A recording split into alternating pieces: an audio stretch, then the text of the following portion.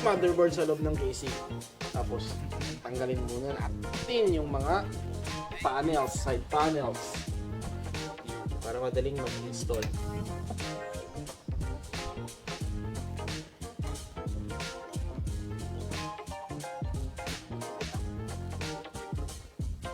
Yan. Next, lagay na natin yung motherboard. Hira.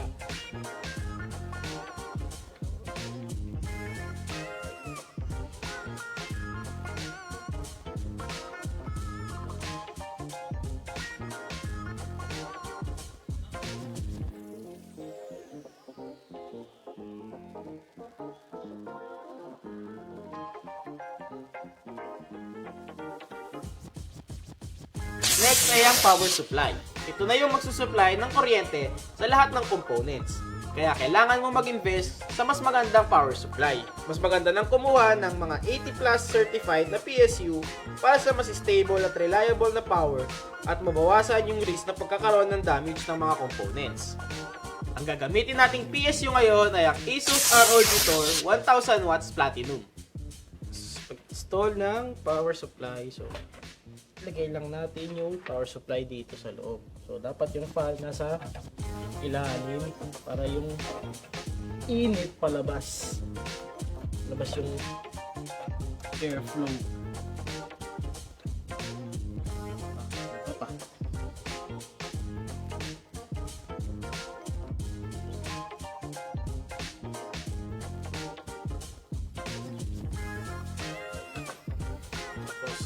Insert natin yung mga necessary cables.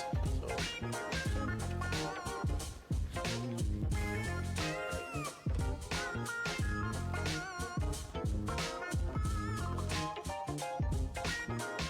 paano malalaman kung anong PSU ang sapat na para sa PC?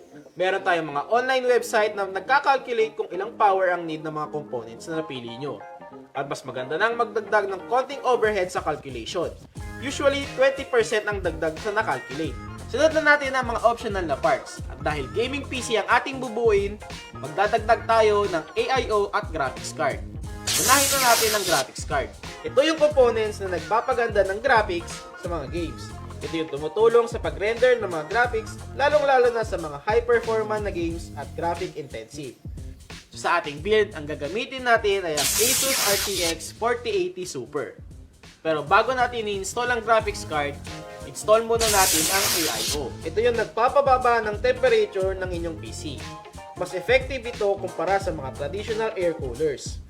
Ang gagamitin nating air coolers ay ang ASUS Prime LC360 ARGB. Install na natin yung CPU fan.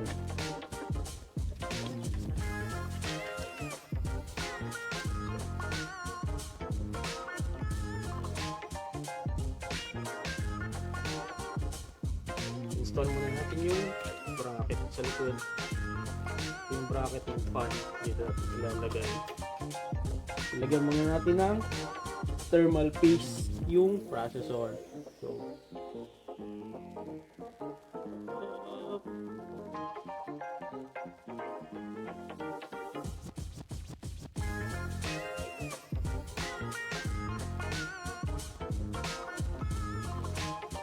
install natin yung video card. Dapat lang natin yung pin dun sa PCIe slot. Tapos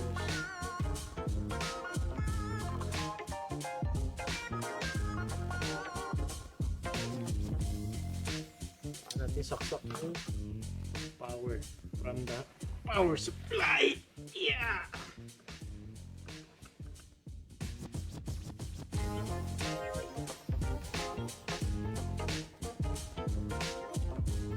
Next natin ngayon ay ang cable management.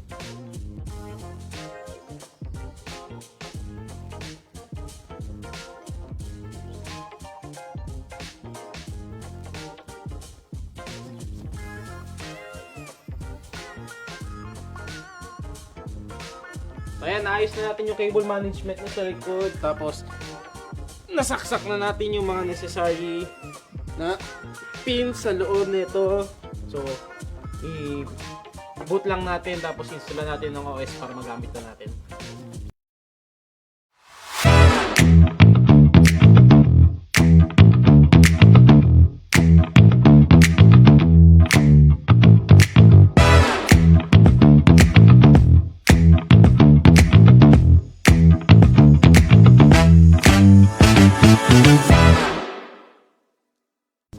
ito na ang nabuo nating gaming PC. Kung gusto nyo bumuo ng gaya nito, available lahat ng aming parts dito sa PC Express.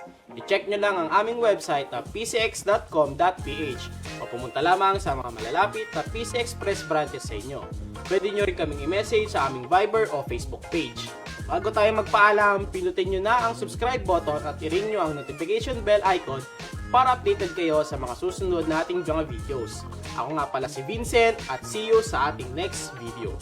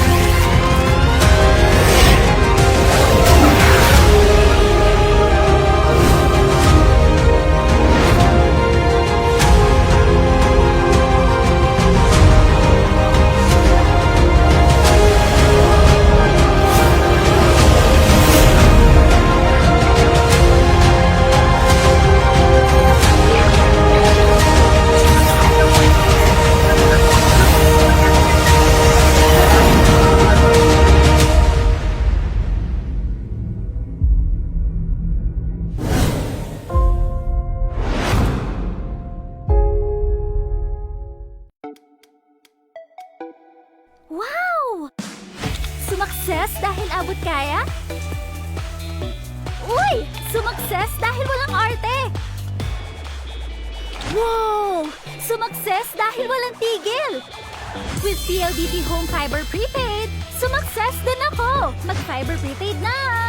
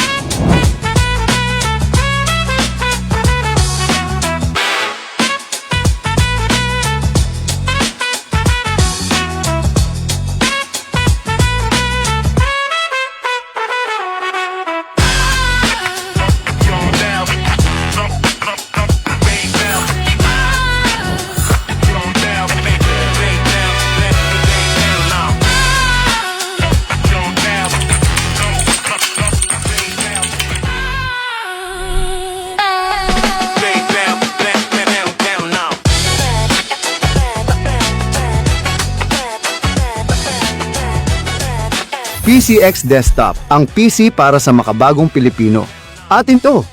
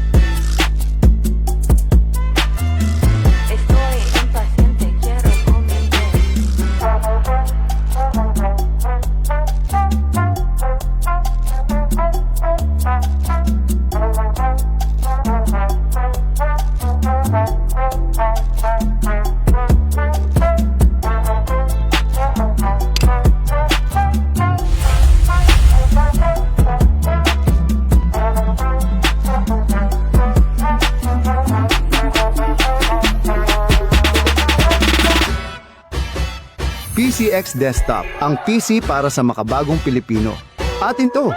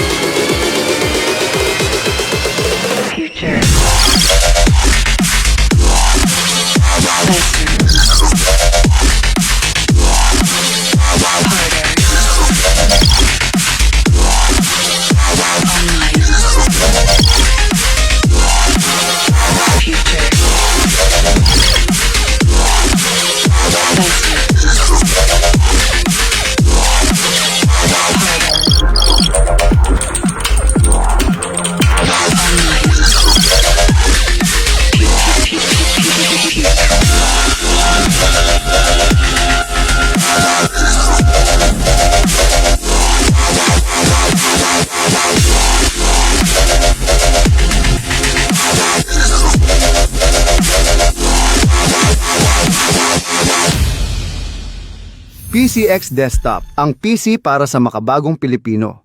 Atin to!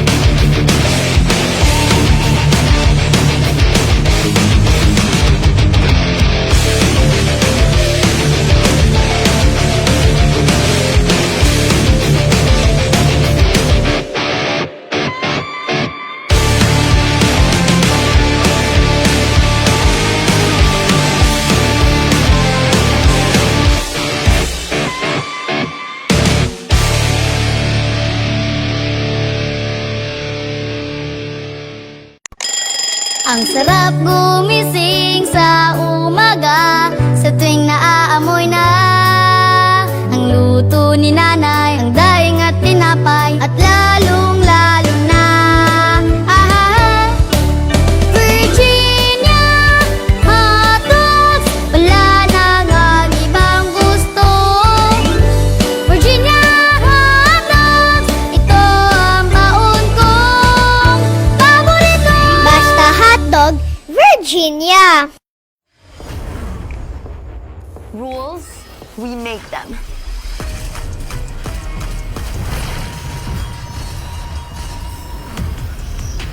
Limits, we go beyond them. One size fits all? Hard pass. Introducing a groundbreaking Digiflex mobile experience. Kick Mobile. Download the Kick app, choose your number, activate the eSIM, and own the country's first ever customizable mobile experience. Stay first in line for network priority and customize all you want, because the real flex is when everything is built to your rules. Kick Mobile. Our way, our rules. Hindi aabot ang data! Nice! Don't worry! The Only with Smart Power All 99. Hindi nabitin with 10 gig data plus only Facebook or TikTok and more. Load now! Hindi umuulan. Hindi mo tayo makakabenta! Yes! Don't worry! The Only with Smart Power All 99. Hindi bitin ang benta with only TikTok or Facebook plus 10 gig data and more. Load now! Bitin? Never sa pag-aaral. Never sa streaming. Never sa pagla-live. Sumakses ka sa Unli with PLDT Home Fiber Prepaid.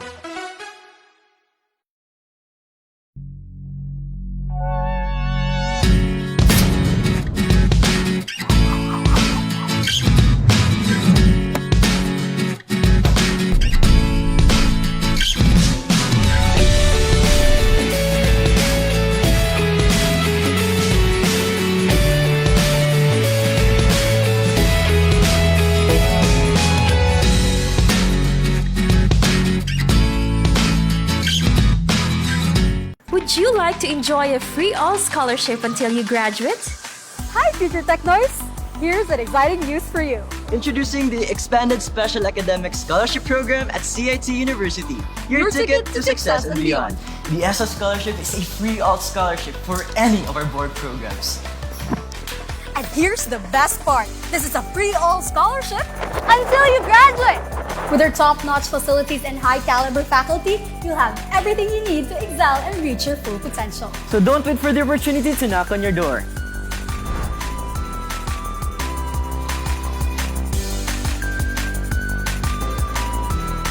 Apply for the ESA Scholarship now. For more details, visit the Office of Admissions and Scholarships.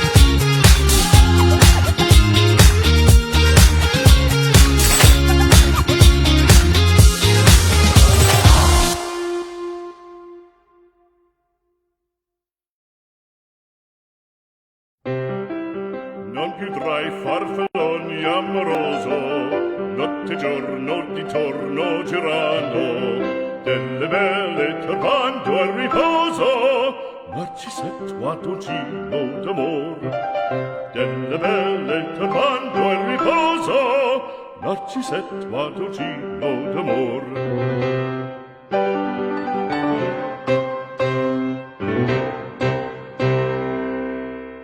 Dad, natatakot akong mamagsak. Huwag kang matakot, di mo ba alam, nandito lang ako. Huwag ka...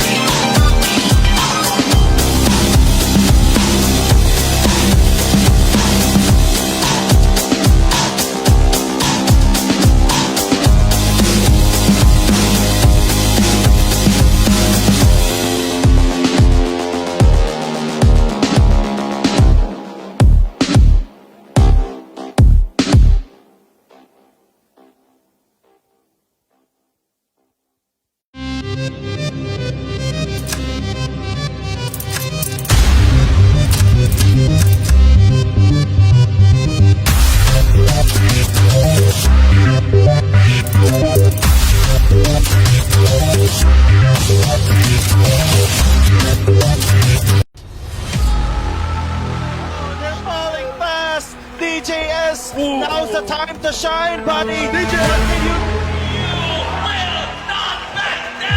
They have a fresh minion wave coming towards the middle lane. Sushi, the only remaining member.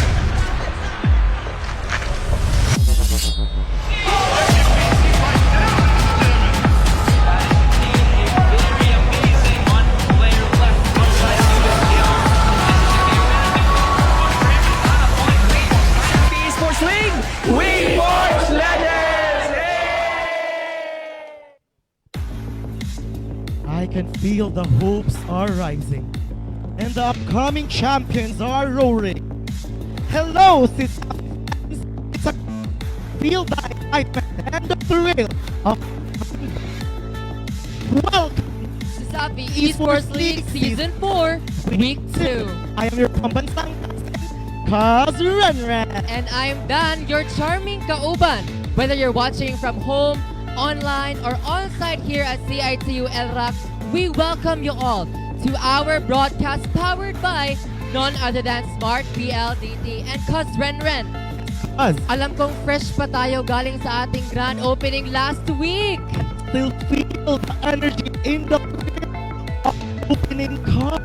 Correct, and grabe ang thrill, and I think and I bet that everybody is still expecting and is still anticipating more esports action here in CESAFI Esports League Season 4. So we've got some intense matchups lined up today, starting with our match 1, which is going to be the USJR Jaguars going up against the UC Main Web Masters. And God, fighting Martoon, USC won. And for our third match, today we will be having USPF Panthers going up against the CDU White Stallions. And guys, we're gonna save the best for the last. And we have CSC Blue Dragons versus CITU. And now, show some support of the team that you want to win. People here at El Rock, are you rooting for USJR Jaguars? Or are you rooting for the UC Main Webmasters? Cuz. But before we delve deeper into match 1 of our games today, let us not forget to thank our pinalanggang sponsors. We have Virginia Basta Hot Dog, Virginia Smart, live more today with Smart, PLDT, the power behind your connection, PC Express, for all your digital needs, Crayon Lab, your one-stop shop for premium prints and custom design, Smart Sports, and Puso P, our official media partners. We also have IPI, your wellness, our passion, and we wouldn't be here. We wouldn't have a venue without our official venue partner, which is CITU. Thank you so much, supporters and sponsors, for your continued support for CESAFI Esports League Season 4. Thank you for that wonderful spiel, diba? Super love kaayo taon. Oh my God, I can feel the support and love of our hinig. Now, so insights into the teams for opening battles today. I will now give the mic to our wonderful casters. Moik and Namsi, the stage is yours. Good morning. Welcome to week 2, day number 1. And it's gonna be USJR versus UCLA. Yep. And of course, you're your shoutcasters for today. I am Moik. And with me is your Golden Boy Shoutcaster MC. And ngayon, sinabi mo na kanina, UC Main and USJR. Ano yung masasabi mo sa matchup natin ngayon, Moik? mainit na kalabanan to, di ba? We have the USJR who have really proven themselves, as the seasons, sa mga previous seasons. Like, ang lakas talaga. And we also have the UC Main, which, nung opening pa, nung week 1. Nagmarka na. Oo. Nagpakitang gilas agad. Oo, nagpakitang gilas kagad. And together with their new team comp, no, kahit si Kase na lang yung natira. Yung 4 na yan, bago yan eh. Pero with their performance last week, no, sobrang ganda ng pinakita nila. And tingnan natin sa ating standings ngayon sa Group A, USJR and UC Main. Banggaan pala to sa nanalo sa series, no?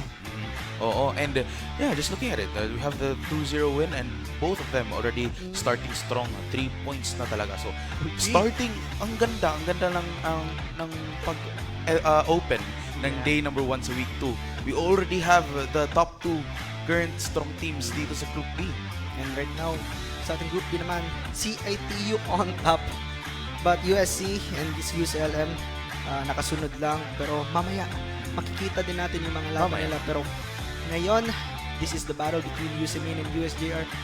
Speaking of their lineup ngayon, so parang may bago akong nakita sa lineup ng USJR eh.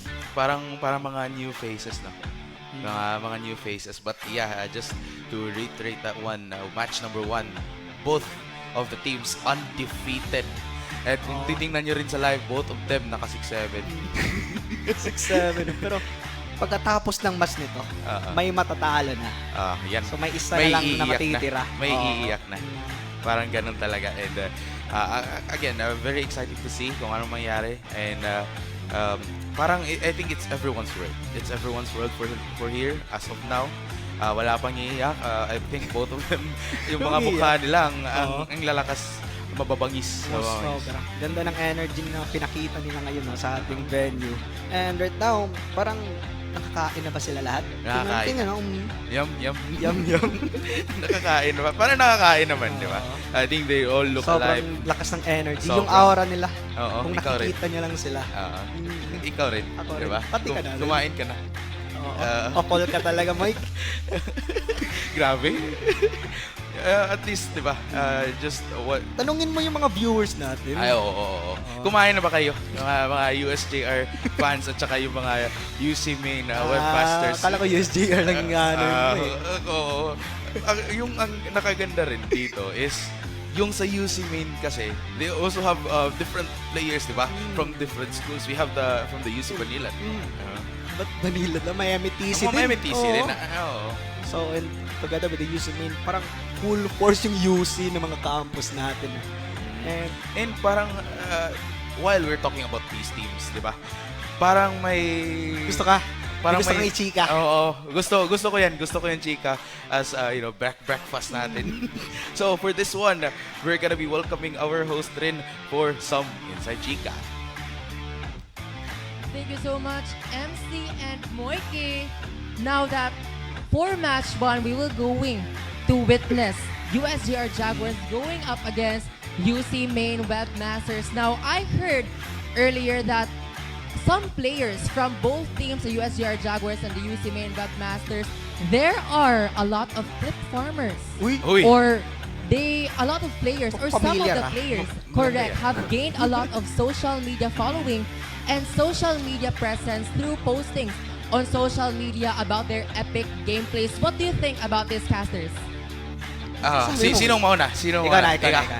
Ako na. Sige. Maganda rin to kasi we have a lot of very, yung masasabi mo, yung clip farmers. And excited na ako sa mamaya match number 1 kung may mga bagong clips na naman tong magagawa sila. And I think that also goes for the UC Maine Masters, no? So I think it really is fair for both of these teams. May mga key players. We have Gasay, di ba? Yep. We have Davey. And dun sa USJR naman, we have Celebord, we have Danchiro, we have Speed 67. Kazuki. Pag So, sila lahat madami. pwedeng Sila mag-clip. lahat. And magandang engagement din kasi yan para makilala sila with using their plays. Hindi lang naman mga players yung clip partner eh. Kilala mo si Moik? Ay, nako. Daming Ipapasa clip mo naman nun. sa akin. Daming clip nun. Sige, while hinihintay rin natin, how about you? Me, personally, may mga clips din ako. Also, nakita ko yung mga moves mo dun sa mga TikTok. Wag na yan. Sorry. Next topic na tayo yan. Kaya, of course, while we're waiting for the teams, I think ready na makita natin yung mga players natin ngayon. And we're gonna be passing this on to our host.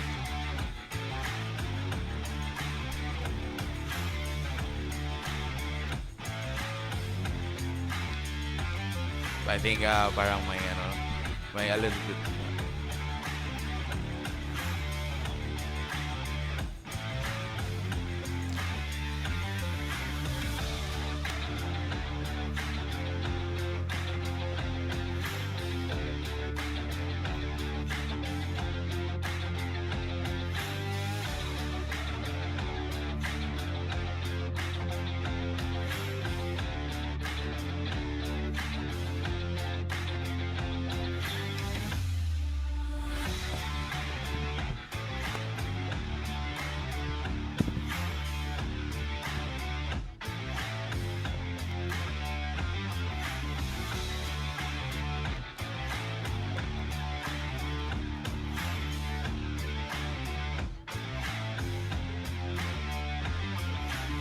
Stepping into the land of dawn with fire and passion. Give it up for UC Maine Webmasters and USJR Jaguars!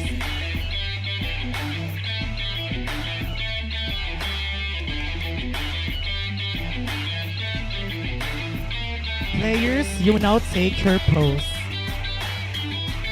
And to express respect and sportsmanship, players, you may now commence your handshake.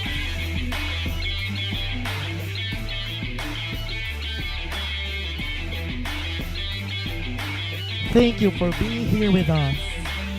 The stage is set and the battle is about to begin. I will now give the mic to our wonderful casters. Moik and MC, the stage is yours. Yan. Grabe sir.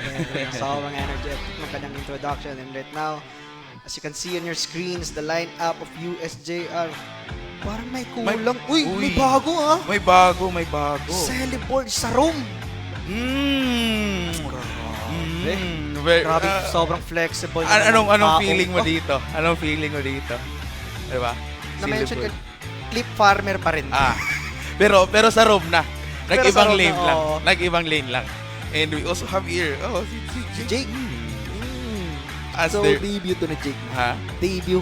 parang Dave. And ang nakaganda rin dito is yung apoy nasa kanyang ulo, di ba? Ang ganda, parang magandang entrance to sa kanya. And still, the same lineup. Parang, so, Celeborge lang pala yung nabago. So, Kazuki is not here. So, Celeborge will take on the throne role. So, may makikita pa tayong exciting na setups coming from Celeborge right now. And tingnan natin kung anong ipapakita ni Jake sa kanyang arsenal sa pagiging jungler. Excited ako sa mapapakita ni Jake. And probably, I mean, baka parang new formula, ganon. Or maybe it's still the same, but enhanced. Pero of course, we also have here our UC main, Webmasters, and still, mga same names na talaga. Same lineup as of last week. So, makikita man natin ngayon yung mga tinatago nila ng mga picks na katulad ni Gasay, which is very fan talaga ng mga mage na panglason. Panglason. Odette. Mga Katita. Ang nakakaganda dito is since they are both strong teams, diba? Yung napapansin ko rin kasi yung sa UC main Webmasters, they also like to go on aggressive, diba? So parang test rin ito if they want to do that against USJR, diba? And parang it's also good for USJR kasi since they've established na kung gaano sila kalakas, diba? Since they've established kung gaano sila kalakas, I think they're also gonna be testing UC main Webmasters kung kaya ba nila na ma-survive ang kanilang pag-is, diba? And right now, tingnan natin yung mga keys to victory ng ating both teams. And for the USJR, keep the claws sharp. Oy, yan yung gusto ko rin yan. Keep the claws sharp. Yung nakita nyo yung sa reel, diba? Yung mga clips doon, I think they really should be keeping their claws sharp. Since they've already established na malalakas sila, they have to keep that up. They have to maintain that one, and they have to keep the momentum, especially na kalaban nila ngayon is undefeated rin. And also don't dominate the jungle, and knowing na bago yung jungler nila. So let's see kung he can keep up siguro sa mga galawan na pwedeng makita ng ating UC minute now. Aggression and control, chemistry and cohesion. Yan talaga. And since they really have to dominate their jungle para they can really keep that momentum, and especially knowing UC main Webmasters, if kung gusto rin nila maging aggressive, then it would also be a good panlaban. Maganda yung panlaban against sa mga aggressive dito. And also we have for the UC main Webmasters, diba? Aggression and control lang talaga. Since they're already good sa pagiging aggressive, they have to keep that up. Same goes for USJR. And parang I think the map later sa kanila talaga, and they're just really trying their best na mag-agawan. Kung sino yung makakaunang kuha ng early tempo, sila yung magdidikta ng takbuhan ng laro natin. And also it goes to show kung gaano naka-comfortable maglaro sa isa't isa yung both teams natin. And also using right now the chemistry should be there, mapapakita na natin ngayon. After that, magandang tambalan rin kasi dito yung UC main Webmasters at USJR. We can look forward to their chemistry later on, especially nung in the late stages sa seasons.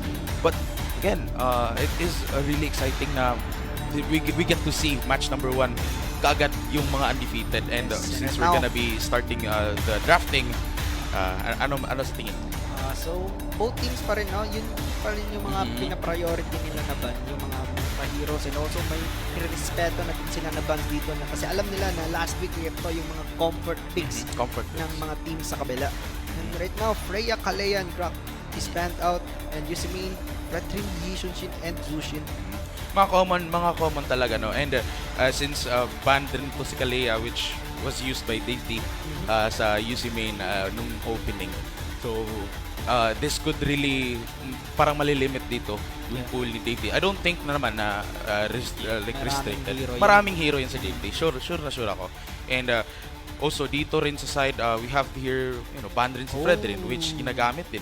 But we have our, actually, open yung Hilda, di ba? Oo, nakawala yung Hilda kasi last week hindi nagamit yan eh. Hindi nagamit. Oo, pero right now, ngayon pinakawala na. Imagine, Hilda into the hands of Celeborge. Yan. Pig farmer talaga. Ayan, sinimulan na kagad, di ba? Sinimulan na. And since dito, since first pick na naman, yung USJR really have to secure this one kasi kung hindi, pwede ito makukuha ng UC Main. And since we're gonna be at the Flying Clouds, lipad mga malago ko yung Dragon Ball, no? And right now, priority pick yung carry. Naku po. May pangtunaw na agad. May pangtunaw na kagad. And also, on the front line, high loss, which is still a flex pick kasi alam naman natin na sa patch ng onto the last patches, pwede nyong ilagay sa XP yung high loss na yan. Pero I probably doubt na i-XP yan. So, I think lock in na yan sa roam natin. And right now, USJR. Pwede rin roam yung high loss natin. And maybe possible yung Leomord as synergy later on. Hindi natin dalawang kabayo. Dalawang kabayo, yung mga kabayo. Tapos Flying Cloud pa, di ba? Mga unicorn. And we're waiting for the next picks dito sa USJR.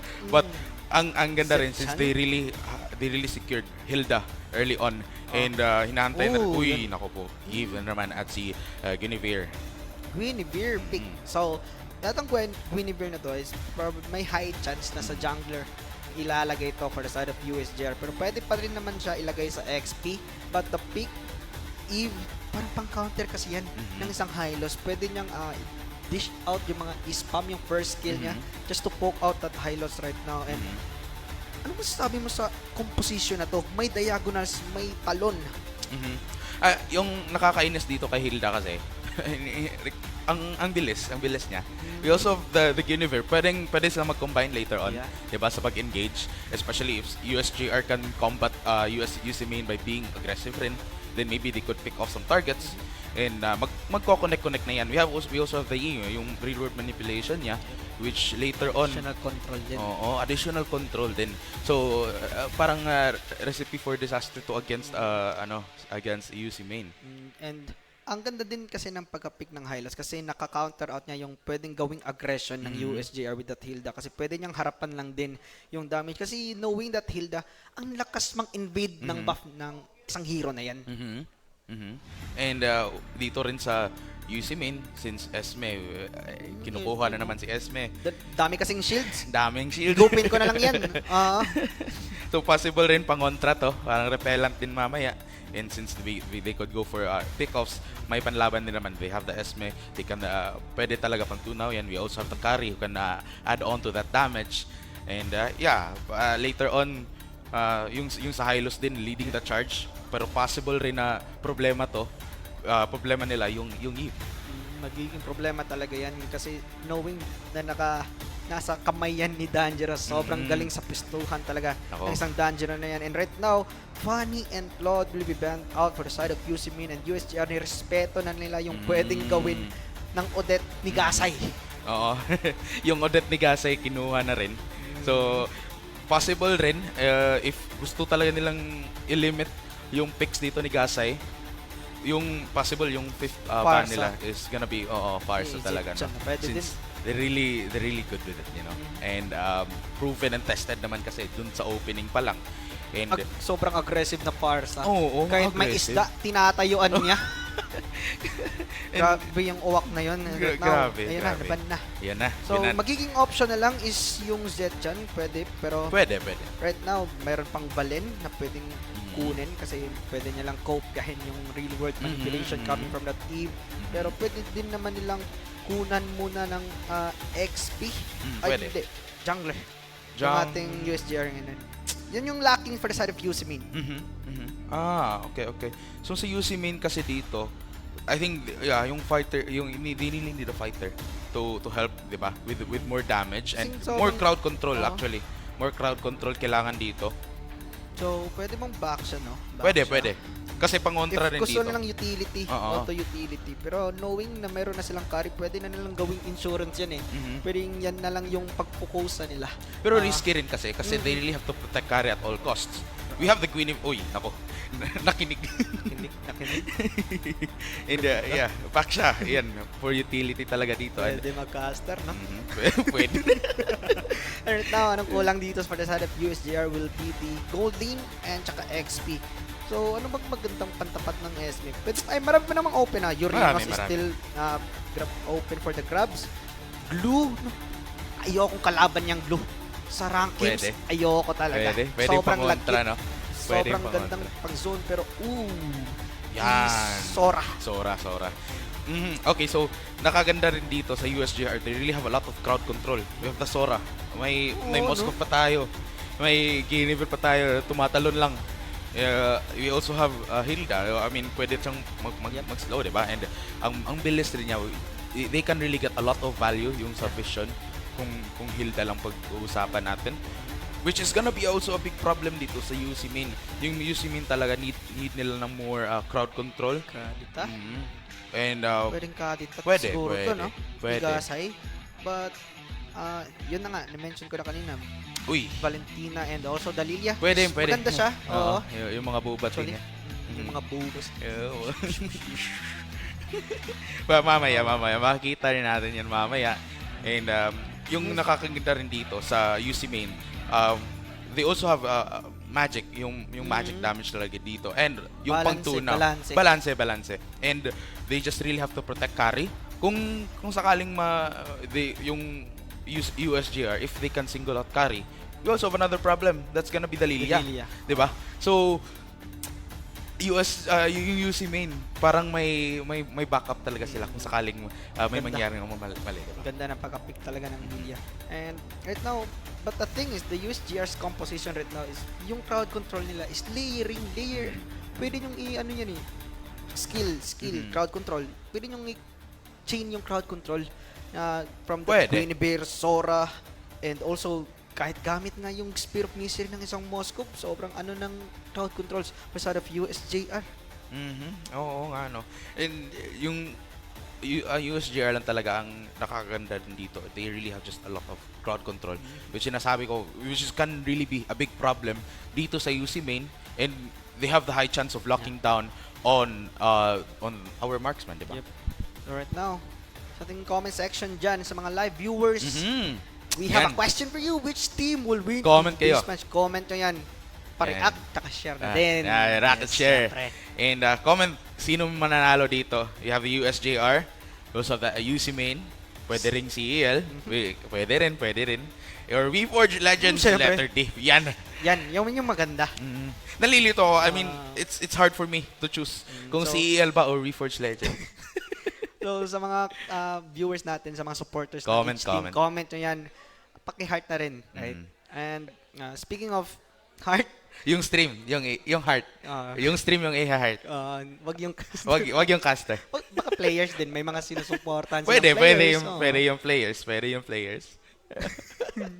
And we're gonna be heading on later sa match, and while we're waiting, ang ganda ng sobrang balanse ng composition ng both teams natin. Pwede silang mag-early aggressive na playstyle, both teams. So magkakatalo na lang talaga kung sino yung makakaunang pwesto or sino yung makakakuha ng early tempo or aggression. Kung sino manalo siguro ng first clash before mag-start yung turtle or the first turtle fight, sila yung may high chance na magdadala ng ating laro. And while we're waiting rin na magsimula yung laro, we also have to thank our sponsors. Thank you so much for that. We have Virginia. Basta hotdog? Virginia. We also have PC Express, yung mga ginagamit. And of course, makita rin yan bukas when they're gonna be playing Valorant, diba? Yes. So makita talaga yan. And we really thank PC Express for that. PC Express for all your digital needs. And also, we have a Smart right now, no? Live more today. With Smart. And nakakaganda rin dito, I think, yung mga players talaga. Since we have USJR, yung bago dito, di ba? We have Celiborge again, Rome, which is parang need ng parang surprising and threatening, di ba? Walang research kung anong gagamitin ni Celiborge. Pag-pick pa lang ng heal up, so parang alam mo talaga na they are sticking onto the meta, no? Oo. Pero binigay rin yung Hilda kasi, nabigay rin. Na-open din, no? Open. I mean, they really respected naman kasi yung mga picks, you have the Kalia dun sa you have the Kalia, they're gonna be bad. So, linalock on na lang talaga since Hilda was very, very, very open. But on to the other side, maganda din kasi yung Hilda, pag jungler ng kalaban mo is assassin. So, ang ganda ng ginawa ng UC main, nag-back siya sila para hindi ma-invade. Oo. And yeah, parang gano'n na nga, no? They really have a lot dito sa UC Main. They can really prepare. And to parang pangontra na rin dito sa USJR, since yung nakita natin based sa composition ng USJR, they're really heavy on the crowd control. If they can survive, if they can last long dito, yung UC Min, then pwede sila manalo. Yung mga prolonged team fights nakaside sa UC Min, pero if nakakita ng magandang opening yung USJR, pag nakita nilang yung right target, sila yung may malaking chance na maubos yung UC Min. Pero knowing kasi na nakakari, tumutunaw yan. Oo. Nako po, if they cannot get carry, it's really hard. It's hard na makabawi yung USJR. And of course, still thank you sa mga sponsors natin once again, and we also have to thank Smart Sports and Puso Pilipinas, which you can actually see the live there. Naka-live to. Naka-live din dun. You can watch that there. And thank you rin sa IPI. And of course, yung Crayon Lab, kung makita rin yung mga volunteers. Oo, magagandang mga gwapong mga pogi at yung mga gagandang volunteers. Doon rin na nakasuot yung mga shirts, which really looks good, to be honest. Ganda ng mga t-shirts. So if you wanna go get some drips, punta lang kayo sa Crayon Labs. At yung venue rin for season 4, di ba? CIT. Ang ganda ng venue natin, no? Oo, ganda ng venue. Nandito rin tayo sa LRAC, di ba? So kung gusto niyo rin sumuporta sa team nyo, pwede kayong manood dito and really show your love and show your support to your favorite teams. And sa mga venue din natin ng opening. Nung opening, yung of course. SMC side, City Cebu. Sa Cube Wing, di ba? Sobrang ganda nun. Thank you for that. Thank you so much for that. Thank you so much. They've really been accommodating to us, no? Yung CIT tsaka yung SMC side. And again, it really warms. It really warms our hearts na makakatanggap ng ganyang treatment. And thank you so much once again. Pero aside from that, Mike, balik tayo sa composition ng ating laro. Anong kaya magiging takbo, no? Knowing that this line-up of USJR, si Jake kakapasok niya lang sa line-up ngayon kasi narinig ko, may mga, may mga costings. May iba pa. May iba pa, wow. May iba pang may mga secret weapon pa. Madami pa. Madami. Oo. So exciting. Pero ngayon, since Jake is already released dito sa USJR, and we also have celebrates na nag-roam. So, yun talaga surprise din dito sa UC Main. Yun talaga yung inaano ko, celebrate, sobrang palo, mag-core. Nag-roam. And yung sa UC Main, parang same rin reactions natin, no? Uy, nag-roam siya. Uy, may bago rin. Parang isipin, ano kayong i-roam ni Celebrate? Benedetta? Lansing? Pani? Yan, parang ganyan. Assassin pa rin, no? Pwede niya, baka gawin niya namang room yung Lance. Comment rin. Again, guys, comment lang talaga kayo to show your love and to show your support sa mga favorite teams nyo. And kung sino mananalo, since I really think na napatas yung labanan mamaya. They are both undefeated. Yeah. Grabe. And they are both so ready talaga. Both so ready. Pindot na. Ika nga. Nakita ko yung mga kamay nila, nakakapindot na, di ba? Yan. Paano? Ang galing mo naman. Yes. Sana nag-player ka na lang. Caster ka. No. Para mapanood kita. Tapos ikaw yung player na ang ganda ng suit mo nga. Ganda ng suit ko, Parang shiny na shiny. Anong color yan?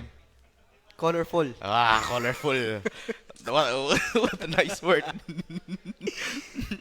And guys, we're gonna be with you for match 1, USJR and UC Main, yung mga undefeated talaga.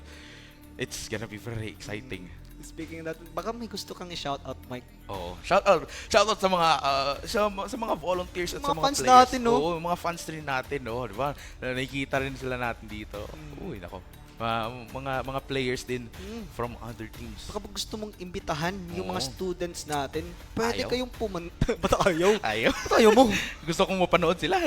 Anyways, guys, actually, pwede kayong pumunta dito sa LRAC, di ba? Dito sa CIT. Just present your ID. At dapat naka-like rin kayo sa page, naka-follow. And also sa mga socials din namin, nakafollow kayo. Oo. Ikaw muna. Oo. Sa TikTok ko pala is MeMC _ yan. Follow nyo guys, may mga clips kami dyan. May mga clips kami dyan. Also, dun sa akin rin, we have at Real Moik. REALMOIKE. Pwede nyo mapanood yung mga ginagawa ko. Ano bang ginagawa mo, Mike? Secret. Sa kanila na yun. Sa kanila for yan. you to find out, guys. Surprise. Surprise na lang. Pwede talaga. And which kung nakita rin yung mga, kung nakakakita kayo ng mga post din sa CEL, nakita nyo rin yung duo, yung tambala namin dito. So, it is also very nice na makakast din namin yung mga games na, yung mga teams na wala pang talo. Diba? Sobrang ganda. So, maiisip niyo talaga na sobrang init ng laro natin ngayon. And dahil sa kanila. Dahil sa kanila. Yep. Very much. And it's just gonna be very fierce. And yung mga teams na tinitingnan ko na rin sila, parang very strong. Yes. And speaking of strong, we're gonna be heading on to a strong game number 1 between USJR and the UC Main. Welcome to the land of dawn, ladies and gentlemen. So ngayon makikita natin yung kung sino yung unang matatalo sa bracket nila ngayon. And UC Main, parang si Celeborge nakita ko nag-invade agad Oo, Celeborge talaga, no. Naghahanap lang ng vision, naghahanap lang ng info dito. Pero kung titingnan rin natin, UC Main, they have parang equal control lang talaga dito. And again, heavy talaga yung USJR dito sa crowd control. So it is gonna be a challenge for UC Main. USJR, hindi pa si Danger yung mid.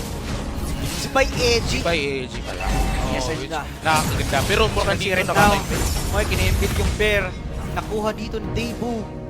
So, gandang pinapakita ng UC Main. Kinuhanan ng mga greens na jungle creep yung ating USJR right now. So, mapapansin mo, magagap talaga sila. Yung UC Main kasi, uy! Spatial migration onto the Hylos. First blood for the side of USJR, and Dave D will be get killed off right now. And USJR, kahit nag-invade kayo, makakakuha kami ng kill. USJR starting strong already with their first kill. Yung napapansin ko dito, UC Main, pinapandigan talaga nila yung pagiging aggressive nila. And USJR responded well. They got their first blood. This could actually, this could make or break dito sa UC Main. Pwede silang ma-motivate na mag-aggressive na naman ulit.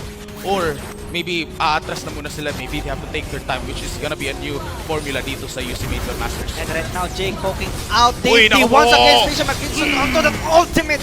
Dave D will be going down into the hands again of Jake. Binibigyan talaga nila yung Hylos. Oo.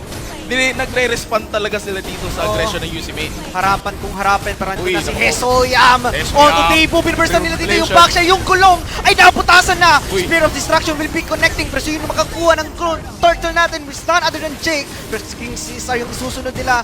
Look at Hesoyam. Pero si Jake tatalon lang para mag-out na. Bounce na muna para si King Caesar and the UC Main still suffering a loss right here. USJR, they're going strong. They're leading this one very well. And pwede pa itong makakabawi yung UC Main, but they really have to keep that up. They have to, I think UC Main, they just really have to be aggressive. Diba? Dapat papangunahan lang nila dito. Pero the aggression na pinakita nila ng early game, binibigyan sila ng USJR And nakita mo yung ginagawa ni Jake, sobrang aggressive niya. Kung sino yung nakaharap for the side of UC Main, tatalunan niya na. Binaburst down na agad ng ating USJR and Celeborge. Kahit na naka-roam, makikita mo talaga yung kung gaano katindi yung factor na pinapakita niya sa kanyang team. Oo, and UC Main, they really have to find that right footing. Pero, now look sa top side, Hesoyam will get killed down. Coming from Hesoyam, ladies and gentlemen. Pero si gusto nyo mag-sidestep. Pero andun yung mga members ng ating UC Main. A 1-for-1 trade, and Jake is down. Nakaka-respond na naman dito yung UC Main, which really gives them the chance to fight back and to take it back and against USJR. So it really is good if UC Main keeps this momentum. Kung makakuha lang talaga dito against USJR, because USJR, I think, parang they're really struggling rin naman dito sa UC Main. Yes. Kita mo yung ginawa ni Celeborge, andun lang nakatago.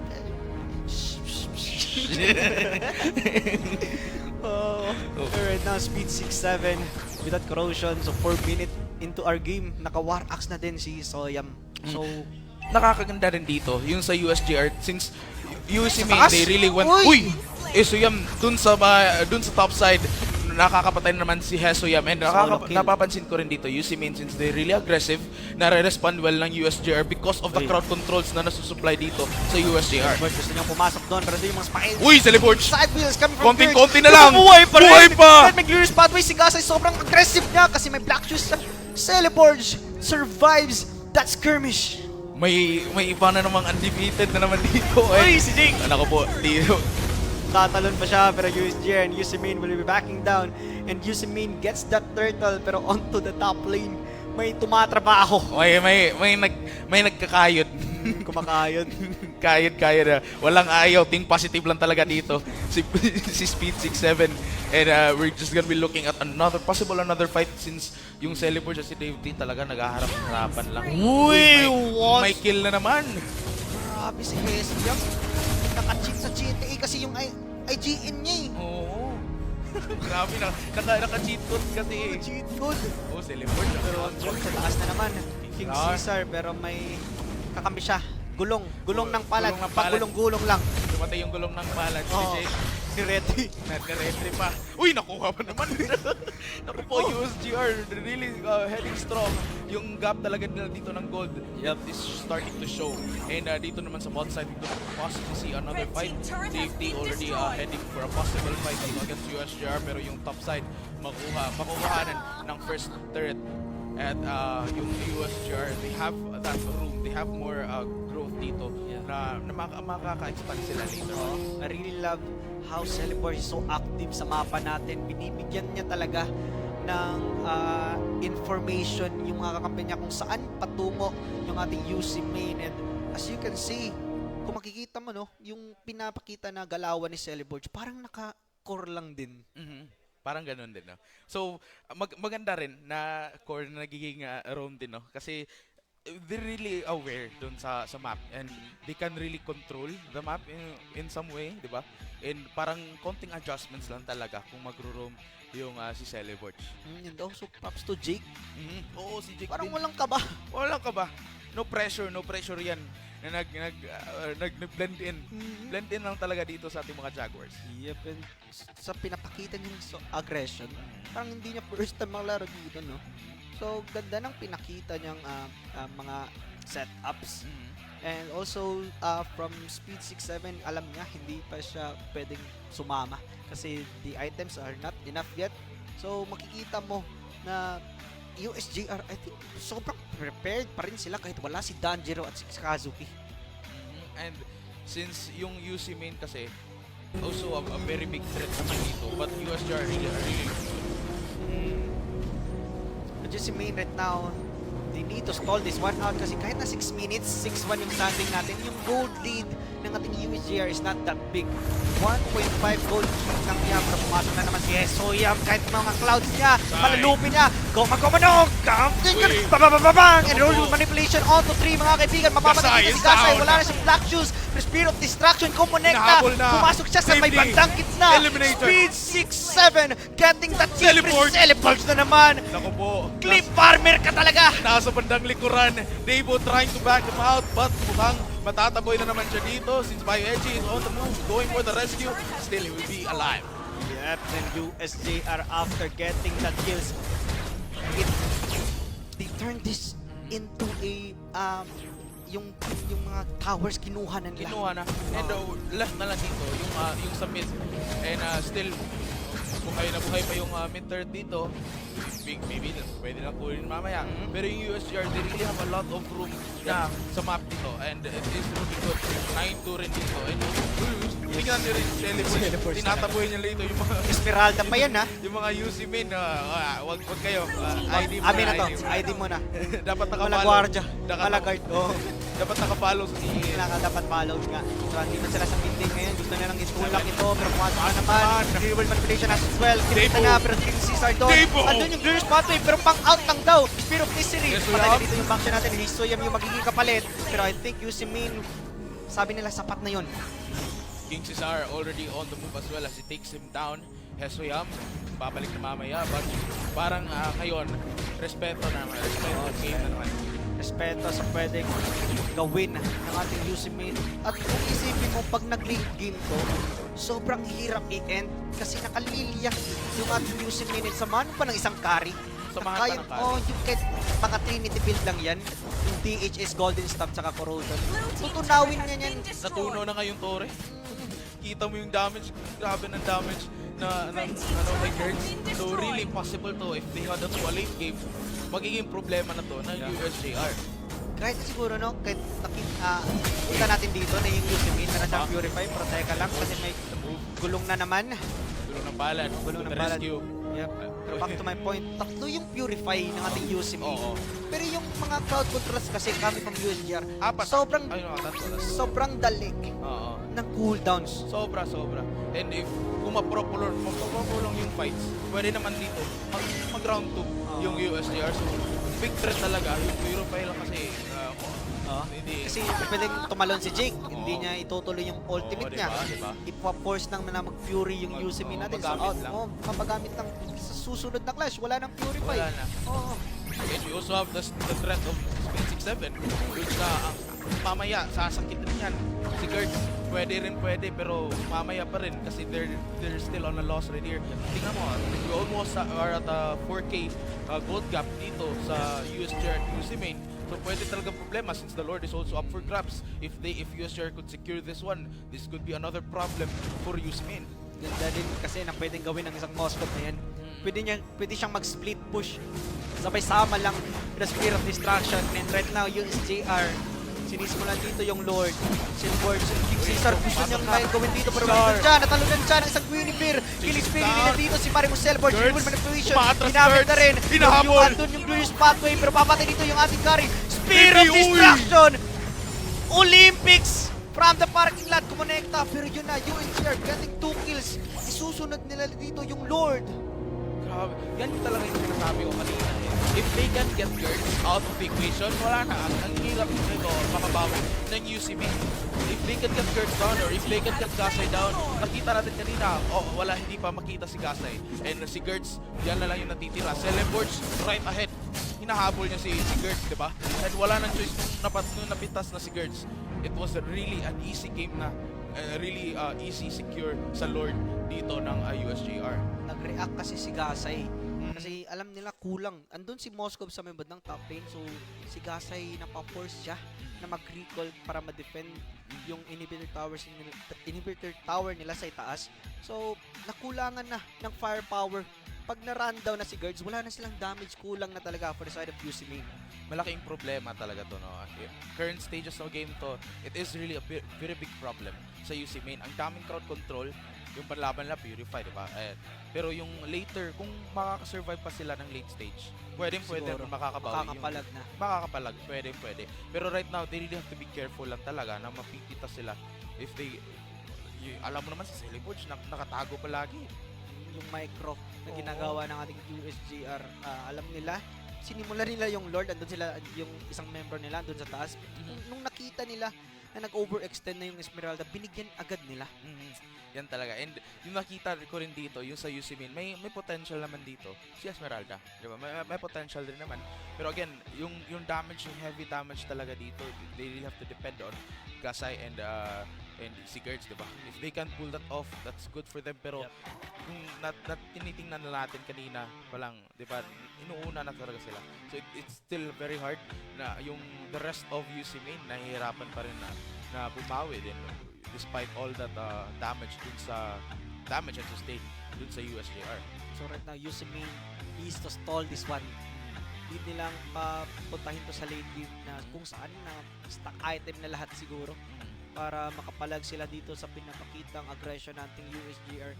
Need na lang nila na makita yung konting butas na pwedeng gawin ng USJR at doon na nila susuntukin at i-maximize yung konting butas na yan para ma-turn around yung game. Pwede talaga. Pwede talaga yung comeback. Pero again, it's still very hard right now. The momentum is really going strong dito sa USJR and dami kasing threat kasi. USJR man pa naman eh. Ang grabe na. Adelante, oy. Adelante, grabe yung... Wala, Fit check lang. check. Fit check. Pero grabe yun kasi yung potential ng USJR. At yung sinabi mo nga, ang grabing, madami silang threats. You have the crowd controls, yung mga damage din, nagkoconnect. Pero, no? Kasi Celeborge pa nga. Naku, sabi ko kanina, yung mabilis talaga yung Hilda at nakakapunta talaga sa backlane. Inuuna talaga si Gertz natin. Also, you need to give comment sa mga ginagawang setups ni Hesoyam. Si Hesoyam. Yung malalufi niya. Oo. Sinusuntok eh. Yung una nakita mo na sa malayo pa siya. Pero after a while, nag-flicker in na. Nandun na. Hinigop na lahat. Ba't may carry na dyan? Yun pala. Si Yun Hesoyam pala. yung threat pala. Kaya they really need to have that. Pero again, yung damage talaga need pa makasurvive dun sa late stages na game. Yep. And now, back to the ball game. Ladies and gentlemen, USJR right now having the torch onto their hand. Uy, orange bomb. Kamalo naman si Jake. Nahuli nila dito. Sweet battle. Kinusta na rin. Pero Jake is down. Ay, nandito si Jake. Pasok na rin. Kita nila na yung damage na Kari. Pero hindi yung preparation. Has been used. Pero 1-1 3 tapos Stavo. Pinuprint dito sa ISO speed. Pinapakita niya yung attack speed coming from this Moskov. Speed of destruction. Tumama pa. Pero Black hindi kanya maisasal pa niyan. Speed 6-7. Getting the double kill. Grabe, ang lakas. Diba? I think sinasabi rin natin kanina kung una na sa Girls, kung una na sila Sai, pwede manalo. Ngayon, inuna naman nila dito yung mga sustain. Yung si Dave Lee, si Dave nasa harap. Kensino na daw, pero ito na, Spin Light, na purify na rin. Pero the boys is exposed now. Patay na si Girls, si Elibon. Yung matarik si Cesar is next. King Cesar, mag-tip ka. Unstoppable. Dave Lee yung susunod. Yung gulong na naman. Pagulong-gulong. Pero dito, buhay na pa rin Girls. Sobrang healthy. Tinatapos na. Pero tapos na. USJR. Game number 1 masasecure dito ng USJR Jaguars. Grabe. Yung pinakita ng ating USJR right now. Kung akala natin pro lang pa kasi Lilia. Oo. Wala na. Sabi, I think sinabi natin, di ba, kanina, pwede unahin si Gasay, pwede unahin si Gertz. Ngayon, nag-iba na naman, new formula. Yung gulong. Yung gulong na. Hindi makakatakbo yung, ano kasi, pag walang gulong. Pag walang gulong. yung kabayo, sinunod na rin, di ba? At that was a very, ang ganda. Yung very well executed dito sa side ng Jaguars natin. And UC Main, yung problema lang talaga is they really needed to survive until the late stage pero hindi na nila pinatagal. Yung targeting din kasi ni Celeborge, akala ko buhay na si Gertz. Si Celeborge andun. Sinusundan niya yung carry. Clip farmer. Kung alam mo rin si Celeborge, yung sinabi natin, di ba? Room na, jungler na pwede mag-roam. So, nakikita rin talaga yung aggression. Making a statement talaga si Celeborge. Making a statement. Yung calculated na aggression dito sa side ng USJR. Alam niya yung paano gawin yung mga micro-plays na yan eh. Kora siya eh. Of course, alam na alam. Kung nga eh, alam na alam niya kung saan to magtatago, di ba? Spotted, di ba? Ready to go si Hesoyam. Ready to dive in. And you know, sobrang ganda ng pinakita natin USJR, pero props pa rin sa UC Main na pumapalag naman sila. Pumapalag naman. Yung aggression, parang yung drafting na out-draft sila for side of USJR. Kasi kahit na naka-purify sila, yung cooldown kasi ng purify, 90 seconds yan, if I recall. Pero yung spatial migration ng ating Guinevere, 10 at max. So, kaya nga, di ba, ang hirap pa rin. Pero we have here our MVP, once again, si Celeborge. may pang-clip na naman. Boss! May pang-clip na naman. Grabe ka, boss. Grabe, 4-0-12. Naku po. Magiging malakas yan mamaya. Hindi na tukor, Hindi na tukor. Rome na yan. Rome na yan. So, very big threat na. Anong next? Baka mag-gold pa to eh. Mag-gold na naman. May makikita tayong roaming gold. Pero ganda din kasi ng ginawa ni Celeborge. Na-mention natin kanina yung information niya na ibibigay niya for his team is sobrang crucial. Alam nila kung saan patungo yung UC Main. So, parang nila, wag dyan kasi papunta sila sa'yo. Yan. And yung aggression talaga ng UC Main, na-respond naman talaga nila. It was very well received. I think they were ready with their crowd control, di ba? Crowd control skills. They were ready with that. Nung pumasok na yung UC Main, iniintay na talaga nila na mag-connect na yung mga mag-group up na yung mga webmasters. Oo. At yung pumasok na si Esoyam was nakuha na lahat. Celeborge on the move. Nagko-connect na yung sa USJR. Hinaantay na talaga nila yung pangkumpleto sa kanilang formula, yung pag-group up ng UC Main. Hindi na nila pinatagal pa din eh. Hindi na pinapuntang late game pa kasi alam nila na magiging problema kasi anong pwedeng gawin ng isang Lily at saka carry. So they need to close that as early as possible, and yun yung ginawa nila para ma-secure yung ating game number 1. Pero UC Main, para sa'yo Mike, ano yung sa tingin mo na pwedeng adjustment na gagawin for the side of UC Main? Dito talaga, yung sa UC Main, I think they really needed a lot of crowd control. Yung sinabi ko kanina pa lang, yung sa picks, during pa lang sa drafting, they need a crowd control, pero I think they really maximized on the damage. Pero tingnan na natin yung adjustment kung may i-adjust pa sila mamaya. Pero bago muna ang lahat, let's pass this to our hosts. That was an intense and close battle, CESAFI fans. And now, the crowd are so hyped and they are cheering for their idols. And now, I am here at the crowd to talk on one of the players and also crowd watching here after that match. So, here is one of my interviewee and also the players of the crowd. My question is, what is your name? My name is Josh Patrick Alahas. IGN. Toxin. And my question is, in a scale 1 out of 10, rate how you are thrilled just by watching that game and why. So for the first game, maybe around 6 or 7 because nakaka-early yung yung USJR, tas 7 na lang kasi medyo nakabawi ng konti yung UC Main, tas yun lang. Oh, that was a nice answer. And based on your answers, what will you expect on the next match? Feeling ko makaka-reset yung UC Main, tas lang. Yung USJR, baka consistent lang yun. Win? Kasi, yes, mayroon siyang crowd control, mayroon siyang setups na pwedeng gawin. Pero, the thing is, yung Win kasi, yung kalaban back siya. Sobrang bilis mag-form na invitan pa nga siya ng 2 greens. And, grabe, yung pinakita ni Jake na aggression, binigyan niya yung highlights, yun yung nakabawi sa kanila.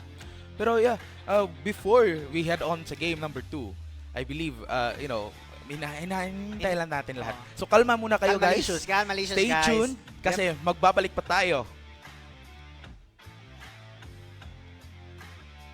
Dad, natatakot akong mamagsak. Huwag kang matakot, di mo ba alam, nandito lang ako. Huwag kang matakot na matulog mag-isa, kasama mo naman ako. Huwag kang matakot, huwag kang matakot.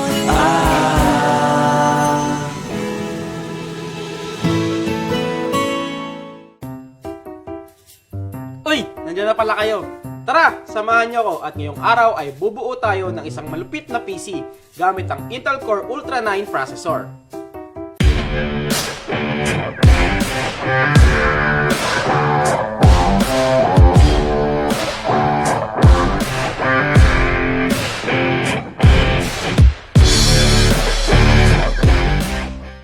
So unang-una sa lahat, ang laging tinatanong ng mga sales ang bibilhan nyo para sa nyo ba gagamitin? Pang school, work, content creation, o gaming. Pangalawa ay ang budget. Hindi ka naman pwedeng bumuo ng isang gaming PC na ang budget mo ay pang basic PC lang. At dahil gaming PC ang ating i-build ngayon, ang gagamitin natin ay ang Intel Core Ultra 9 processor. So bakit ito ang ating gagamitin? Unang-una sa lahat, performance. The Intel Core Ultra 9 processor is built on Intel's latest architecture. meaning mas mataas ang clock speed, mas efficient ang cores, at mas maganda ang multitasking. Kung gamer ka, expect smoother frame rates. Kung creator ka naman, video editing, 3D rendering, o kahit heavy multitasking, kayang-kaya without lag. Pero to ang game changer, AI Inside. The Core Ultra 9 comes with a dedicated NPU. Ito yung tumutulong para sa mas mabilis at efficient na AI workloads. For example, AI-based noise cancellation sa video calls, AI photo editing, at even future AI apps na magiging mas demanding. So basically, future ready ka na. Ang susunod na component natin ay ang motherboard. Ito ang base ng lahat ng components.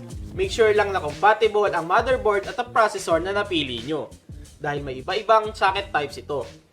Sa ating build, ang gagamitin nating motherboard ay itong Asus TUF Gaming G890 Plus Wi-Fi. So bago pala tayo humawak sa mga components, siguraduhin natin wala tayong static sa katawan. Pwede tayong humawak sa mga bakal para ma-discharge yung mga static dahil pwede ito maging sanhin na pagkasira ng ating mga components. So sa pag-i-install ng processor, madali lang naman ito. Kailangan mo lang tapat yung triangle, yung arrow sa arrow ng board. So sa pagbukas, lift lang yung lever. Tapos dahan-dahan lang natin i-install yung processor para hindi mag-bend yung mga pins. Yan. Tapos lock. Kung saan naman matatanggal yung cover. Ngayon, na-install na natin ng processor. Sa side naman na ito, dito natin kinakabit ang susunod nating part, which is yung RAM. Ang RAM ang dahilan kung bakit smooth ang takbo ng mga apps, games, at multitasking. Kapag kulang, pwede itong bumagal o maghang ang PC. Ang gagamitin nating RAM ay itong Kingston Fury Renegade. So sa pag-i-install ng RAM, kailangan mo lang i-align yung notch o bungi ng RAM sa RAM slot. So kailangan mo lang i-open to, tapos insert natin, tapos press down hanggang sa may marinig tayong mag-click. The other one. Para sa dual channel, always install the RAM sticks sa alternating slots. Usually slot 2 and slot 4. Next natin ay ang storage. Dito natin ini-install yung operating system at dito na rin natin nilalagay yung mga data natin sa PC like na school file. Grabe. And we are back and ready to go now for game number 2 between USJR and the UC Main Webmasters. Ano sa tingin mo yung mangyayari mamaya? May napansin, bago muna yan, may napansin ako. Ano? May nagbabalik sa mid ng USJR. Uy! Danjiro is here. Danjiro is here. Daddy is home. Daddy is home. Pero yan ang as you mentioned, mga i-expect natin sa game number 2? Will UC Main adjust sa tempo na ginagawa ng ating USJR or will they stick pa rin sa anong nakasanayan nila? So, tingnan natin kasi pag nag-stick sila sa tempo, yung USJR non-stop kasi. Kasi alam nila kung saan capable yung mga heroes nila. Kahit sa pindutan nila, parang sobrang confident sila sa pwede nilang gawin. So for this one, I think if UC Main, ma-maintain nila dito yung kung anong saan sila malakas. Yeah. Maybe they could they parang ma-establish na dito. Pero if they're trying to counter USJR, 'di ba? Kung mag-a-adjust sila, possible na rin na risky kasi diyan eh. Kasi USJR they're really known naman kasi if they can if gusto nila talaga na mag-counter, pwede talaga na ma-pull off actually. Yeah. Pero yun yung mga yung magandang ginawa ng UC Main ng draft nila. Nagre-react sila, kina-counter nila yung mga heroes ng ating USJR. But the thing is, yung composition nila parang nag-fall off na kung saan sila mag-layer ng skills nila. So, mamaya, maybe if USJR will still maintain na parang pick-off na composition, the crowd controls, then I think yung UC Main kasi, kung ganyan yung makakakalaban mo, UC Main, they really have to stay strong muna. Like, parang farm muna. Need talaga ng item para pang late game. Pero ngayon sa ating drafting phase, Moik, Hilda, Guinevere, tsaka Grak, nirespeto ng ating UC Main yung nagdadala ng tempo ng ating game number 1. Pero right now, for the side of USJR naman, Yishun Shin, Zushin, and Kalea. So, ayaw talaga ipahawak sa kamay ni Dave yung Kalea niya. Okay. So, it's nice, diba? Yung respetong ban lang talaga. But Fred rin, makakuha dito sa UC main. And they don't wanna give this to the USJR. Nakita na nila. Wag. Wag. Wag, masisira ang team nila, diba? Masisira ang team. Masisira ang team mo. Pero speed 6'7" pa rin sa kanyang Moscow. Mala Olympics na Moscow. Yung mga javelin throw. Yan. Moscow na naman. Moscow na naman. Guys. Moscow na naman. Oo. Pero, yeah, speaking of which. Pero I think King Caesar, pwede pa rin niya i-pick yung Esmeralda niya just to counter that Lapo sa laning phase. Pero knowing sa pwedeng gawin kasi ni Lapu-Lapu, pwede nang i-zone out yung Fred Train kahit makunat yan. So dito naman, since yung sa lineup pa dito ng USJR, since wala si Kazuki ngayon, Dan should be taking the place. Walang mga chow. No, wala tayong makikita yung chow. Di natin alam. Baka mag-chow si CEL Esports. Baka siya yung magti-TikTok. Siya yung magti-TikTok na naman. Makikita rin mamaya. We have the Jake. Looking forward na naman. Kasi Jake is very, very new. Yung new sa mukha natin, di ba? So, yung maiisip din natin dito, kasi naka-Fred rin na yung UC main, sasabayan ba kaya nila sa utility na jungle yung ating UC main? Back siya, meron pang Akay, but yun yung maging pwedeng option nila para mag-utility roam. Pwede nga ang Barats. Yung nakakaganda rin dito, sa UC main, Webmasters, nakuha nila yung Matilda. So, this is parang may pattern yan. May pattern yan. And yung sa... yung kumakanta. May kumakanta, may ano pa to? Kinakantahan pa niya yung mga mababangis dito, di ba? Pero yung, again, just speaking of Matilda, nakita na natin yan sa opening nung kay Dave D, nung sa game number 2. So, looking forward tayo sa another Matilda action. Matilda, yung airlines natin. Yung lipad ng lipad. So, and also, broken walls kasi. Yep. And I think naman, USJR, alam nila na saan napapunta tong pick ng Matilda na to. Udet, yung pang-pair nila. Pwede. Or, kung hindi naman, marami pa. Pwede rin naman kung if they really want to maintain yung kung ano nakasanayan nila, maybe they could get Farsa. Yep, Farsa pa rin, no? Uy, yun na. So, Harit, tinarget nila yung gold lane. Gold lane na naman dito. And so, this could be another problem kay Gerds. And so, I think UC main right now, magbaban pa rin sila ng hero na may knock-up. Feeling ko talaga dyan. May knock-up, feeling ko. Since dito, pwede nung makukuha naman.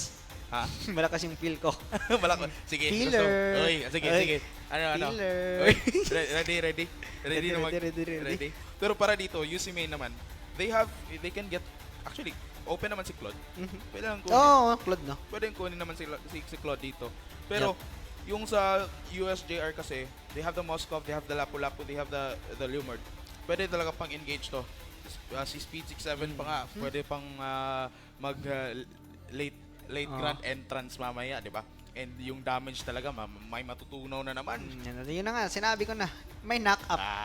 Yan binan nila. Kasi, again, nakita nila na kanina, yung USJR, yung potential ng USJR, when they go on for crowd control, and just I think like adding na lang talaga yung pag-eliminate dun sa mga possible na mag-crowd control. I really love how USJR is very confident na feeling ko yung UC main may inahanda sila, may niluluto sila ngayon. Pero USJR, they're confident na kaya nilang sabayan yun. Open naman si Cho. CEL Esports. Oo. Pwede, no? Pwede, no? Gusto? Cho ayaw? Cho ayaw? And UC main still, pwede rin kunin nila yung Claude. Odette na yan. Pwede yung Odette rin. Wala. Odette. Free naman. Nakapikit ako, Odette yan. Ako rin. Uy. Ano? Kung nga ka-idea mo. Ay, sorry. Okay, akin na lang si Claude. Laila. Pwede no? Mia, pwede. Long range kasi si Laila. Ano pa? Sa akin dito. Pero right now, ganda ng pagkapit ng Arlot. Hindi natin napansin to kanina. Yung Arlot, yung combo ng Fred Rin tsaka Matilda. After i-crowd control, nag-on yung passive ng isang Arlot. So, makakadash siya. Pwede talaga.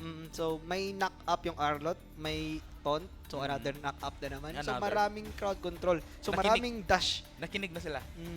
Yun yung sinabi mo kanina, kulang sila sa crowd control. Ngayon, ang dami na namin crowd control. Kulang lang ng damage. Kulang pa siguro ng damage. Wala pa. Antay lang tayo, antay. Chill lang. Keep calm. Keep calm. Pero, hinihintay na rin natin yung mga last 4 picks na USJR at UC Main. At, di ba? Sinabi ko na yung sa'yo. Nakapikit ako, wala ako nakita. Wala ka nakita kasi masakit. Kasi hindi. Maganda din naman yung Odette, pero malakas din kasi maglunok si Gasay. Yun. Yan. Sige. Kung saan ka masaya. Ako lang yung paldo. Yung tabi yung cho mo. Yung cho yung natupad ko. Naparinggan natin. Cho. Sabi ako, sige, bigyan ko kayo ng cho. Bigyan ko kayo ng clips. Ito. Yan, TikTok. Ito lang, dalawa lang yun. TikTok plays na pang-highlight or low-lights. Yung mga asar plays. yung mga ganon. Pero ngayon, ladies and gentlemen, as we head on to the land of Dawn once again, this is game number 2 between UC Main and USJR, with USJR getting 1-0 lead right now. And grabe, di ba? USJR and UC Main still starting strong. Yung sa UC Main na naman kasi, crowd control, parang a little bit na dito sa UC Main. Overwhelming na yung crowd control nila. Magaganda na dito yung crowd control, but we also have the celebrates. We have yung natitingnan ko dito sa USJR, more rin sa damage. Pero right now, may Leo mode sila. And knowing na yung Leo mode natin, nagmarka na yan eh. Kasi sobrang katin yan. Mid-game to late game, yung sustain na pwedeng gawin ng ating isang Leo mode, yung phantom steep niya, yung kabayo, ilalabas niya yan, parang re-restruct sila niyan.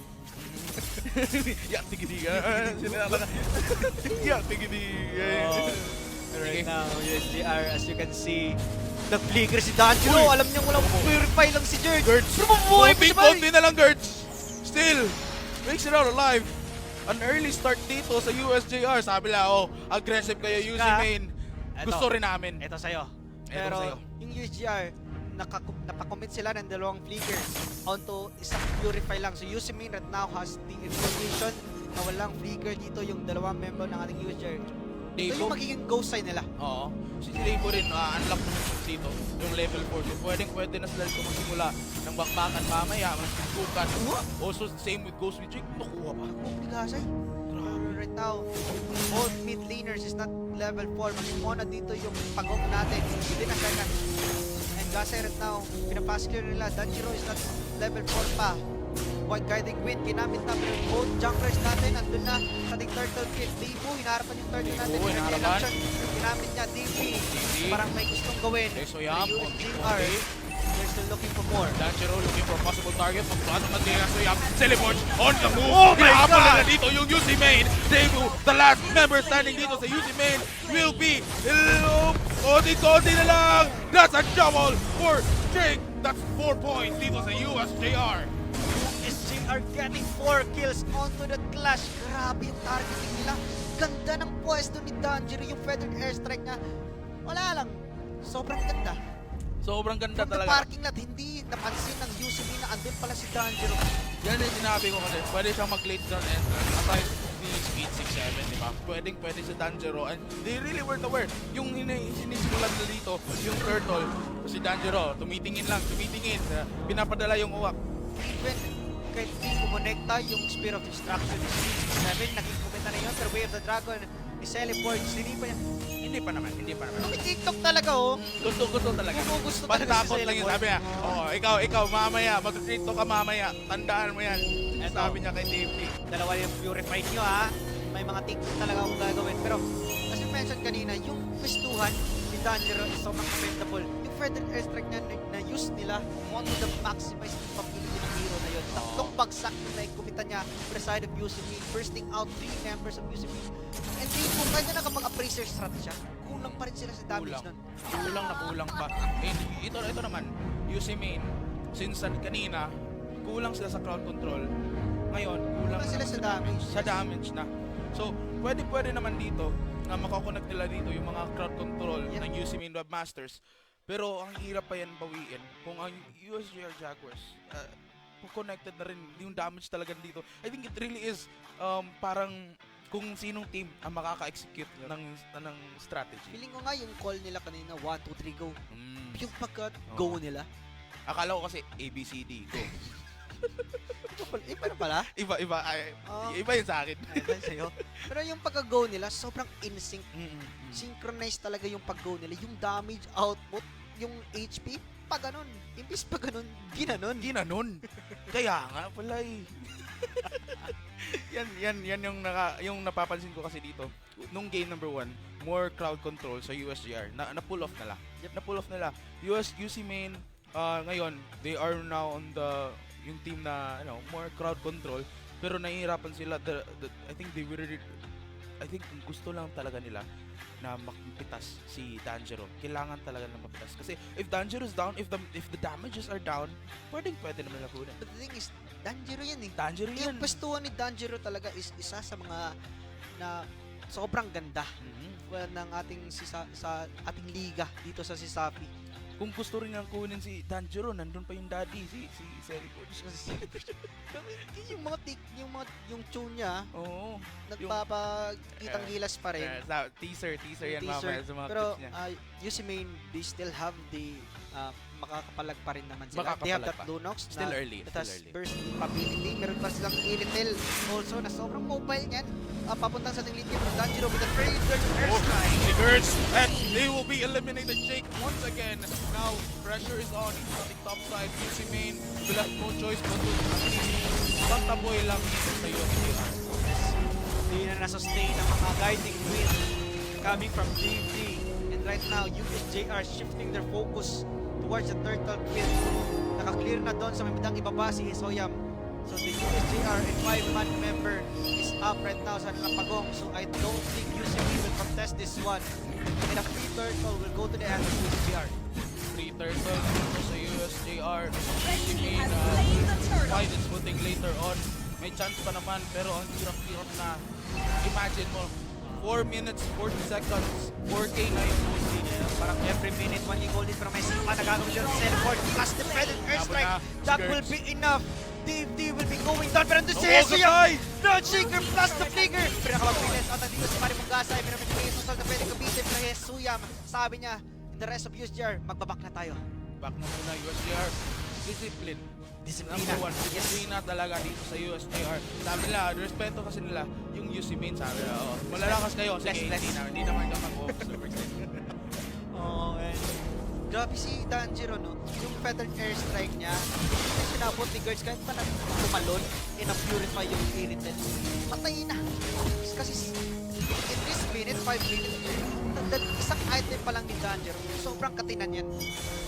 Exactly. And dito naman sa USJR, they really just capitalizing lang sa kung anong current state naman. Sabi lang, dito UC Main, sige, nandito rin tayo. Feathered airstrike. Kinuha lang agad, diba? Teleport, pero yung flicker na available para sa Energy Raptors na taunting the 2 members pero nakapag-purify, pero yung kabayo, hindi nahabol yung kabayong isa. One more. Mabubuhay pa rin si Gert. Napapansin ko yan. Oh my God. Iwan mo 1-3 down. 3.3. PS Assault. Gasa ginamit natin sa teleport. Gagawin atang flavor ng flicker. Shoot po on the Debu. Still available. But Danjero, sabi niya, I got you, my boy. Sabi Danjero at Neso yan. Power na lumana. Tapos na. It's a no for me. It's a no. Hindi, walang golden buzzer muna. And here, ready na naman yung circle Lord. Mamaya, this is the last chance. Look at Dave D fighting with Uy! Ang sakit naman ng Matilda na yan, pero na-counter out siya. Sa Feather Airstrike, nasunulit ang galing Purify! Uy, nako! Take to the move. Now connected as well. Hasuya tries to get them down. Feather Airstrike as well. Uy, pero Ibon, ang mga ibon na lumilipad, sabi niya hindi makutapos, pero doon sa taas, speed 6-7, pumipigit lang. Naku, grabe yung JR. Hindi pa nag-7 minutes. Si Speed nandun na. Grabe. And Masabay na agad. Masabay na. That's gonna be another turtle. Turret has been destroyed. Objective after objective. As we look at the arcade check, pero teka na yung item check na yan kasi si Dave D. yung magiging casualty sa side of UC Main. UC Main, gagawin yun. Kuya, pumasok na naman. Uy, naku po, pasnasok mo naman. Cesar trying to fight back. 4v1, walang magagawa. Hesoyam erases him from the map. That's gonna leave aside Cebu and Gertz sa bahay. Grabe. Kuya, pasok kung pasok. Sobrang confident na ng ating USJR with that 11-1 standing right now. Pa-10k na yung kanilang goal feed. They are marching towards the mid-lane tower right now. Teleport may gagawin pang play. Trination yun sa front line. Teleport! Uy, magiging audience muna dito. Testing lang. Oo, pero andito na. Bawal mag-audition dito yung ating USJR. They need to place sync pa rin in order for them to get this one. Pero teleport with a setup! Nakakuha kay Star, connecting everyone. Here's Dancer with a better airstrike. And UC Main will have to move back. USJR looking good for them. Wala. Ang daming skills na ginamit pero walang namatay. Pwede ba yun? Pwede ba yun? Parang Pwede ba yun? Parang hindi. Parang hindi, no? Pero ngayon, with that brute force Jake, another sustain sa kanyang itemization right now. Look at that. USJR confident enough na agawan ng mga candies yung ating UC Main right now. And USJR looking good. 11-1, 8 minutes, 43 seconds. And saktong tama. Inintay yan kasi. Gustong hintayin talaga. And USJR will have majority of the map in control. UC Main, wala pang magagawa. Yep. Tinitingnan na lang. Hintayan lang, no? Hintayan na lang. Pero as you can see, the CDU Celebrate 109, sobrang active niya. Asan siya? 91% field participation. At dito, parang Celebrate para naman sa gitna. Pasok na naman si Jake, pero wala na mga dito. Ito will have to move back na lang si USJR. Hindi pa kasi, hindi pa, not together pa. Kaya wala wag muna. The team that fight together, win together. Grabe yun ah. Pero nung natikoyam na naman, sobrang confident nila talaga. Sabi niya, kahit ako na mag-isa, kaya ko na to. Grabe talaga USJR on the move. And they are expanding their control once again dito sa UC Main. And UC Main talaga left with only the minions as magiging source of income nila dito. Here's right now, picking up the Berserker's Fury. Para may damage na siya na kayang dish out right now, pero I don't think that will be enough kasi sobrang kunat na ng mga front lanes coming from USJR and also Celeborg with that setup. Sobrang crucial ng mga nasipa niya. Masipa nga ako, Celeborg. Sabi, Davey, hi! Hi, Davey! Hi, Davey! Gusto mo ma-reels? Kahit may purify ka? Gusto mo ma-reels? Gusto mo sa TikTok ko? Wag na, pero andito Wag na. na. Door marching towards the top lane. Si Celeborg, pinasok na dito sa ating bot side. Boy, Feather Airstrike, kinamata na rin. First Davey mo po, boy! Pero pinigyan na ni Tanjiro! First Spear of Distraction pa rin. Kapit na si Idol Speed. Pumutirian nila. Mislo pa yung tawag. Inhibitor tower. Tuma. Triumph Lord. Still up. Mapapapay na rin. Sila. Sa tower eh. 7-2. Pumasok! Seeker. Pumasok. Kapit si Sting. Sting na dog. Sinis na rin. Mapapatay din si Suyam. Super extended sila. Naku po! Ilaban na dito. 7 going in for the push. Engagement. USJR just pushing them back to where they came from. And that's gonna be it. Boy, maninig yung UC Main na magamit ang circling dito dito sa Team D. Libo and Davey, the double D connection. Kanya defender freeze, teleports. Wala ka pa. May sinisipa pero wala siyang pwede ng dragon right now. But 7 is good there. Puno pa yung 8 nila. But the minions still locked in the side of USJR. Look at the energy rasan. The point is 57. They were able to set to that in the next spreading airstrike. Opponent having UC Main. The face is exposed. And USJR takes that lead. 2-0! 2-0! Dun sa ating top 2 teams of Group A. Ang grabe. And very well done. Ang ganda ng end. Ang ganda ng ending natin. Akala ko nag-defend pa ng UC Main kasi they have enough clear. Yung poke ni Speed kasi. Hindi Speed. Wag dito Speed. Sabi Speed, sige dito naman ako. Speed nga ni, sobrang bilis. Kaya nga. Wow. Just wow. Yan pala gagawin. Mag-change name lang damage or speed. Ako, Pwede. strength. Ako, Ikaw, bahala ka na dyan. Personality. Uy, Ay. gawin namin. Ay, sobrang strong niyan. Sobrang Strong personality. Strong personality. Yan Pero, pala. kidding aside, sobrang ganda. As we can see, the sportsmanship right now. But USJR on top. Wow. Grabe talaga. Grabe diba? naman, no? Yung, I think, it really came down to which team can execute well sa kanilang mga strategy. Nabigyan kasi yung UC Main, they have the chance to have that lineup na more on damage. Pero yung USJR, they countered that with their crowd control na nag-prioritize sa mga main damage dealer. And same goes nung nag-reverse din sila. So, bago muna ang lahat ng analysis mo, Mike, let's pass this to our very energetic host. Ladies and gentlemen, we just witnessed an exciting match between UC Main Webmasters and USJR Jaguars. Both are formidable, both are powerful, but only one will claim the crown. But also props to UC Main Webmasters for the exciting match. I am so thrilled, I am so hyped. Thank you for fighting up until the end. So now, I am joined by the dominators of the game. Let's give it up for USJR Jaguars! So now, guys, my question is, kumusta man? How are you guys? What was the feeling? What do you feel after that match? Okay, Ralipay. Very grateful. Grateful. Oh, these humble men are doing their own work. So, my question is, what was your mindset during that intense and very, very swift battle? Ang mindset ato, lingaw-lingaw ragad kaya nag-off roll ko. Since ang ROM din ako roll, jungler ako. Oh, so you guys said that you really, hindi nyo talaga siya sineryoso at nilagay sa puso, but instead, nilaro nyo, di ba? Nilaro nyo ang laro, and then you guys gave a wonderful match.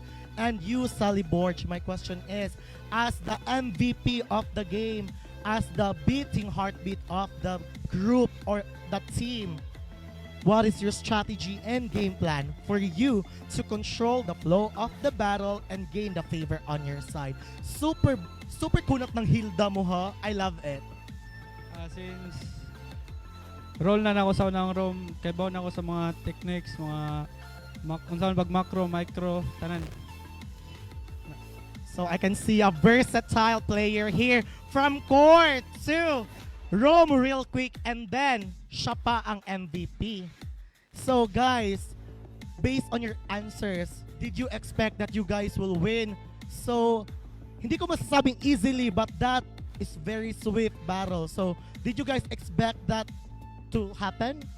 Wag yun may expect kay since UC may namong kontra nya makailara man yun niya mga kamaw kasi naman nawa. So wag yun may expect nga makadaog mi. Oh, what a humble and grounded man here. So, for my last question, Sally Borgen, everyone, do you have anyone in mind that you want to give a shout out for your supporters, your viewers, your friends, and your loved ones?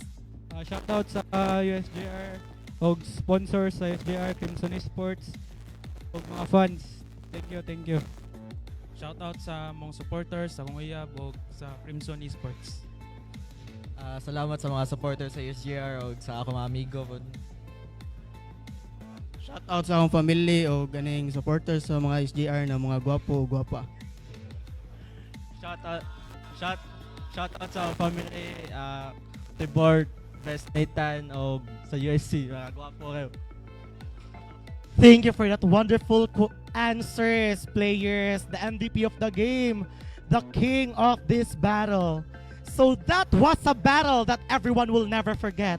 Once again, thank you Kayu players for being here with us, for allotting your time. Your hard work really paid off and you guys deserve it, diba? So let's give it a loud of applause, guys. Once again, this is your Cause with Love, Kazu Run. Casters, the stage is yours. Thank you for that wonderful interview Kaz Renren. Diba? Right now, as USJR sweeps the UC main, grabe. Ano yung masasabi mo sa ginawang aggression, sa ginawang gameplay ng ating USJR? Doon talaga kasi USJR, since they really yung I think both of the teams, di ba? Both of the teams nagagamit nila dito yung mga crowd control, yung mga damage na composition nila, and they were like vice versa, ganon. Yung nakakaganda dito kasi USJR, they were really good at how they utilize their lineup. Yung mga yung crowd control la, okay, we have the crowd control, i-focus natin dito yung mga damage dealers. Nung na-damage na naman sila, okay, focus na naman dito yung mga damage dealers pa rin, di ba? Parang ano ba? Parang yun lang. Parang yun lang. Yun lang, pero kung isipin mo, no, even with their slight twist of roster, andun pa rin yung pindutan nila, hindi talaga nawawala. Even na may mga sub na ginawa, pero yun pa rin eh. The Yun chemistry is there. Diba? It's really still there. And nakikita na natin dito na looking good yung future ng USJR. And speaking of looking good rin yung future, we have here the future of USJR din. The past, the present, the future. Grabe yun, Grabe. Grabe ka. You're cooking right now, ha? Grabe. And pero, of course, yeah, ganda din kasi na mga pestuhan na ginawa ni Danjero, that feathered airstrike, which is very crucial onto the early phases of the game. Yung pagpuna niya ng mga heroes kung sino yung tatargetin niya is sobrang on point. Dumating lang dito si Danjero. MVP kagad. MVP kagad. Sabi, Daddy is home. Yes, Dad is home. Yep. So yun mga... That is home. Uy, nandito. Yeah. Pero, kidding aside, no? Yeah, Danjero, and also with the hand of his brother, Celeborg. Yung side by side. Kung sino yung masisipan ni Celeborg, burst down agad. Wala nang patumpik-tumpik pa. Diba? Boom, karaka. Hinihintay ko na sabihin mo yan, diba? Yung napapansin ko kasi dito, game number 2, yung every time na makaka-knock up si Celeborg, si Danjero agad na pumupunta, diba? Pero parang yung chemistry nila. Oo. Hindi na siguro feeling ko yung call nila, hindi na yung tingin. Ready na agad. Ready na agad. Tapos every time lang na mag-knock up si Celeborg, magko-connect si Danjero. Yeah. Pero if matitingnan nila dito na wala pa yung tatlo or malalayo pa, hindi nila i-commit. Pag nandun na sila lahat, okay, go. Ready, go. Pag malayo, huwag mag-commit. Ay. Ganun ba? Yan ba? Yan ba? Hindi, depende naman. Depende. Sorry. Depende. Nadala lang. Depende. Nadala lang. Parang iba. Ay, wala yun guys. Single vote, right? Ay, wala na rin yan. Wala na. Personal na yan. Pero 5 man. Pero yung highlights natin, nakita natin yung mga pindutan ng ating teams. Naka-party kasi. Kala ko party mic eh. Kaya, ready naman. Pero dito, game number 2, look at yung ginawa ni Soyam. Hinarapan niya, pero that feathered airstrike coming from Danjero was sobrang crucial talaga. Ang layo rin, di-release at a distance from the parking lot. Sa Danjero, from the parking lot. Wow. That was clever. That was clever. What a great start for the USJR 4-0 sa kanilang standing ngayon. Standing on top. Pero grabe nga. Sabi ko na nga may iiyak talaga na team dun. may iyak. Wala naman. Alam naman nila. It will come back strong. Come back stronger. Ayan. Babawi na sabi nga. USJR, alam na namin. Sige. Magkikita tayo soon.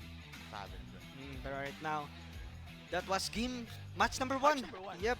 And kami yung caster nyo. This is your golden boy shoutcaster together with me.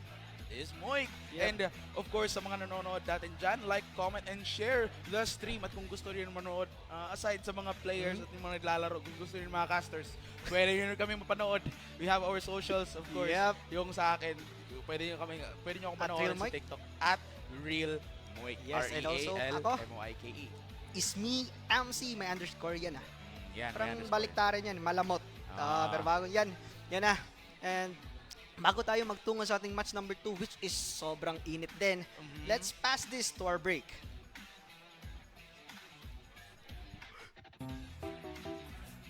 Uy, nandiyan na pala kayo. Tara, samahan niyo ako at ngayong araw ay bubuo tayo ng isang malupit na PC gamit ang Intel Core Ultra 9 processor.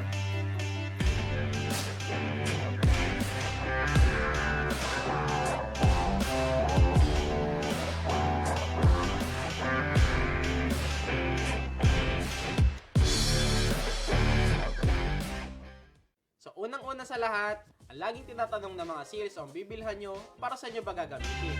Pang school, work, content creation, o gaming. Pangalawa ay ang budget. Hindi ka naman pwedeng bumuo ng isang gaming PC na ang budget mo ay pang basic PC lang. At dahil gaming PC ang ating i-build ngayon, ang gagamitin natin ay ang Intel Core Ultra 9 processor. So bakit ito ang ating gagamitin?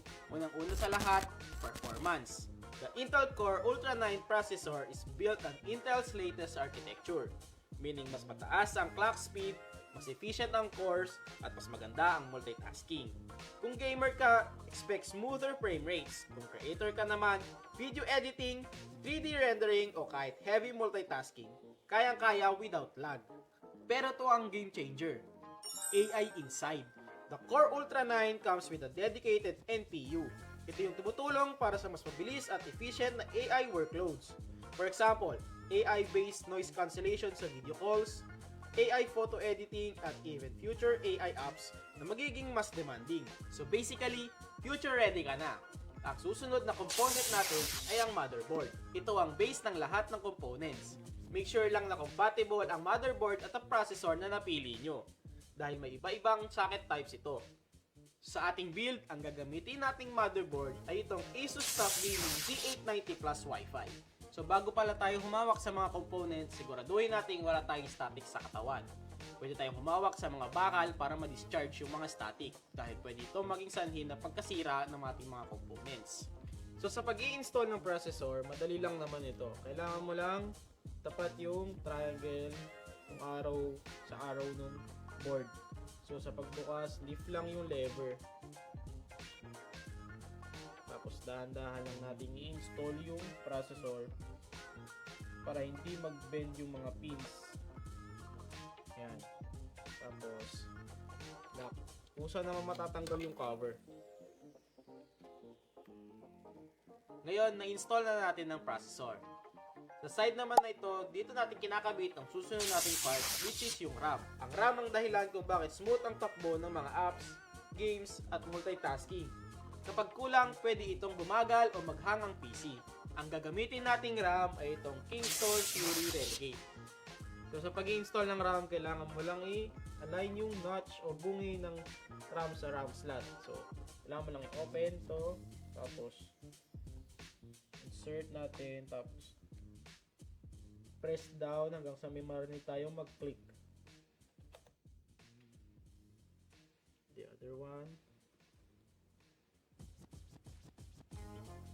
Para sa dual channel, always install the RAM sticks sa alternating slots.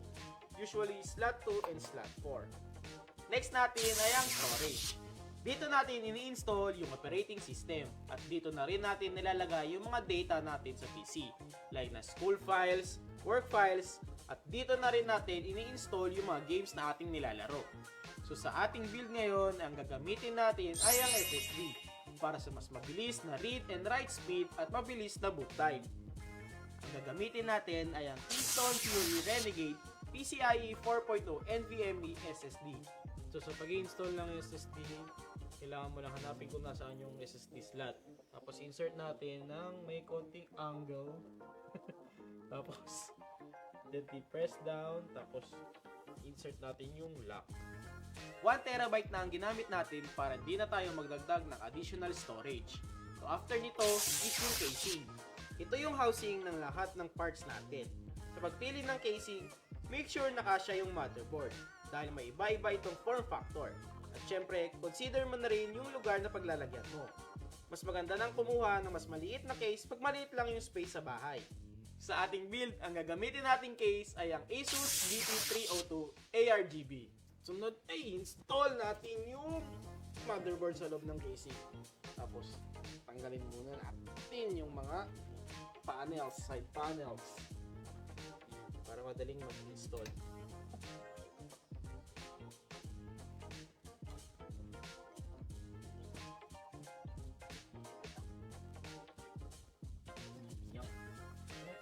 Lagay na natin yung motherboard. Hira.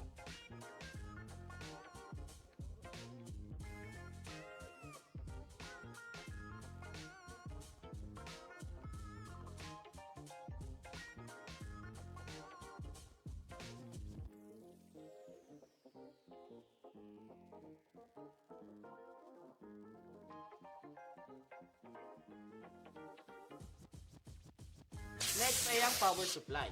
Ito na yung magsusupply ng kuryente sa lahat ng components. Kaya kailangan mo mag-invest sa mas magandang power supply. Mas maganda nang kumuha ng mga 80 plus certified na PSU para sa mas stable at reliable na power at mabawasan yung risk na pagkakaroon ng damage ng mga components. Ang gagamitin nating PSU ngayon ay ang Asus ROG Tor 1000 watts Platinum. Pag-install ng power supply, so lagay lang natin yung power supply dito sa loob. So dapat yung fan nasa ilalim para yung init palabas. Labas yung airflow. Ito pa.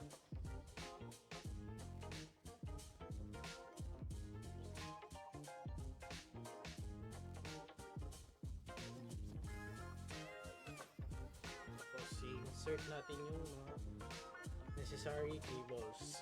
So,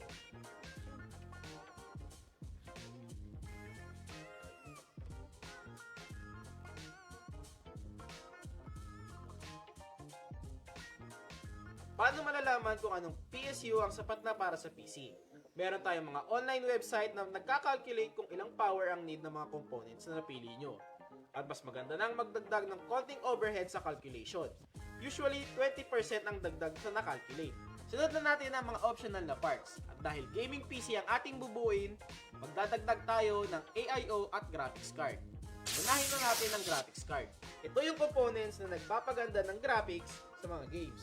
Ito yung tumutulong sa pag-render ng mga graphics, lalong-lalo na sa mga high-performance na games at graphic intensive. So, sa ating build, ang gagamitin natin ay ang Asus RTX 4080 Super. Pero bago natin i-install ang graphics card, install muna natin ang AIO. Ito yung nagpapababa ng temperature ng inyong PC. Mas effective ito kumpara sa mga traditional air coolers. Ang gagamitin nating air coolers ay ang Asus Spark LC360 ARGB. Ito na natin yung CPU fan.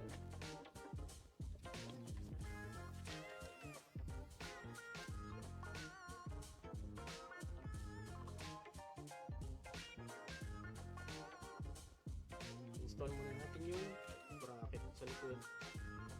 Yung bracket ng fan dito ilalagay. Ilagyan muna natin ng thermal paste yung processor. So,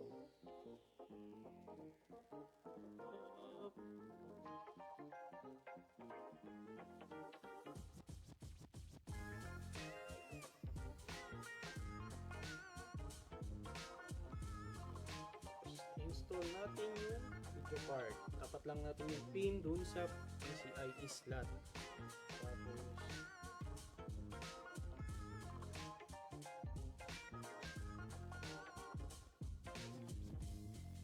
Tapos natin saksak yung power from the power supply.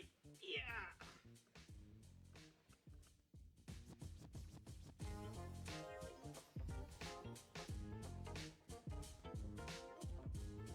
Next natin ngayon ay ang cable management.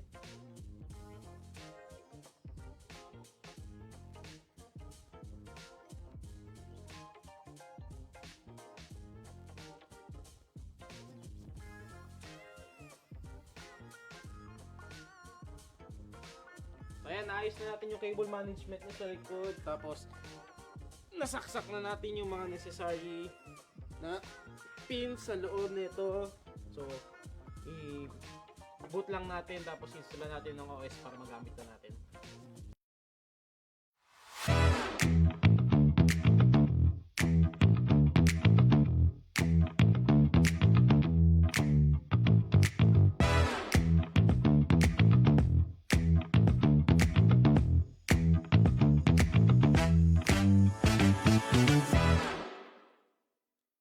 So ito na ang nabuo nating gaming PC. Kung gusto nyo bumuo ng gaya nito, available lahat ng aming parts dito sa PC Express.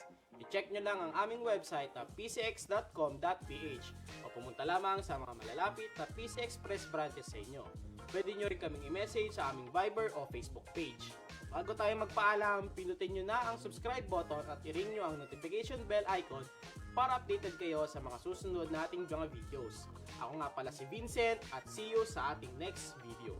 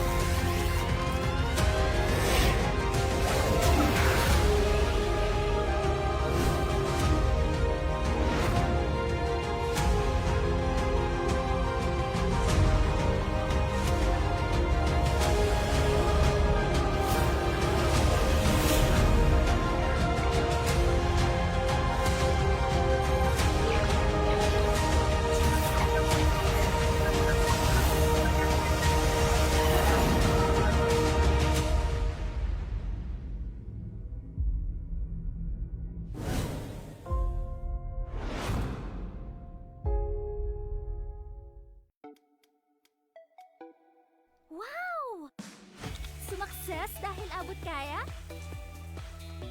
Uy! Sumakses dahil walang arte! Wow! Sumakses dahil walang tigil! With PLDT Home Fiber Prepaid, sumakses din ako! Mag-fiber prepaid na!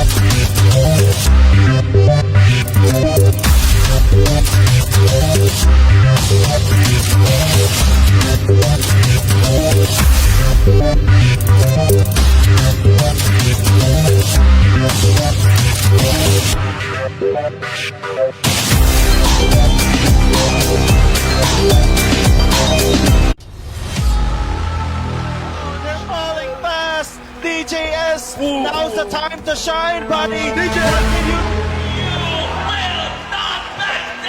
They have a fresh minion wave coming towards the middle lane.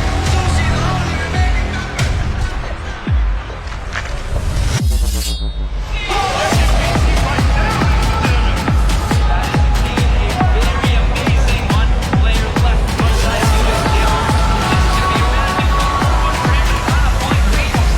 Esports League, we forge legends!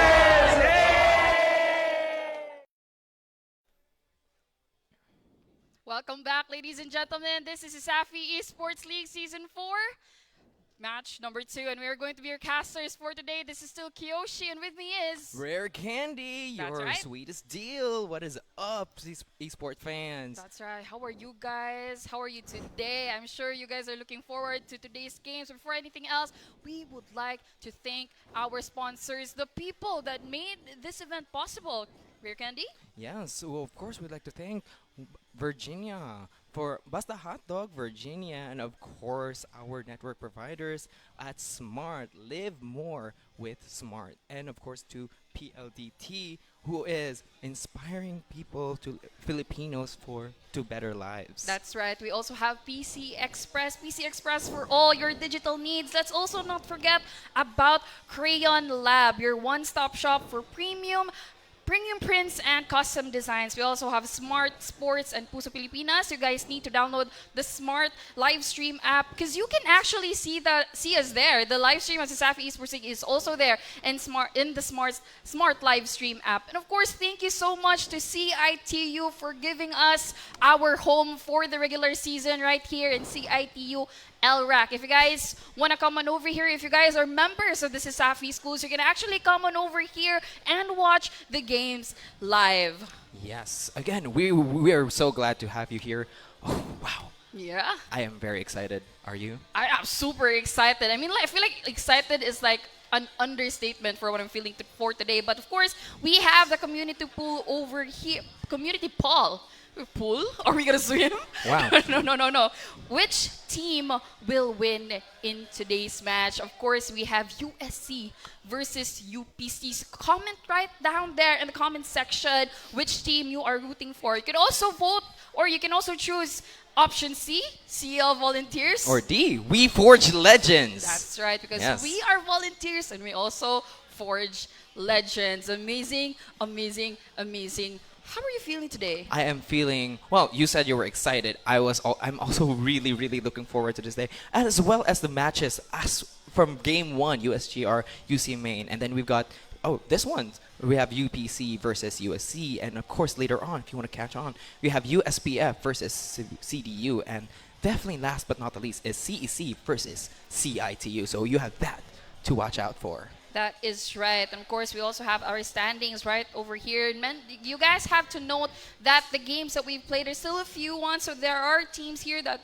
don't have that much scores yet. We've just started the regular season.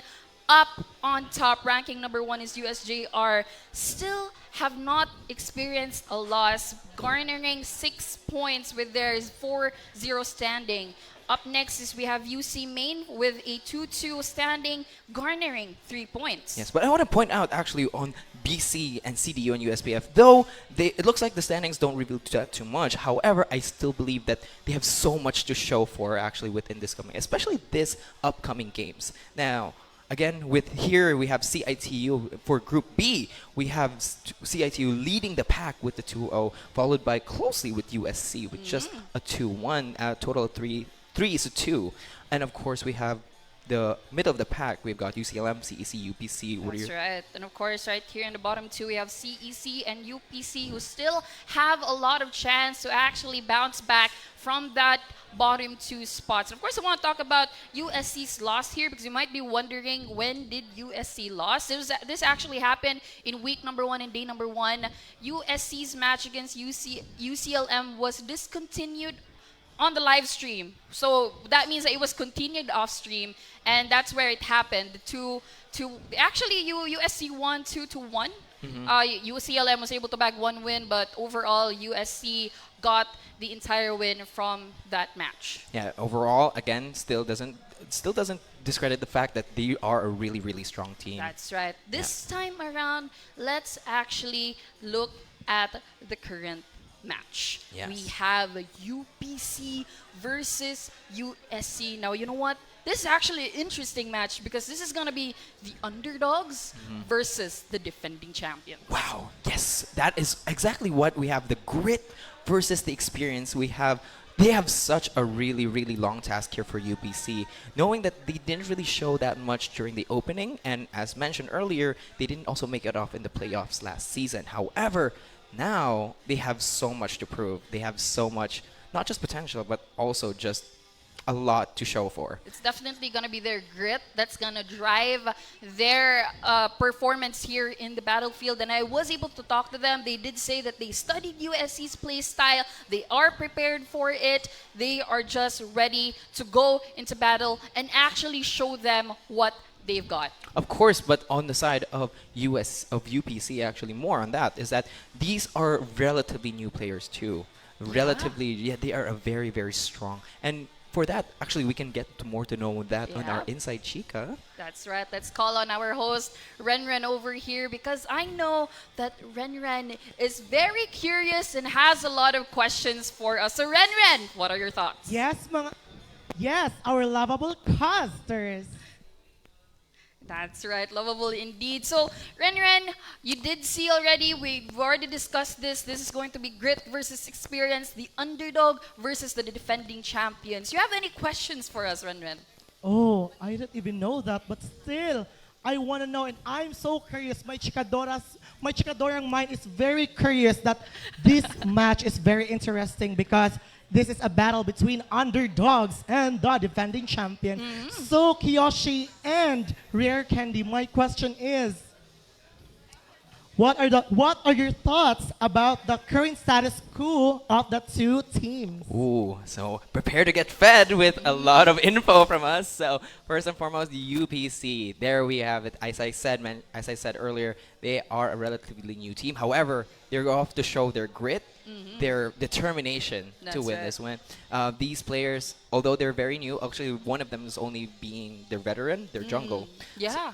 So oh, really? Right now, yes. That was a good point. I really want to know. I really want to know their history. But my question is, my chikadorang mind can never be in peace. Rare Candy and Kiyoshi, my question is, what are your opinions? What are your thoughts about their preparation as a team? Will they come back stronger and more powerful? Now this is actually an interesting topic because we have talked to both teams. Now UPC did tell us that they studied USC's play style so much, especially the one that was shown in week number 1. However, on the side of USC, I did talk to them. They are of course the defending champions. They have of course proven themselves in the land of dawn. And then I asked them like, how did you guys prepare for this? They said, oh my God. They were like, we just. We played a different game as a warm-up and then played MLBB next time. No, actually, but oh, really? Yeah, that's interesting. That was a good information that I obtained. Thank you, guys. And you know, I'm so happy that because of your Chica, I've known the history of these two teams, and I know that it'll be an interesting match. And now I know mga casters. That wraps up for our Inside Scoop with this bubbly and chikadorang casters. This is your host, Kaz Renren. Thank you so much for that run. She's so energetic, like that. So bubbly indeed. Like the energy was super duper good. And the curiosity? Yeah, honestly, the curiosity. RC, this time around, we are going to see how the players are gonna run this, how they're gonna perform, how they're gonna show us that they are the best in this match. Ooh, specifically, they really want to show off what they got. As much as, especially there to actually, what are your thoughts on that? I'm just really looking forward. But then again, I know you guys are curious on what our current teams look like this time around. So let's hear it for their player entrance. Epic gameplay of grit and experience inside the Land of Dawn continues in our second match. Let us welcome the University of the Philippines Cebu Fighting Maroons and the University of San Carlos Warriors.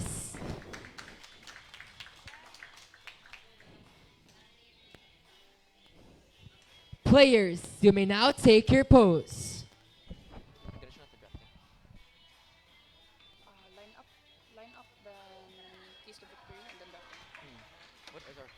To show camaraderie, sportsmanship, and honor to the game, players, you may now shake your hands.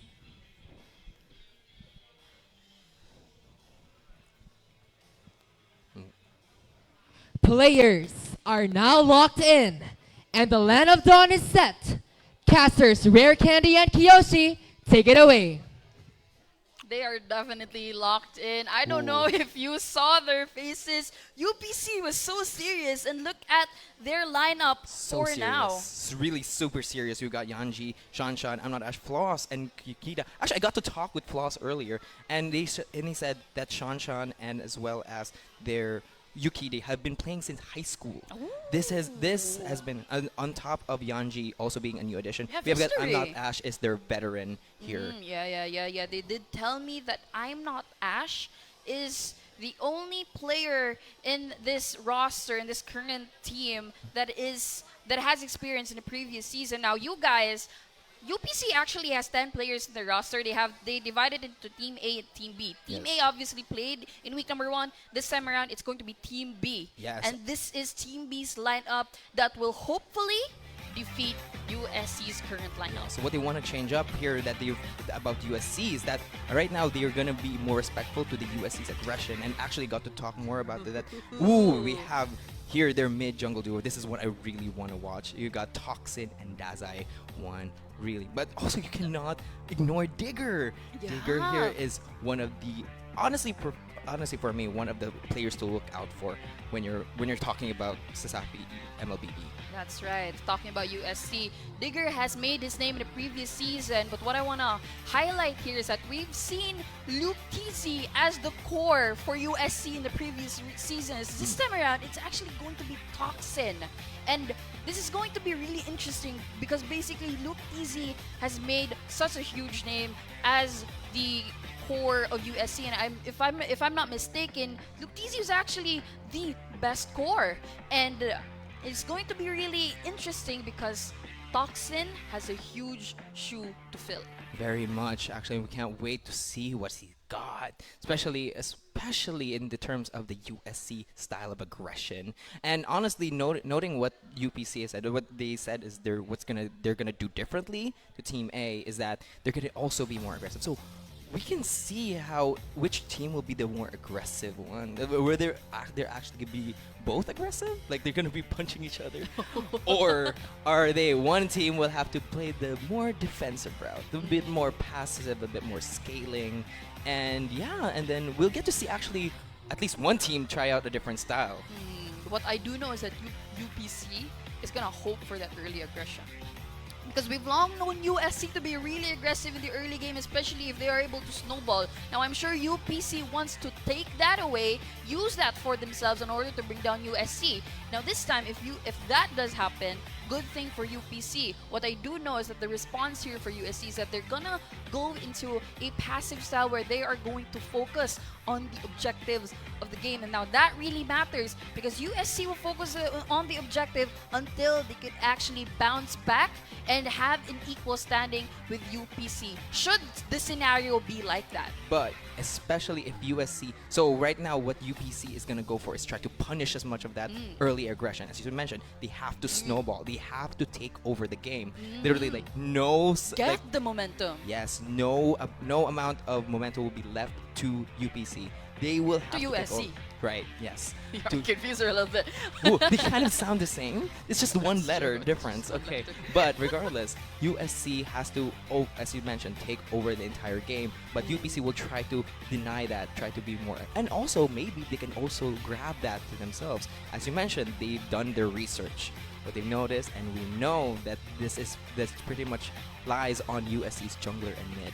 Especially with now Toxin taking over the spot. You know, I just realized something. It's actually veteran core versus new blood core. That is true. Oh my gosh. Ooh, that is something that. Okay, it's actually just to add more onto that, we've got relatively a newbie comp, a newbie roster, going up against a really established a bunch of veterans roster here. So, whew. And on top of that, we have that matchup. I think that's gonna be matchup, and we'll get to see more of that as we are now gonna be starting on the drafting. That's right. All right. We're ready here. Of course, blue side is going to be USC. Red side here is going to be UPC. Now, I'm really interested on whichever is going to be the first picks, the bans here. Actually, let's talk about bans first, because of course we get the ban first before we actually get to pick. So, who do you think are probable heroes that they're gonna first ban off so that UPC cannot use that against USC? So let's go with and vice versa.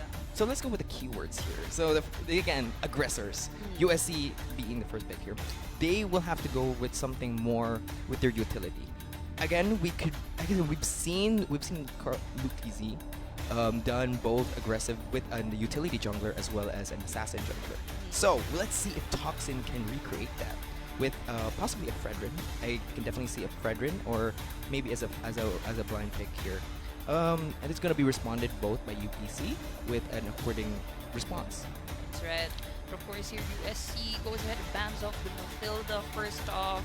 Interesting about the Mathilda, we've seen this play in the first match, and you've seen how Mathilda works. Very aggressive, has both damage as well as the utility. The Circling Eagle plus the Guiding Wind together could actually be a crazy setup, crazy gameplay that they could do together. That is true, but now that it's banned away, we don't get to see any of that. Yeah, no. Whew, no Mathilda Express on this game. Yeah, that's true. But now, I've seen before a Mathilda and Odette combination, especially in TikTok. It's like basically dark system type of combination. We've seen it before in the league. I hope we can see it again this season. Probably, but on the other hand, we've got UPC banning out here for their side. It's a Grok. It's a Grok. Okay, so again, they really want to stop that aggression with that really good engage here by Grok, taking that away from USC. So that takes a lot more on the utility. So I might predict here that they might go for the enablers, the supports, the roams here for the side of USC. What are your thoughts on that? You know, I'm actually thinking if UPC is gonna ban off the Tigreal here for USC, because we've known Digger, a great roamer, very amazing with the Tigreal. I don't know if you guys remember last season, the 4-man, the 5-man sets. I asked him a while ago if he still I'm stuttering, I'm sorry. If he remembers that, he was like, wala ko kayo nung dumantiti. Wow. I'm like, okay, you know what, no problem, we'll remember it for you. To you, it was memorable. To the rest of us, to us, it was memorable. To him, it was just another Tuesday. Yeah, that's true. Like, oh, what do you mean? I do that on a regular. What are you talking about? And here we've got a Freya here. So that could have been that could definitely probably go in the gold lane or the XP lane. Again, really dominant pick, the Freya. And I see that we might have to check here for UPC that they might try to draft for a bit more of like a very dominant side lanes. They have, again, we've got a gold lane and an XP lane that seems to be really in chemistry with one another. I heard that one of their main shot callers is actually the XP lane. I was like, whoa, that's really interesting. Like you're usually more passive as an XP laner because you're always waiting for like a follow-up. You're definitely not the primary engage. That's right. And of course here, you forgot to mention here the Cho. It was actually good analysis on the Freya, by the way. The Cho, also very lethal. It's actually current meta. Cho roam. Yeah. Really great with initiation. You just get the way of the dragon. Once that locks in, you could actually just wait until you get revived for the next fight. And of course, good ban here for the side of UPC. This time around, USC goes ahead and bans the Zetyan.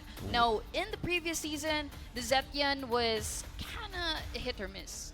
This time, Zetyan is lethal. The utility that Zetyan can offer, especially with the visions, the speed up boost. However, though, that's not going to be available.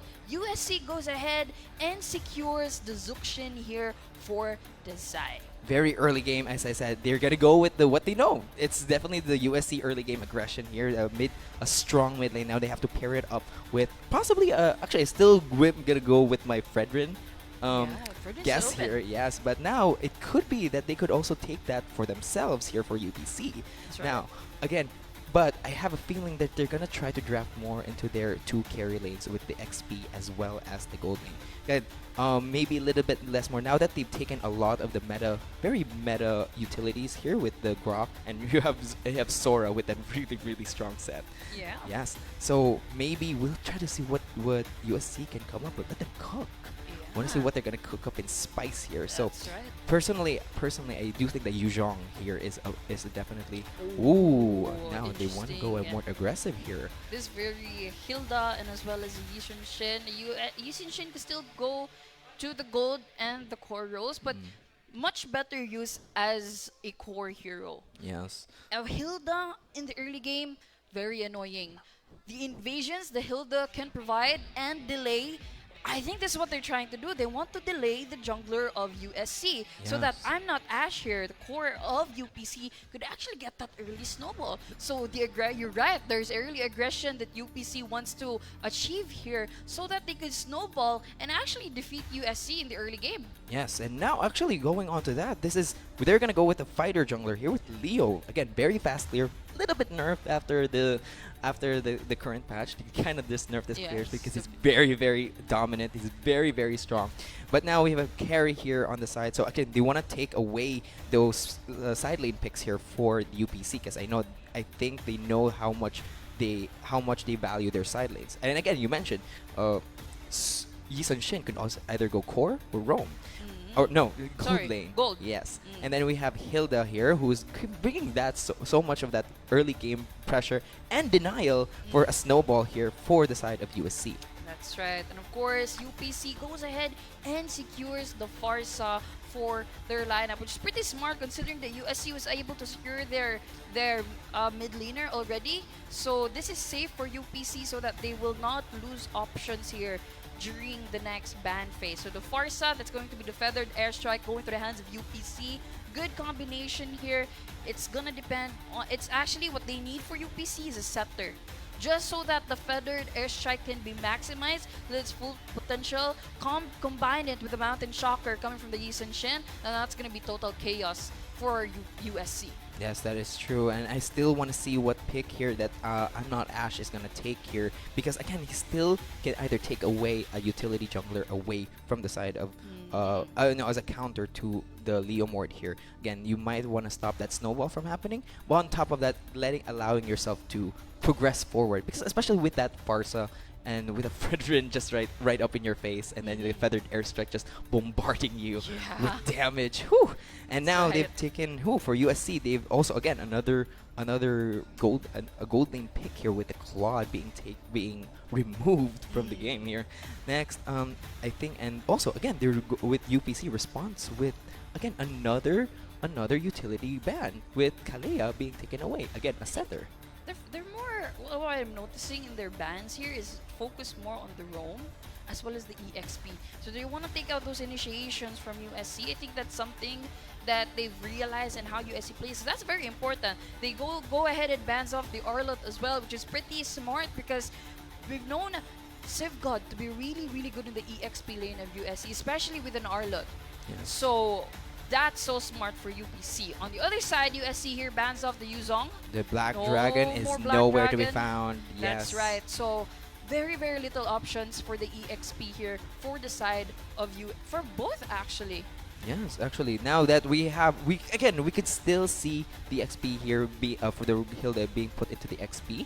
Again, not that conventional. Again, they could still pick a much stronger. We still have a CC. CC. Yes. I was thinking about the CC, but this time CC could be gold or EXP. Is it if they opt to use CC for the gold lane, is it good up against the carry? Considering that the carry also has a very short range in the early game.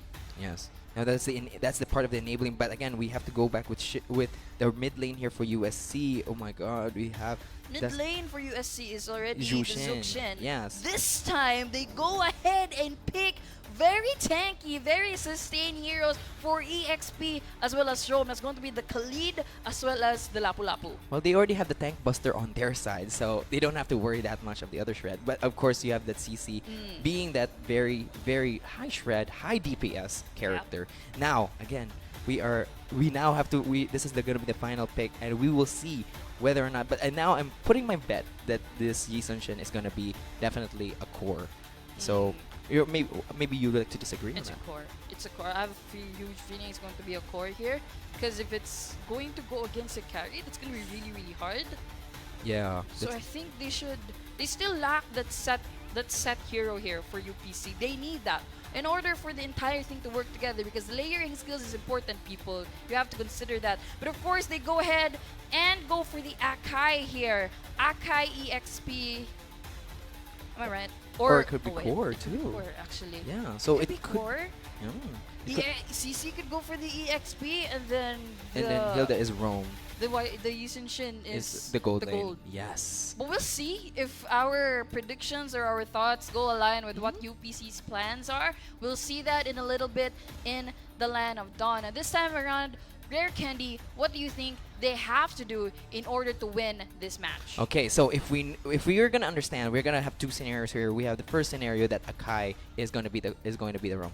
Now, the core. So again, it's at the utility jungler. They have to combat the early aggression here by USC. Jushin is gonna try to dominate that rotation range there, especially as much as they could try to zone away. Now that's scenario one. Scenario two is USC somehow breaks through the Hilda immediately, and everything falls apart because that carry is gonna go overboard. It's gonna heat up and then just take over the entire game. That's right. But maybe you have your own scenarios in your head too. Now, I'm very much thinking about the frontliners here for USC. They have to shred that. You guys have to know that USC has so much experience that you see that in the keys to victory, macro mastery. They have that. It just has to reflect. So this time, we're going to see how it's going to play out in the Land of Dawn, ladies and gentlemen. This is USC versus UPC game number 1. The grit versus experience starts off. Woo. Already here with, again, it is the Akai core here, and it's the Yi Sun-shin going into that gold lane. Now, I want to see more on that mid lane here, that Yu Jushin actually making for that very, very, very strong zoning level 1 here, especially that Farsa. You want to prevent the Farsa from going level 4, and they did it. Dazai 1 takes down already. They're going for a second one on towards Yanji, but I think Yanji has to back away. Yanji's very tanky using that Hilda, but what a great first pick off here for the side of USC. The aggression of a Khalid as well as Zuxin together is something you do not want to underestimate. Yes, and a bit of a disrespect here on the early clear. Again, he was nerfed, Leomord was nerfed, but that does not make him any slower in clearing his camps. This is good rotation coming from Digger. Support the mid, support the core, go back to the mid. That's what you want to expect from a Roan. An encounter here between Yanji and Digger, but you have to consider that Digger has the early damage while Yanji has the early sustain. Alright, but here we go. We have Zazai having to force a flicker here. Yukrina also have to using that throw form just to get out. A really good try here by Yanji to try to take down that Zazai 1. Actually forcing a really, really good spell out here from the side of USC. You want to stop that as much as possible. Again, the USC early aggression has to be punished with that. And of course, I want to point out that Digger, as a Khalid, has no trouble of getting in the face of a Hilda. Normally, if it's like any other, you'd be a little bit more, do you really want to take this? Because yes, but as we now here we have a little bit of a probe here by the side of USC. Again, they really, really want to up this tempo so much. I want to see what UPC has in store, but it feels like there's gonna be no contest here. They're just gonna and Toxic look at takes there down. in the EXP. On towards the EXP, it's going to be a crazy aggression. USC was able to secure the first turtle of the match. That's going to be an early good game here. But look at this.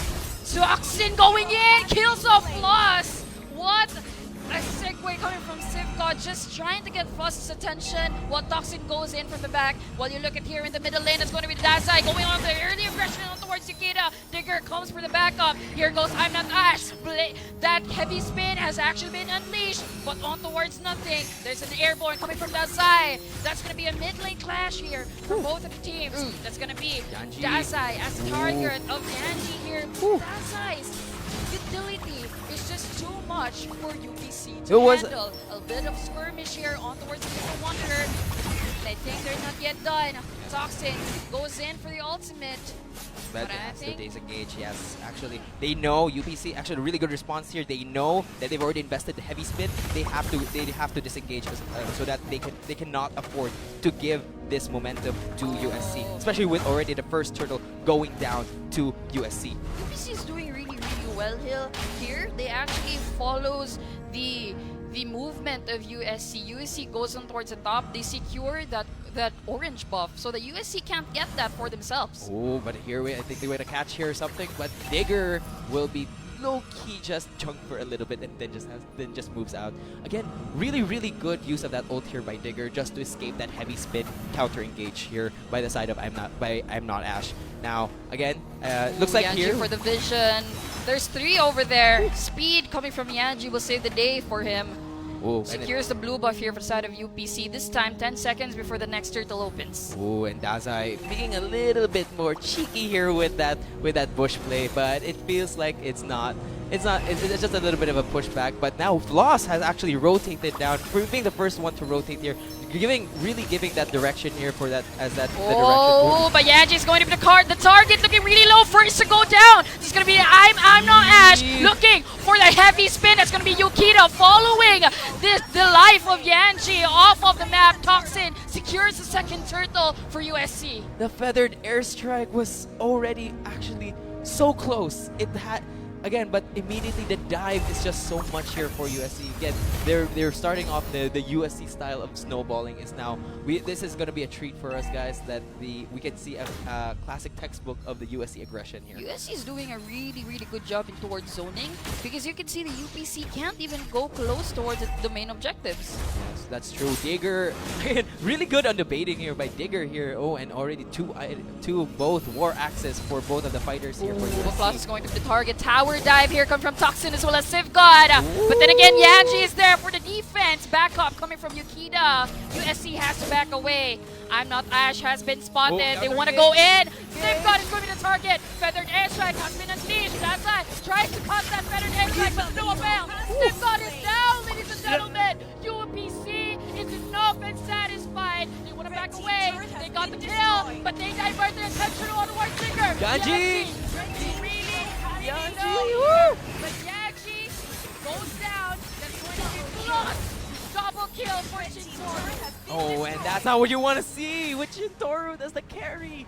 He's gonna be shredding all through the front line of UPC. Whew.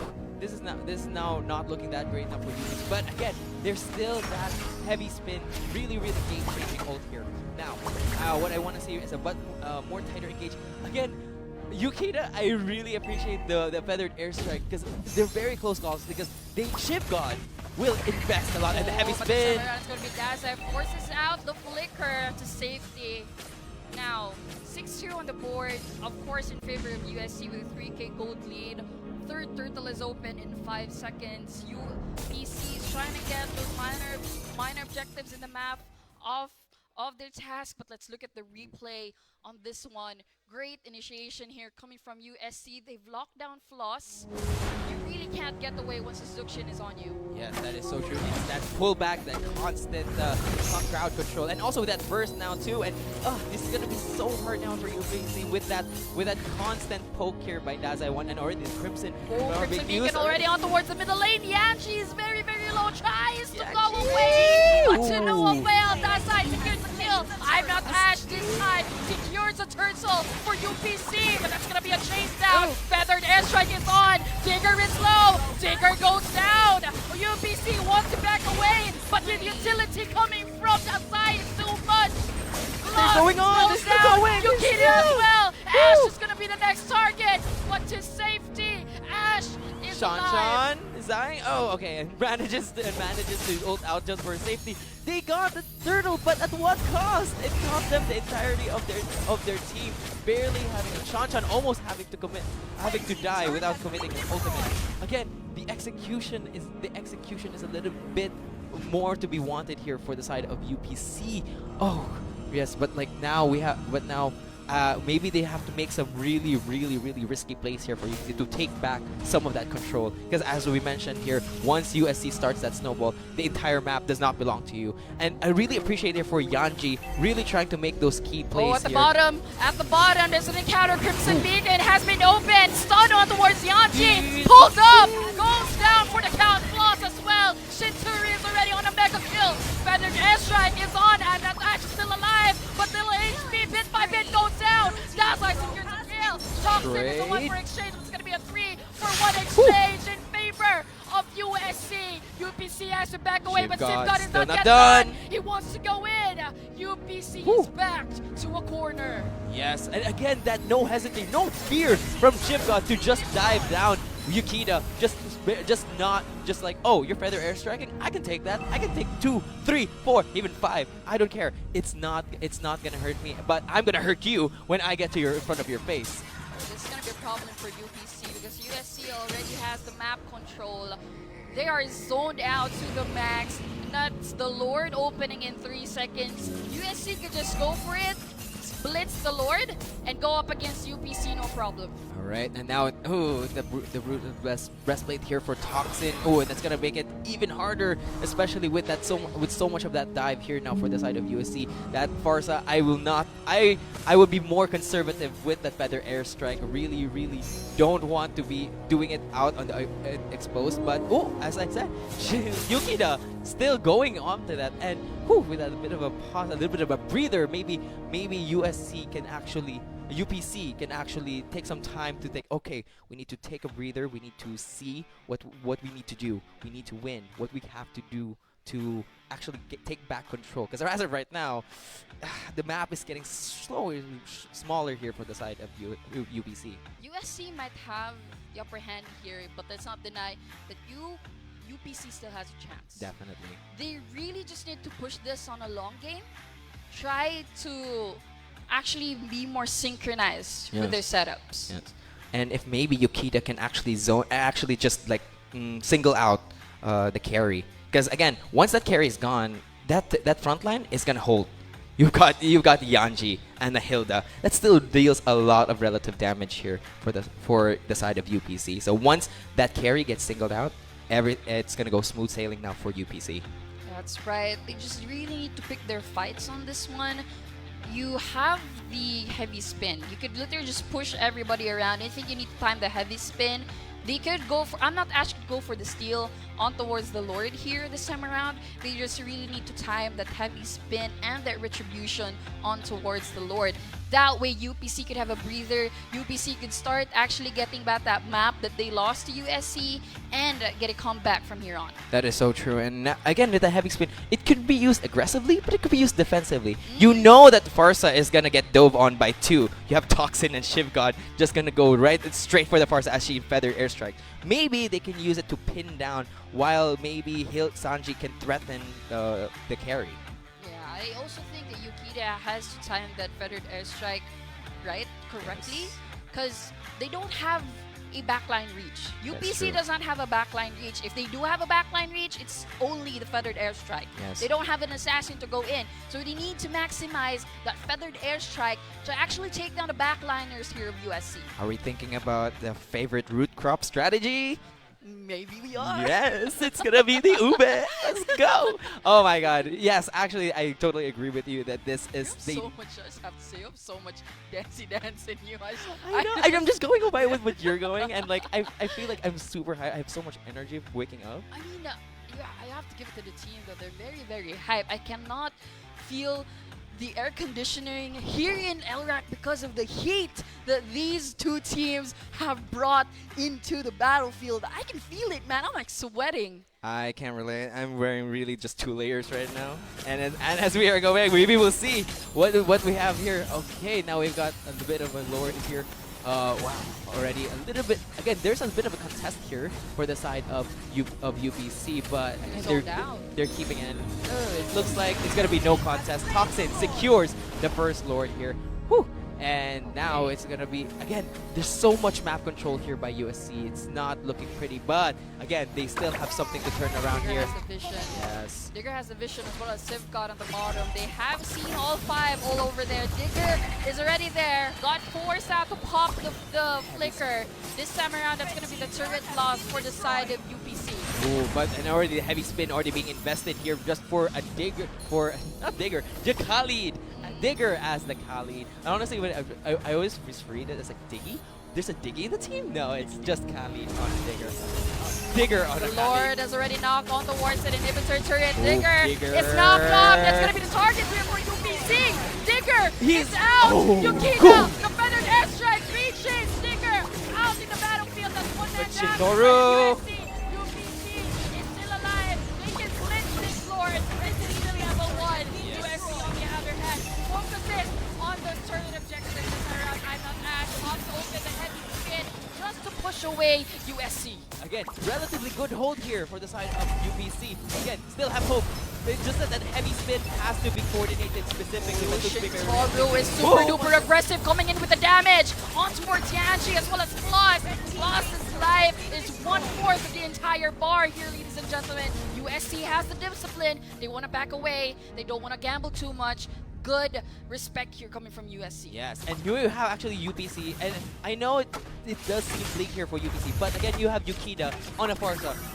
Technically, she's a turret. Technically, she can clear waves from a mile away, but again, but they have to be more conservative with the skills that they're gonna use. They have to time it a lot better now. Again, I really do feel they have no choice. They have to do Ube.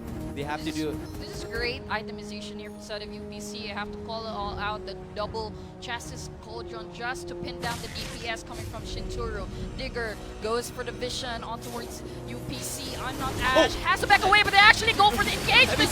Heavy spin as well as a feathered edge. That's one is down. Sivcod is really low.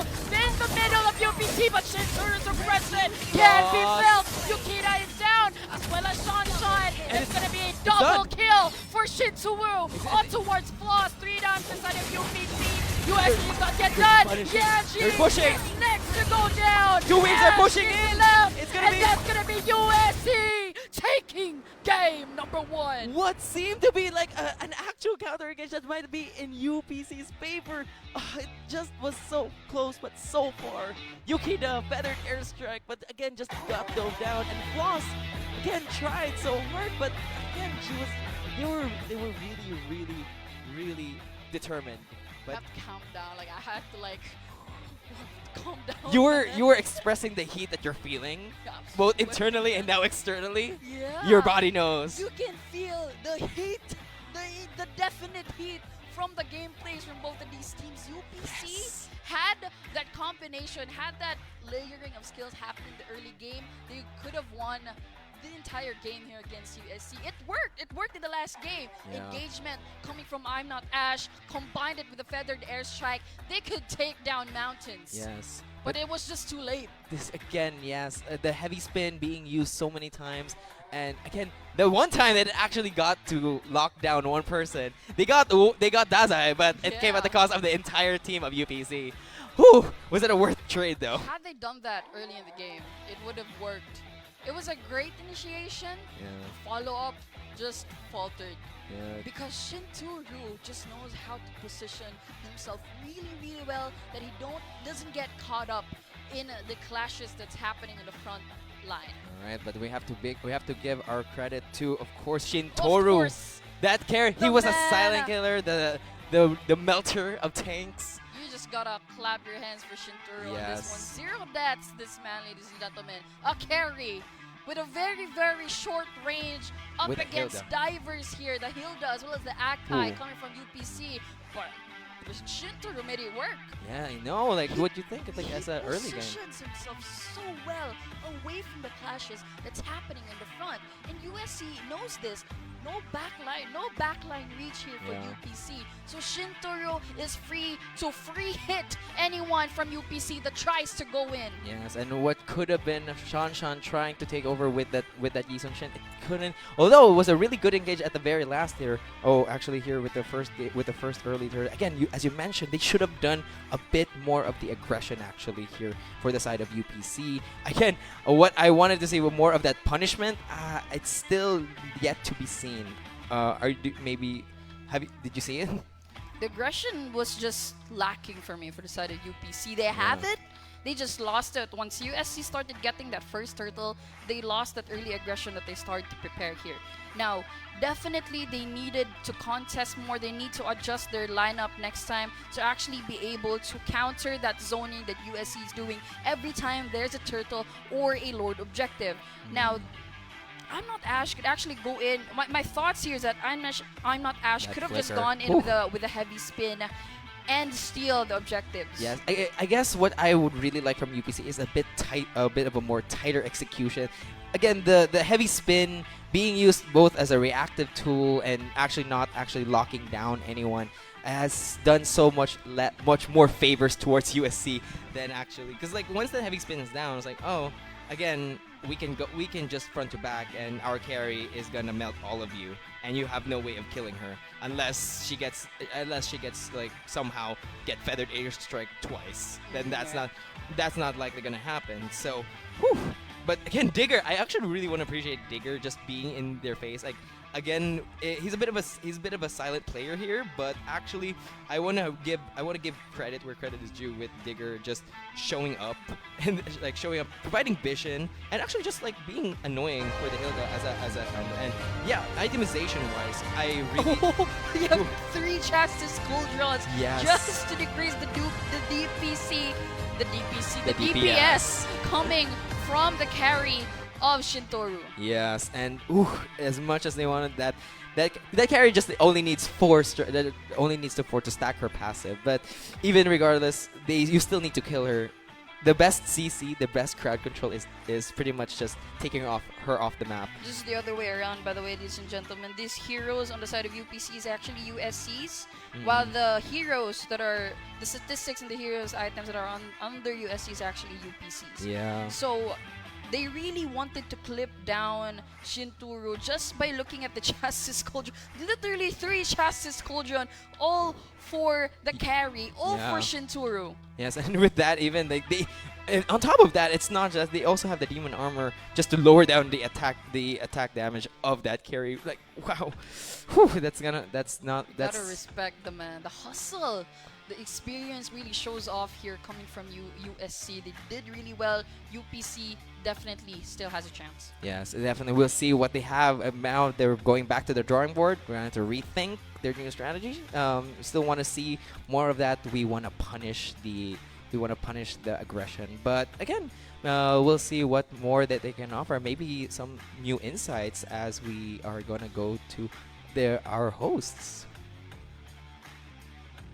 Thank you so much, Rare Candy. Now, this is done. Your kauban with a charm. Now, to loosen things up, why don't we first play a game?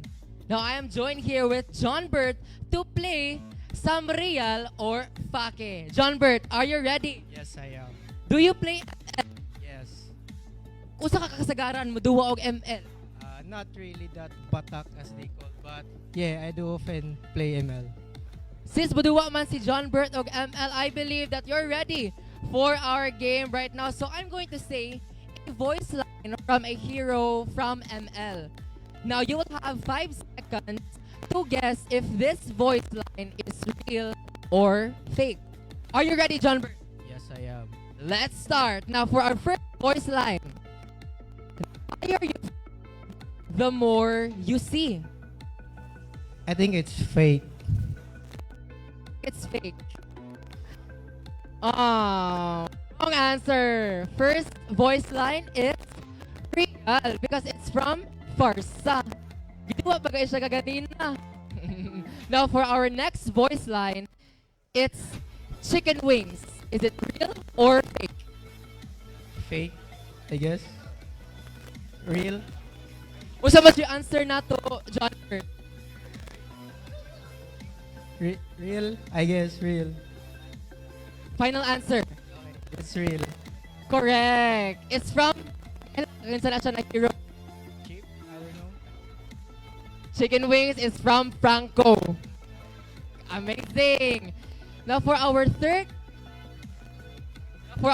voice line, it's umalis ka sa aming isla. Real or fake? I think it's fake because it's supposed to be lupain. Wow! Amazing! Wait, explainer ka no? Dili, like, nakakaan na gyud siya na ako, na like, madunggan na gyud ako siya nga voice line. And you're correct. It's actually fake because ang tinuod kay Lupain. correct. It's from Lapu-Lapu. And for our last voice line, the people of Northern Vale may be defeated, but never conquered. Is it real or fake? Yes, it is real. Kaila ka kung kinsa nagsulti ani nga hero? I think it's from Freya. Correct. But wait, naglay ka nga bata ka mag-play og ML no? Not really. I'm not that really batak to play ML. And your answer is correct. Amazing. It's from Freya and real dito nga voice line nga iya isulti sa game. Amazing work, John Board. Out of the 4 voice lines, you've got 3 answers correctly. Amazing. A round of applause from our audience here. Amazing, amazing work, John Burt. Now, game 2 is looking to be an exciting match between the two teams, the USC Warriors and the UPC Fighting Maroons casters, Kiyoshi and Rare Candy. What do you think? We are back at it again. Thank you so much for that, Aiden. Great interviewee, by the way. Yes. Yeah. I love the little bit of a trivia here with that. Who's that hero? It's like that. Who's that Pokemon? But like Yeah. with MLBB heroes. That's right. It's I've played a lot of the games, but I could never know the voice lines, man. I'm that goldfish of a person. No, you just mute the settings because like, oh, you're really good. I don't listen to audio. No. I'm not that good with this. I'm so bad at the game. That's why I have mad respect for the players. And you know, that was intense. I Very had much. to tie my hair back. Like, ignore the clip, guys. I just had to tie my hair back. The game was super duper intense. You have to give it to both UPC and USC for bringing us something like Yes. that. Now this time, I'm looking forward to what they're gonna do in game number 2. Yes, the teams have both have much to discuss. We have USC providing their own like, what do we do to secure this win? And for UPC, it's what do we need to do to grab a win? So again, it's a back and forth. It's very neck and neck for me personally. Maybe would like to disagree, or maybe you have your own thoughts on that. Yeah, definitely neck to neck. I agree on that one. UPC just has to bring it in, really. They have it. You just really can't. There's literally just something about experience that pulls you ahead. That's true. something that's so hard to beat. That's why it's a huge task here for UPC. But they're already bringing it on, despite the lack of experience, despite them being new bloods here in the season. That's true. Again, remember that UPC is still relatively new, but roster-wise, but they show a lot of promise. We'll have to see what. Again, I'm not Ash. From what I recall, one of their shot callers is Floss, and I think it's really showing here with how much of their plays maybe coming a little bit, because remember, as an XP laner, you kind of have to think both for yourself and also for the rest of the team. And being a shot caller, kind of like, so actually big respect to Floss, who's actually doubling on that as a challenge. You have to think about his own gameplay on top of providing insight or providing direction for the rest of his team. Yeah, I agree with you on that one. So, I think USC is doing really, really great. I'm hoping for UPC to actually stand up again, stand higher, take another step higher. Consistency. Yeah, because they already have it. We can see that they're prepared for this. We can see that they've studied for it. It really shows how they are super duper prepared for the match here. So, you really just have to give UPC. No, you have to. No, what I'm trying to say here is that UPC just really needs to think about their drafting well. We've seen this in the KTV as well. Yeah. They really need to fix their drafting that it complements their chemistry. That's true. Because we've seen it a while ago with I'm Not Ash going in with the initiation, Frederick Airstrike. It works. They have something. They just really have to pick a drafting that complements that so that they can take down USC. Yes. But they need to layer really well. I need to counterpoint though that again with this one win, it might provide a little bit of an ego. Like I see that a little bit more of aggression, but you have to separate the line between egoing a certain thing that could get the fight away from you, or just pure calculated aggression. So again, there's that fine balance that we have to see from USC, because again, we can still see that UPC can still punish aggression. Yes. So maybe just one bad fight from USC and it's gonna be game 2 for the side of UPC though. We might actually see a game 3 here. A lot of respect bans here coming from UPC. The Lumord as well as the Zuxin. On the other hand, USC just opts for the typical Mathilda ban. They want to take down the carry this time around. I think they're gonna switch things up for game number 2. While at the same time, they don't want UPC to utilize that carry that they used a while ago. So this is a bit of an opposite here, going less more on the utilities for the side of USC. With again, they're banning the Leomord and they're now banning the Jushin, the early to mid game strong picks. Now, again, I still think that UPC will still go for their gameplay of the really strong side lane. Once you get those right, and that's where they really shine. And as for USC, we might have to see their picks going. Yeah, now that they've opened up a lot of the picks, we might see a Kalia, we might see the Grok. Actually, we might see a Grok getting pushed through here. I just want to relive that moment of Digger doing the 5-man set. It's just one day from season 3. A woman can hope, guys. Yes, that's just. But UPC, I'm Not Ash was amazing in game number 1. You have to give it to the man. He's amazing. He just needs a little bit of timing. He's great, man. He's super duper great. The chemistry of UPC, it's there, but the lack of experience shows as well. Yes, and experience can be gained. Yeah, pretty much. But it takes time, and they're already here right now. Low key. However, they have time is all they have. We have an entire season to build this experience and chemistry. Honestly, gaining experience. Yes. I hope for UPC to go into playoffs. They weren't able to do that in the last season. I hope for that in this current season. Well, you know what they say, gaining experience as one takes a long time, but if you have multiple people, that's just math. By the way, guys, he graduated BS Math. BS Math, right? No, I did or something physics. related. It's physics. Physics. Oh my god. Just had to flex the math skills on this man. I don't have math skills, just science, but your chemistry. I'm chemistry. We just had to flex, responsible gaming, ladies and gentlemen. This is CESAFI Esports League anyway. We have 2 science nerds but also likes games. Who would have thought? Nerding out here right now. But anyway, back to the game. We have the Grok ban still for the side of UPC. Frigga this time on the side of USC. Interesting bans here. A lot of respect bans from UPC, but they still want to go in for the Easonship. Yes. Ooh. Now, again, it's a very good flex pick. Could be Rome. No, core. Why do you keep saying Rome? It's either a core or a gold lane, and it could be countered with... Oh, right. Now, actually, Claude is now open here. Will USC take that away, or are they gonna try to bait it? Now, also Farsa is still on the board. Again, that Grok being taken out makes the Zetian is open. Zetian is open. USC could go for the Zetian right now. A Fredrin Zeshan could be Fredrin Zeshan here. You're so biased to the Fredrin, man. Yes, again that utility. Again, because he's such a versatile pick, and I think like USC also wants to be like that flexible, versatile jungler. Because again, we've seen what they can do. They can be aggressive without going assassin. They can be more aggressive with a tank. Ranger. And the Hilda this time for the side of USC. It's not a Hilda. It's a Kadita. It's a Kadita. You got baited, guys. We also got baited. You got baited. Don't worry.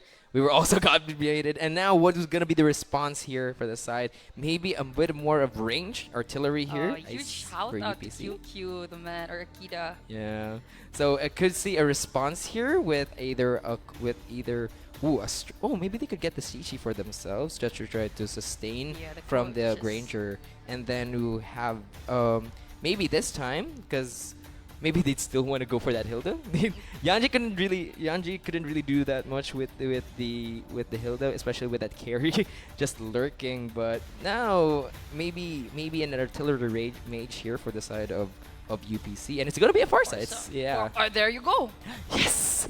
Okay, sorry. I am the biggest Fredrin salesman here. I was like this in week number 1. Somehow it got passed on to this guy. Yes, the Fredrin. Now he's rooting for the Fredrin. Honestly, it's just that I think he needs more love, more buffs. No, not because I use him regularly, multiple times. You core? Yes. No, the only time I've actually played core, I was like, okay, y'all, we're gonna go Fredrin.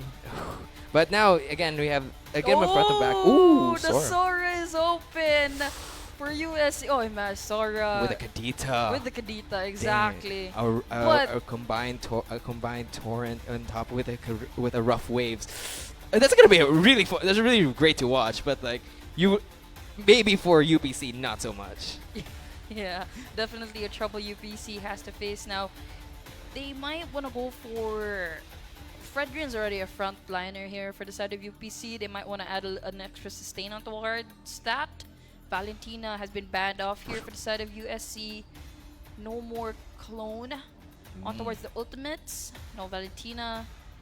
I think UPC right now should really cut down the options in terms of core. Yes, that's true. And now we have got... Ooh, they have a Kalia though that is open here. A once Khalid, again. yes. Actually, these are all the picks that was from game 1. Almost all. Yeah, almost all except for the Grok. They really have to take away that Grok because it's very, very strong. And ooh, a Mino here for the side for the roam. So actually, there's one thing that I really want to see here for UPC is if they can ever secure the Kalia. But knowing that Kalia is open, it could be taken here for the side of USC as a means to steal away from UPC. Because again, having a Farsa and a Kalia doing that combo on top of Fredrin just like being there, being a really solid frontline here and just keeps on like fighting as much as possible. But also props to USC because we know that they pretty much have no trouble of getting into the back line. We've seen that early with Shiv God just straight up with that Lapu Lapu going all ham despite the feathered airstrike happening. No fear at all. So again, with this Sora, if it's going to go to Shiv God, we might see one of those really clip highlights actually. Imagine a 3-man or a 5-man Sora ult on top of rough waves. Whew, that's gonna be a treat to watch. It's definitely a treat to watch here, and I'm interested what they're gonna ban off next. They did take away the Kalia. Has been secured here by USC. Enough initiation plus the backup coming from the Sora. I can see the gameplay that they want to achieve this time around. UPC this time needs something to initiate the gameplay.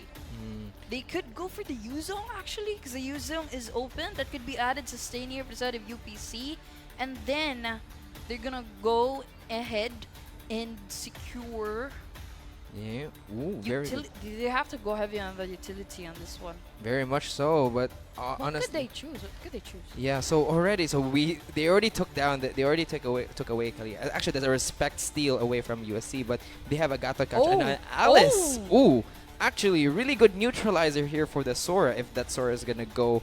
Actually, it's definitely going to go to Shiv God. So really good neutralizer. And also, Alice is a really good engage. Somewhat.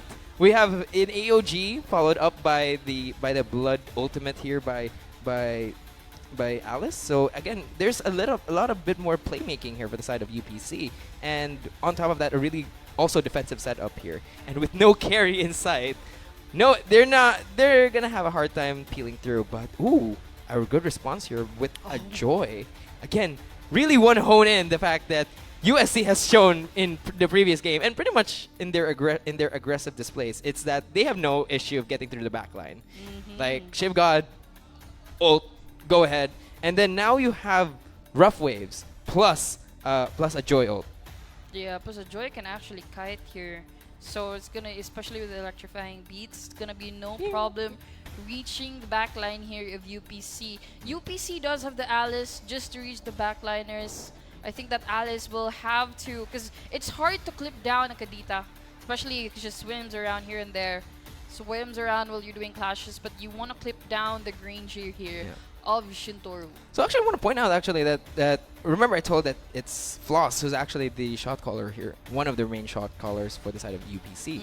But so now they have someone like on a playmaking like Alice, who can reach the back line. Yeah. So we might see a bit more of like proactivity here for the side of UPC. Alice and AOG.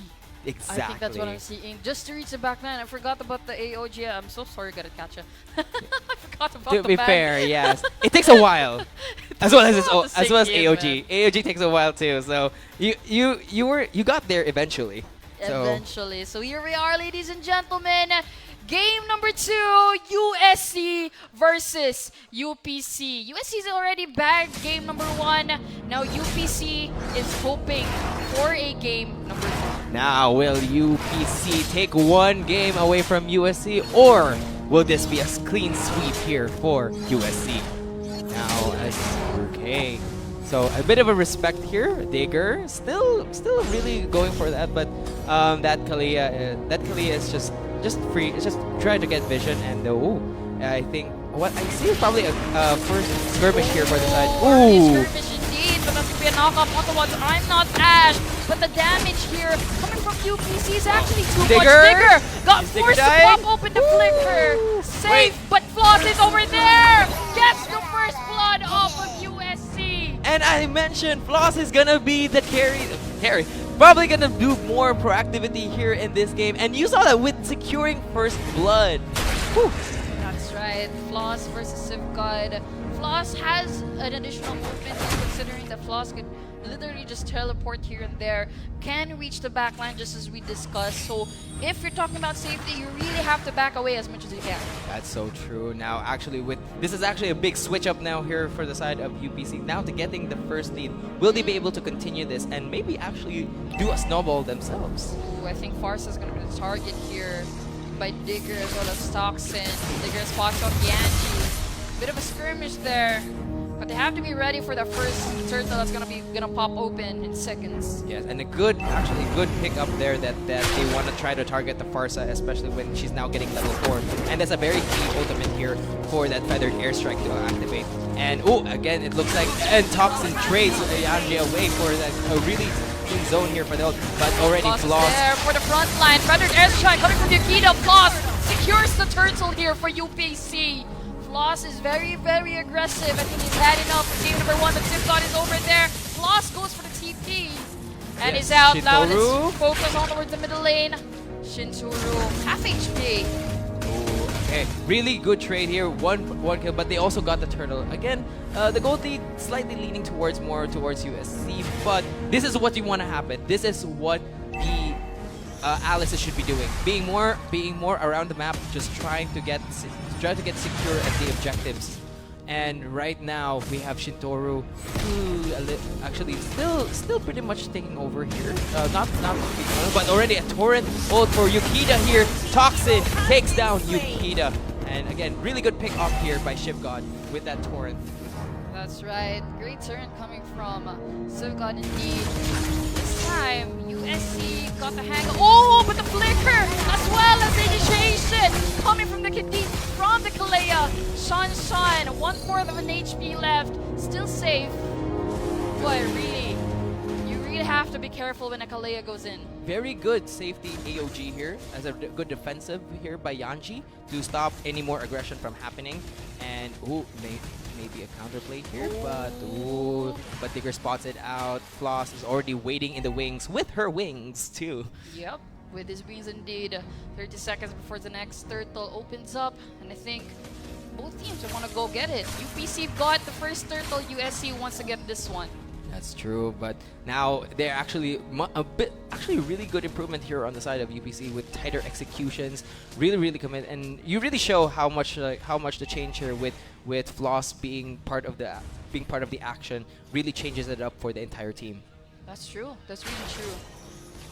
Bit of a vision here coming from Floss as well as I'm Not Ash. Third turtle is gonna happen. Floss, really already ahead, but actually really favorable here.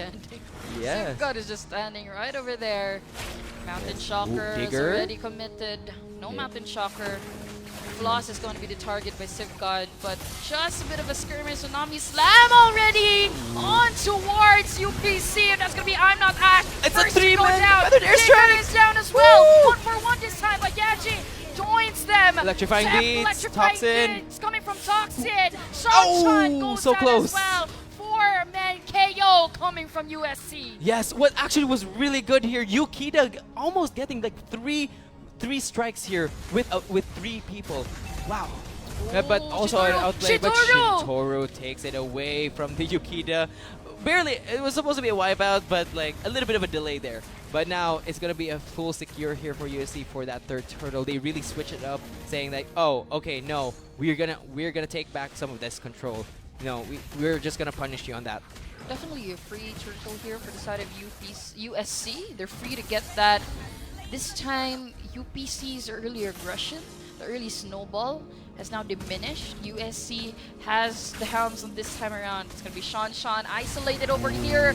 But there goes the AOG coming from Yanji, ladies and gentlemen. Digger is forced to flicker out. Yanji is low, but goes out to the hands of Shintoru. And AOG with a millisecond too late actually, and just takes down.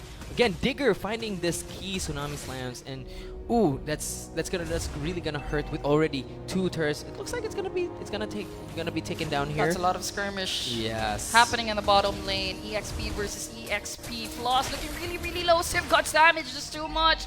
Floss goes for the TP. Outplayed by Floss. Yeah. Civ God was everywhere. But I Ooh. think Floss here. The entirety of the Half jungle. HP of Floss. Okay, but like now again, when you see what happens when they get separated, but there's still potential. You just saw that earlier that they are able to make some really good set plays here. But Already Shintaro. Ash deleted just like that. You really, Kalea initiation coming from the Kalea is looking really well here for the side of USC. Floss is looking really low already. Another kill going to the hands of USC. And this is why it was so dangerous for USC to get the Kalia pick, stealing it away. Supposedly it was actually UPC could have gotten the Kalia pick for themselves, but instead now they're reaping what they sow. That's right. It's already just 7 minutes into the game, and look at that map control here of USC. They've taken down all of those outer 3 turrets. UPC is left with just 6 in total. Definitely USC's guiding that map control off of UPC bit by bit. Yes, and big shot to Toxin here. That again, really clutch there, actually getting through the back line as much as possible, preventing Shanshan from going actually through the attack, providing so much more of that backline damage. And again, really good outplay earlier, which with almost an outplay there by the side of UPC, with Shanshan trying to outplay the Toxin as Joy. Toxin's Joy is very phenomenal here. Really great. Floss gets knocked off. And there goes the rough waves already. Floss goes down to the hands of Civ God. Feathered Airstrike doesn't do much. USC tries to back away. They got that 1 kill. 1 mount down for UPC. Yes, and now it's the favorite green crystal that all Joy loves to see. Now it's gonna hurt really. That electrifying beats is gonna hurt really much, especially if you're a character named Barsa or Shanshan without your traceless. Yanji can cover that turret plus the Tsunami Slam combination gets knocked up. The sustain is not enough for Yanji, and he goes down. USC is picking their fights, isolating off UPC. USC say they don't need a carry to blitz through your tanks. We just have our wallets for that. Again, it doesn't matter how much HP you have, as long as you have enough gold and enough damage, you can get through any tanks. Yeah, that's true. Now look at this. Inhibitor turrets are what's left here for the side of USC, for UPC rather. USC is just really good with the objectives here. Plus Civka just fronting, standing right there in front of UPC trying to bait them. That's going to be Civka with a feathered airstrike. Gets cancelled as Toxin goes in for Yukita. I'm not Ash is down as well. 2 down for UPC and the skirmish is not yet over. Yanji goes down, 2 left for UPC to defend their base. And you see Toxin just casually 1v2ing Yukita and Shanshan, and it takes down actually Yukita in the process. While the rest of the team collapse on their 2 front line. That's right. An Alice is actually a great pick for UPC here. The problem with an Alice is it takes too long to scale. And considering that we're still transitioning on towards the middle part of the game, that Alice will have a problem actually, because it takes a lot of time for an Alice to scale. Yes. And have you ever seen a Karita use an rough waves on a tank? Definitely the advances of USC is just too much to knock up on towards one. Floss is the first to go down here for the UPC. I'm not Ash goes down as well. They have to back away. USC is just right there with Yachi already out. 2 men left for the side of UPC, and USC says there's no need for a lord, ladies and gentlemen. We have the minions. We can take all of them down, but the better airstrike pops open. Goes for the defense of UPC right here, but there goes the dive. Shinturu's damage is too much. USC is kiting the base bit by bit as they secure game number 2. And it's a clean sweep here for the side of USC, who barely giving UPC any time to breathe. Once after they secured, just after that one skirmish, and they managed to take back all of their control, they did not take the brake off the did not take their foot off the pedal. Definitely, they didn't even give us a chance to breathe here. USC says they saw the chance, maximized it, got it off of UPC, just ended the game. No lord whatsoever. That's true. Again, once that aggression already goes into its full snowball form, there's no stopping it. Even if you have 2 attacks. And as you mentioned earlier, the Alice takes a little too long to scale. And while it did start off really, really great for the first time, there's that little bit of a disconnect that happened, as again, Floss being both, you have to concern with both his own gameplay, but also doing the calls for his team. And yeah, we saw that there was life into it when he started initiating. But then afterwards, when he got separated, it all kind of fell apart. That's right. Great camaraderie here if you're shown the handshake. Definitely, they may be enemies in the Land of Dawn, but they definitely are friends overall right here in CESAFI Esports League. You think they're going to do the pose again? Yep. We've seen them play this time. We want to hear it off of USC. Let's pass this on to our host to hear our winners of match number 2. Take it away. And the match between the UPC Fighting Maroons and the USC Warriors has ended. Kudos to the UPC Fighting Maroons for putting up a good match earlier, and congratulations to the USC Warriors for claiming the title of victors in today's match. A round of applause to our USC Warriors. Now for our first question, earlier during the games, the Warriors showed discipline. You showed discipline and a complete balance between knowing how to be aggressive and knowing how to back down from a fight. What motivates you to stay calm and stay in the zone while playing the games?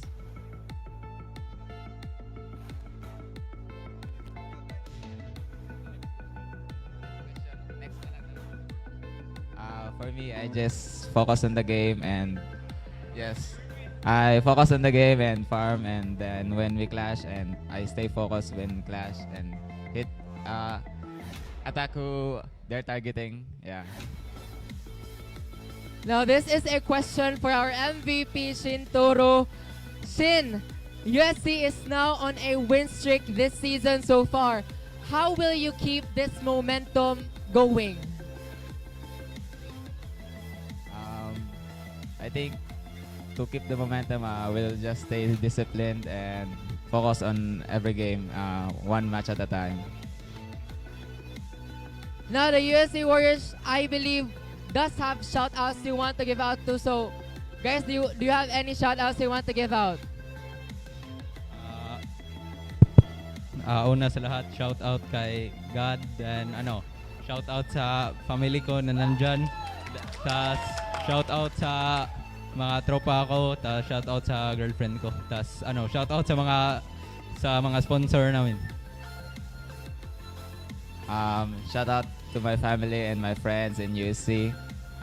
Thank you also to my teacher who agreed to let me play.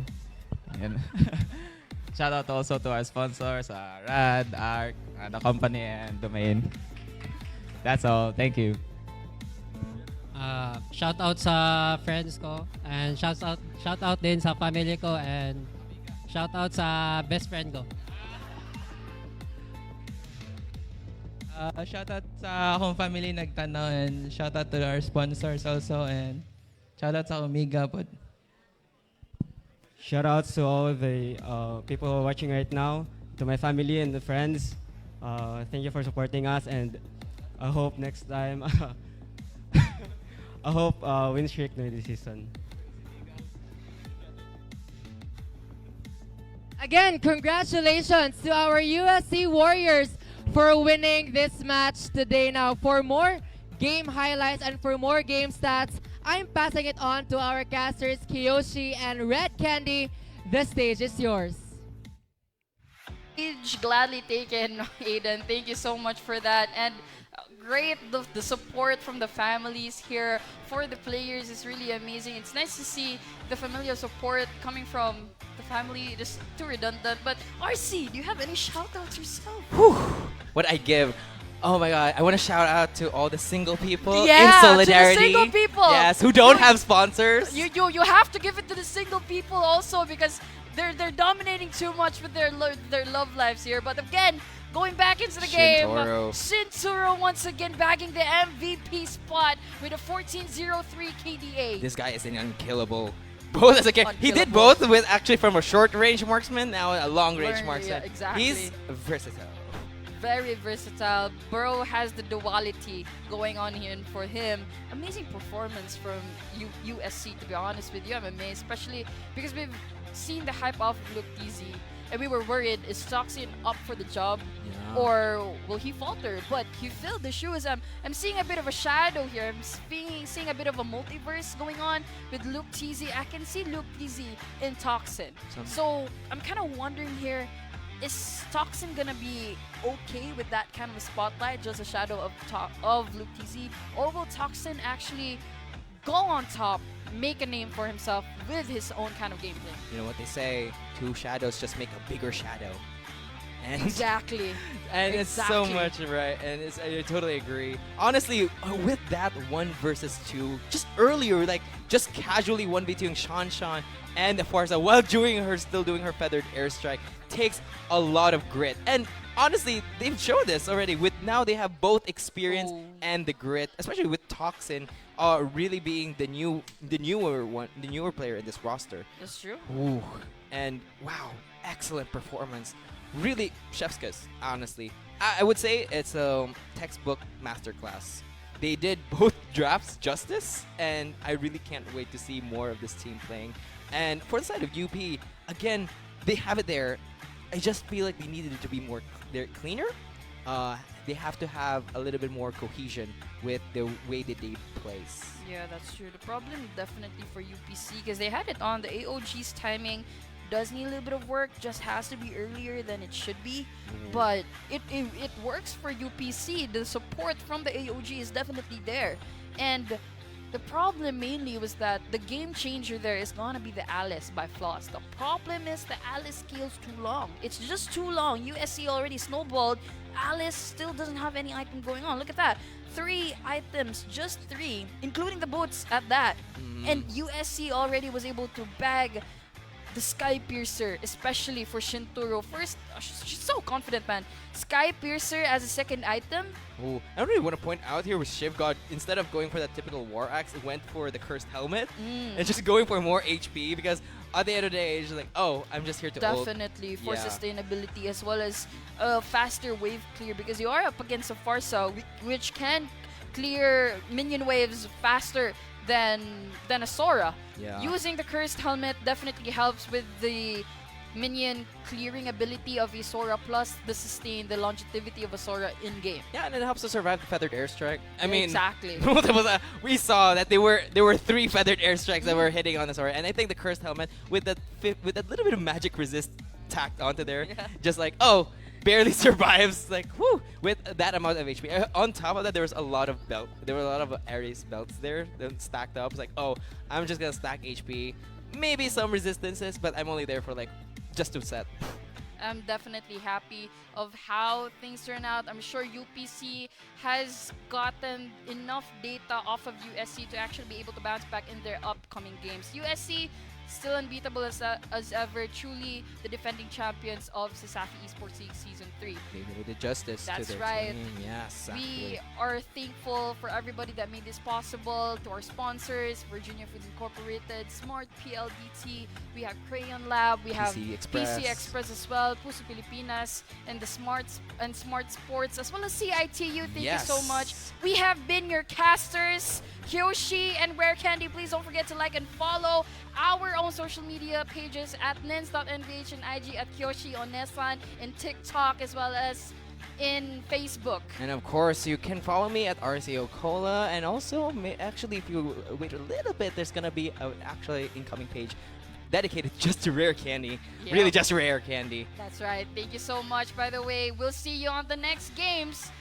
We'll see. We're going to pass. That's going to be it for match number 2. We'll see you on the next one.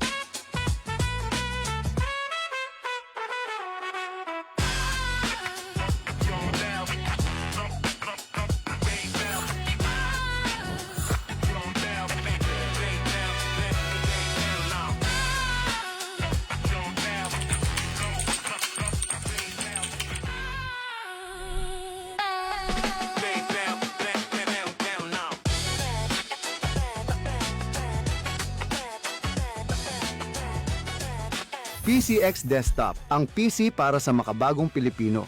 Atin to!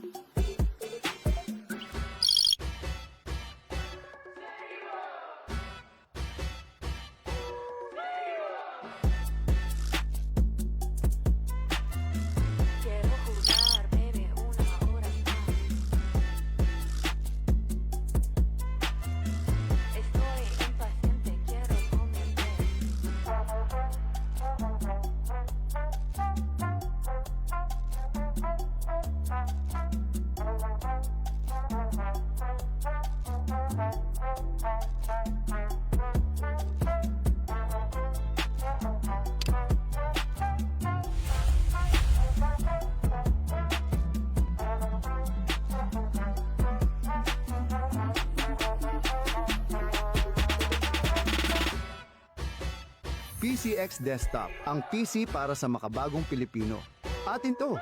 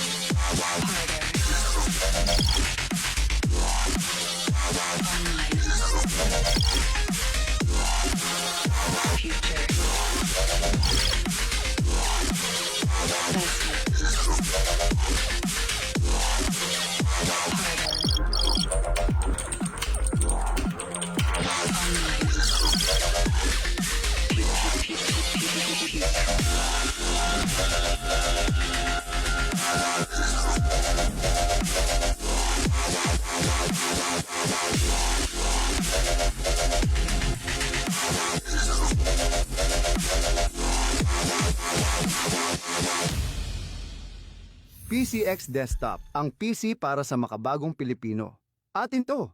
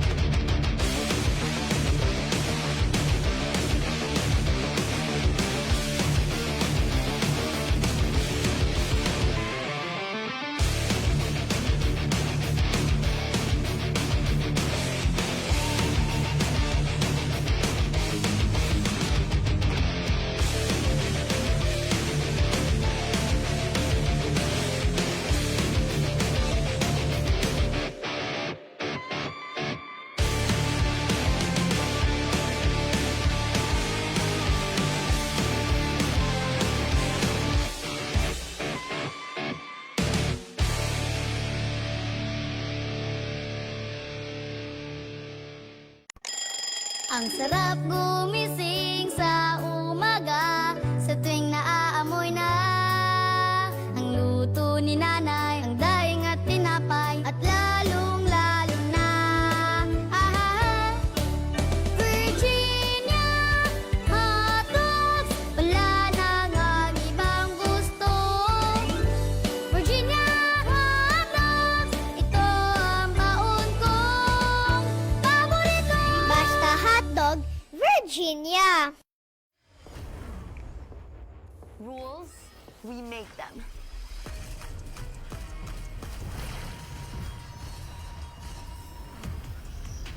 Limits, we go beyond them. One size fits all? Hard pass. Introducing a groundbreaking Digiflex mobile experience. Kick Mobile. Download the Kick app, choose your number, activate the eSIM, and own the country's first ever customizable mobile experience. Stay first in line for network priority and customize all you want because the real flex is when everything is built to your rules. Kick Mobile. Our way, our rules. Hindi aabot ang data! Nice! Don't worry! The Only with Smart Power All 99. Hindi nabitin with 10 gig data plus only Facebook or TikTok and more. Load now! Hindi umuulan! Di mo tayo makakabenta! Yes! Don't worry! The Only with Smart's Power All 99.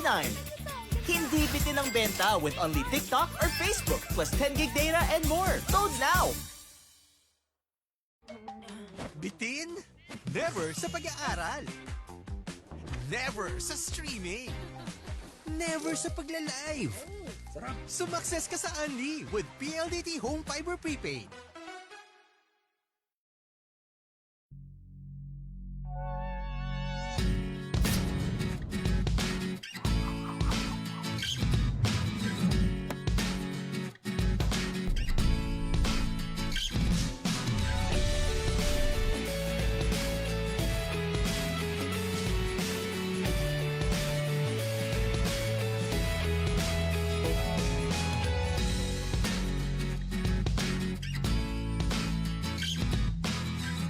Would you like to enjoy a free all scholarship until you graduate? Hi, Future Technoids! Here's an exciting news for you. Introducing the Expanded Special Academic Scholarship Program at CIT University. Your ticket to success and beyond. The ESA Scholarship is a free alt scholarship for any of our board programs. And here's the best part. This is a free all scholarship until you graduate. With our top-notch facilities and high-caliber faculty, you'll have everything you need to excel and reach your full potential. So don't wait for the opportunity to knock on your door.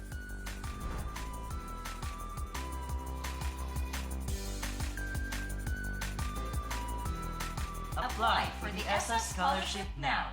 For more details, visit the Office of Admissions and Scholarships.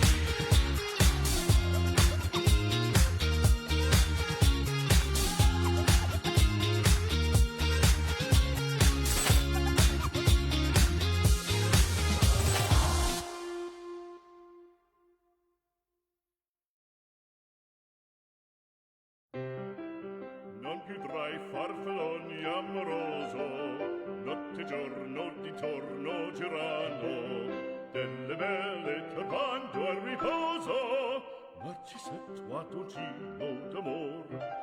Delle belle turbando al riposo, Narciset Guadocino d'amor.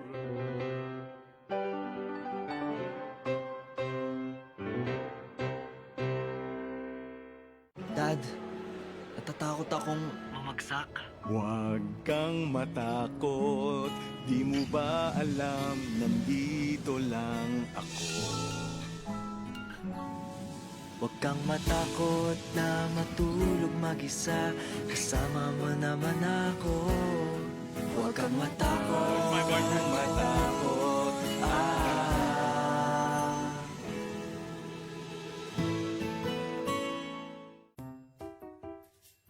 Uy! Nandiyan na pala kayo. Tara, samahan niyo ako at ngayong araw ay bubuo tayo ng isang malupit na PC gamit ang Intel Core Ultra 9 processor.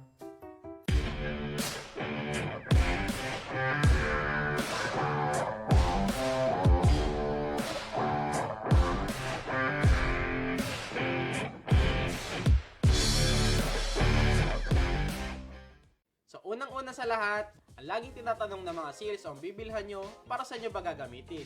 Pang school, work, content creation, o gaming. Pangalawa ay ang budget.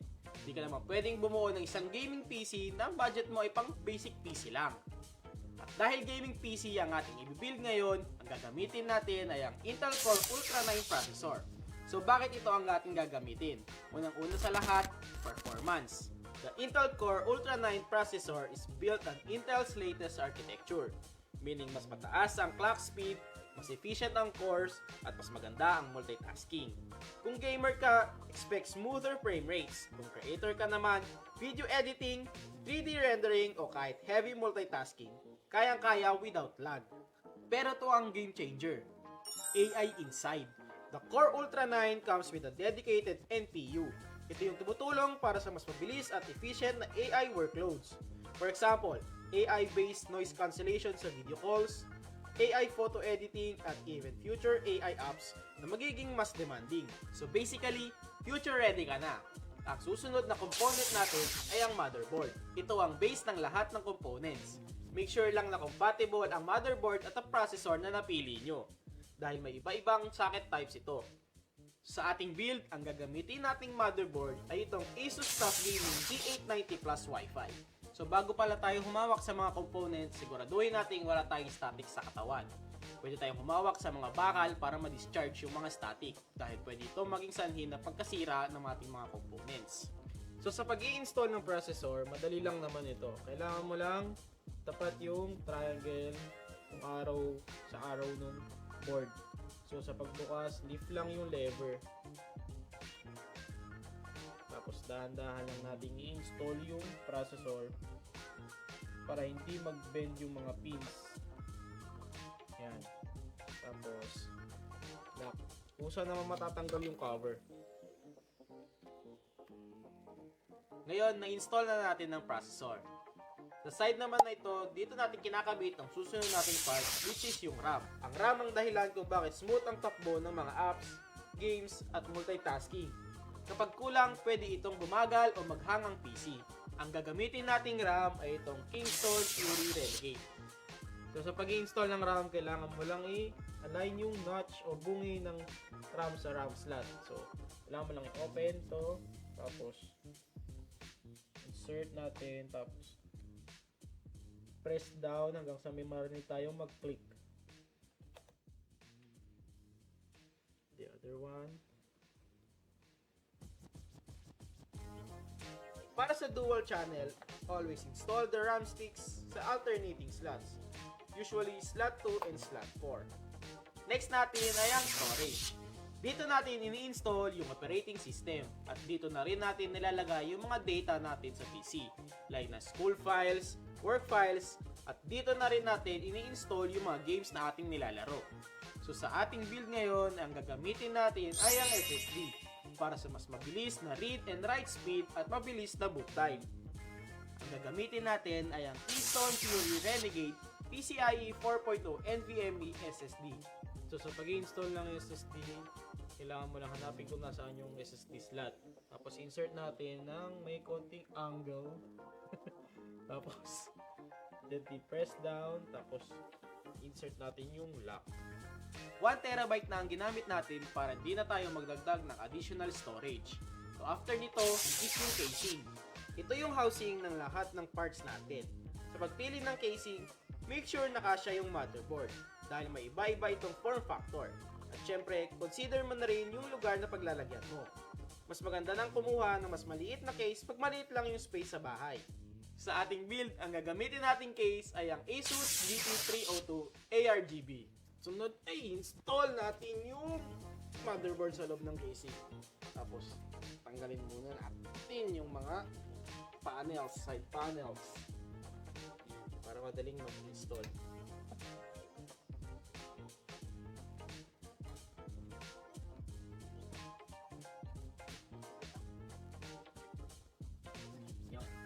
Next, lagay na natin yung motherboard. Hira.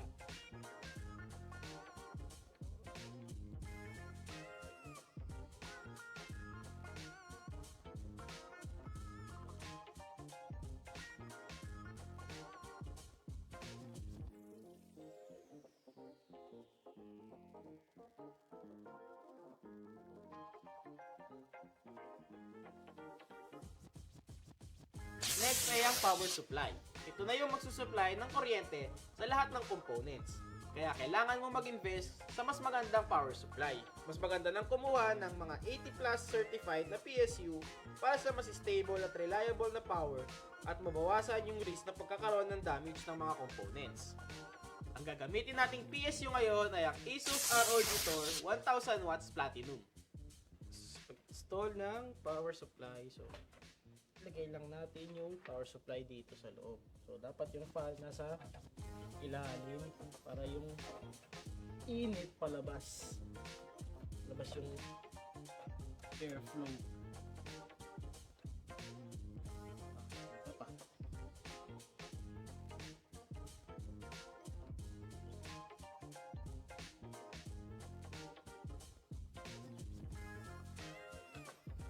Tapos insert natin yung mga necessary cables.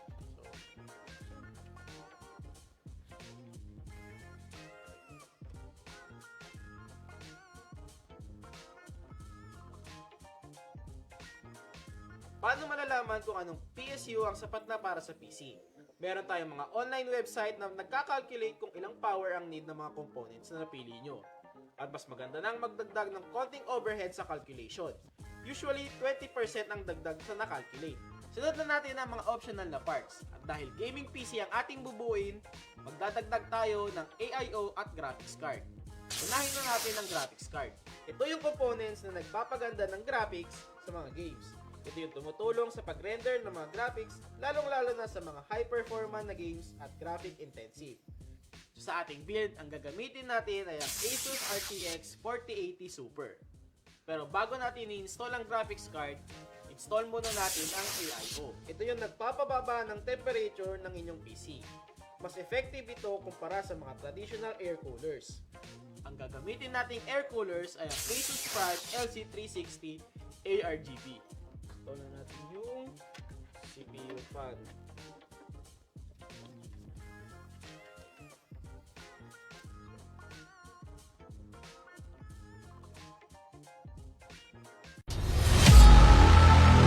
They're falling fast. DJS, now's the time to shine, buddy. DJ, what can you do?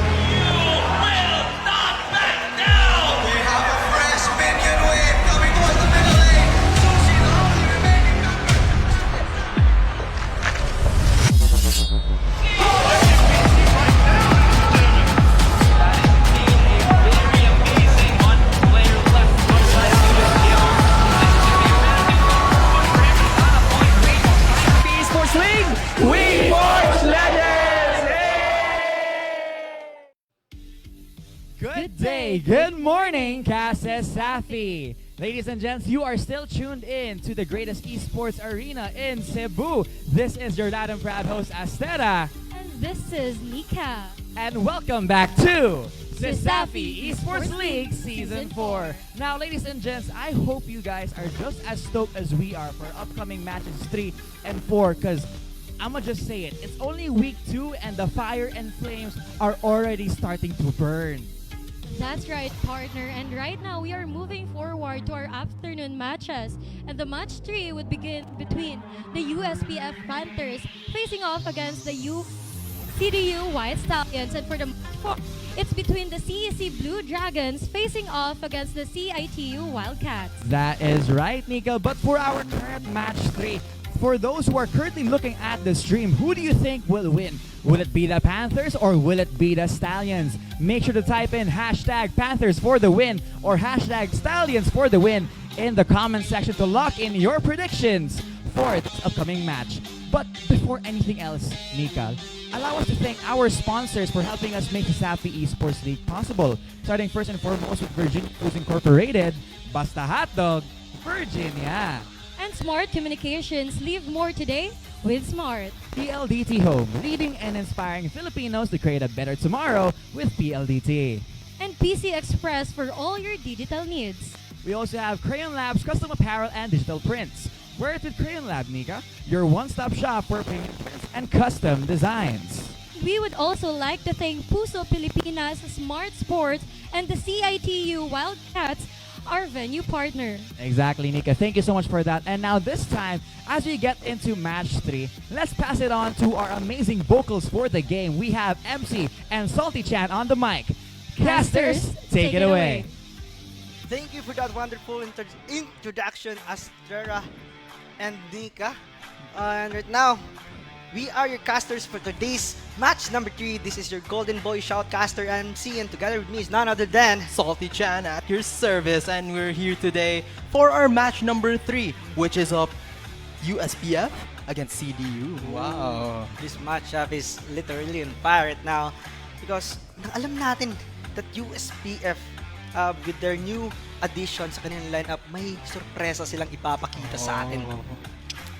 And yeah, they're actually like debuting for the season, no? Yep. As a team. But as we take a look here sa standings, USJR is taking the lead here. Nanalo kanina. Nanalo sila kanina. Followed by UC Main and followed then by Benedicto College, CDU, and USPF. And right now, first game pala ng USPF here at CESAFI Esports League. So, may sorpresa talaga, may surprise factor na pwedeng manggaling dito sa ating University of Southern Philippines Foundation. And right now, sa ating Group B naman, we have our standings here. USC on top with that 4-1 win-loss record, 5 points. Together with them on top also is CITU with a 2-0 win-loss record. And from on the backside here, Cebu Eastern College, they're yet to play a game. That's like next the one match, after here. And UPC, with the loss from USC there, they have a lot of ground to keep up. But it's still very early on to the season. They can catch up. Andun pa naman, but right now, storyline will go with veterans versus newcomers. Anong insights mo dito, Salty Chan? Well, USPF, they're already a very studied na composite team here in CESAFI Esports League. They're going up against the newcomers here, which is CDU. The White Stallions, the Doctors. The Doctors. Yep. And speaking of newcomers, they showed last week that they can fight. Against the USJR, they stood their ground, and eventually they went head-to-head against USJR. But eventually, because of the experience siguro, nadala na rin ng USJR, they lacked that closing remarks. So that's why may edge doon yung USJR. But still, kudos to them for putting up a good fight, no? CDU, they've shown flashes of inspiration then and there, and I believe in the potentiality that these newcomers have to offer. Yep, but hindi naman yan newcomers kasi bago lang. Matagal nang naglalaro yan. Kakapasok lang sa sabi, but you know, they have the skills, they already have the confidence, no? Confidence. Yung aura nila, mafe-feel mo talaga dito sa ating venue. And right now, bago muna ang lahat, let's have our Inside Chika together with Nika. Nika, what's up? All right, MC and Salty Chan. Actually, earlier I had a chance to talk to the players, and on the side of the USPF Panthers, they said that they're feeling confident and excited because one of their new player, Drew, was able to win a match, major tournament, and that alone is making them excited and confident because if they were able to win that match, what more in here in the CESAFI Esports Leagues, and they wanna maintain that momentum in the whole season. Grabe, si Ju pala. Si Ju. Oo, nakita ko na rin yan. Sobrang dami ng amateur teams na sinalihan yan, mga tournaments. And kaka-champion niya lang din.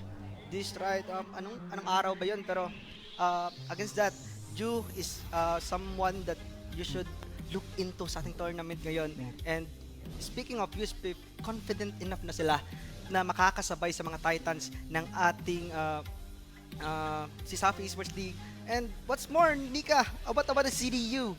Alright, MC, on the side of the CDU White Stallions, they are feeling cautiously optimistic because this is their first time in the CESAFI Esports League. And they don't want to say a lot of words because they are afraid to jinx it. But one thing is for sure that they are very willing to bounce back from their loss on the week 1. It's very early na din kasi it's still much too early to draw conclusions, no? Ayaw ma-jinx din, sabi nila. And yun na yun. It's very early on to the season to draw conclusions, and they can still find that spark in them. Yep, let the ano na lang, no? Yung galawan nila dictate kung anong meron sila. And thank you for that, Nika. Meron ka pa bang maisasabi dyan? That's it on my side. Thank you. And right now, speaking of Ju, nakakapasok lang sa ating USPF and even USPF last season, they are on fire. And the addition of Ju may ignite that fire and make it even larger right now. It's a forward momentum, no? Any momentum is good momentum. Yep. And so, USPF, they're willing to bring it to them. And now, wala nang patumpik-tumpik pa. Let's go on. Let's meet these two on the team as we get to the entrance. Host, you're on. Ladies and gents, for our match 3, let us welcome the USPF Panthers and the CDU White Stallions.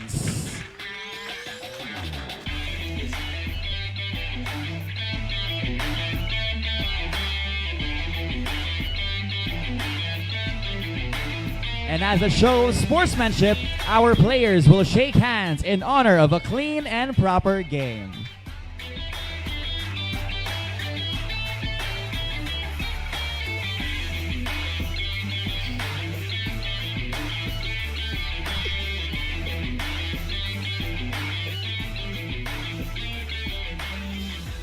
And now with that being said, ladies and gentlemen, the spotlight shifts to the main stage. The pressure's on and the boldest will rise to the top. Guiding us here once again, let us welcome our casters, MC and Salty Chan.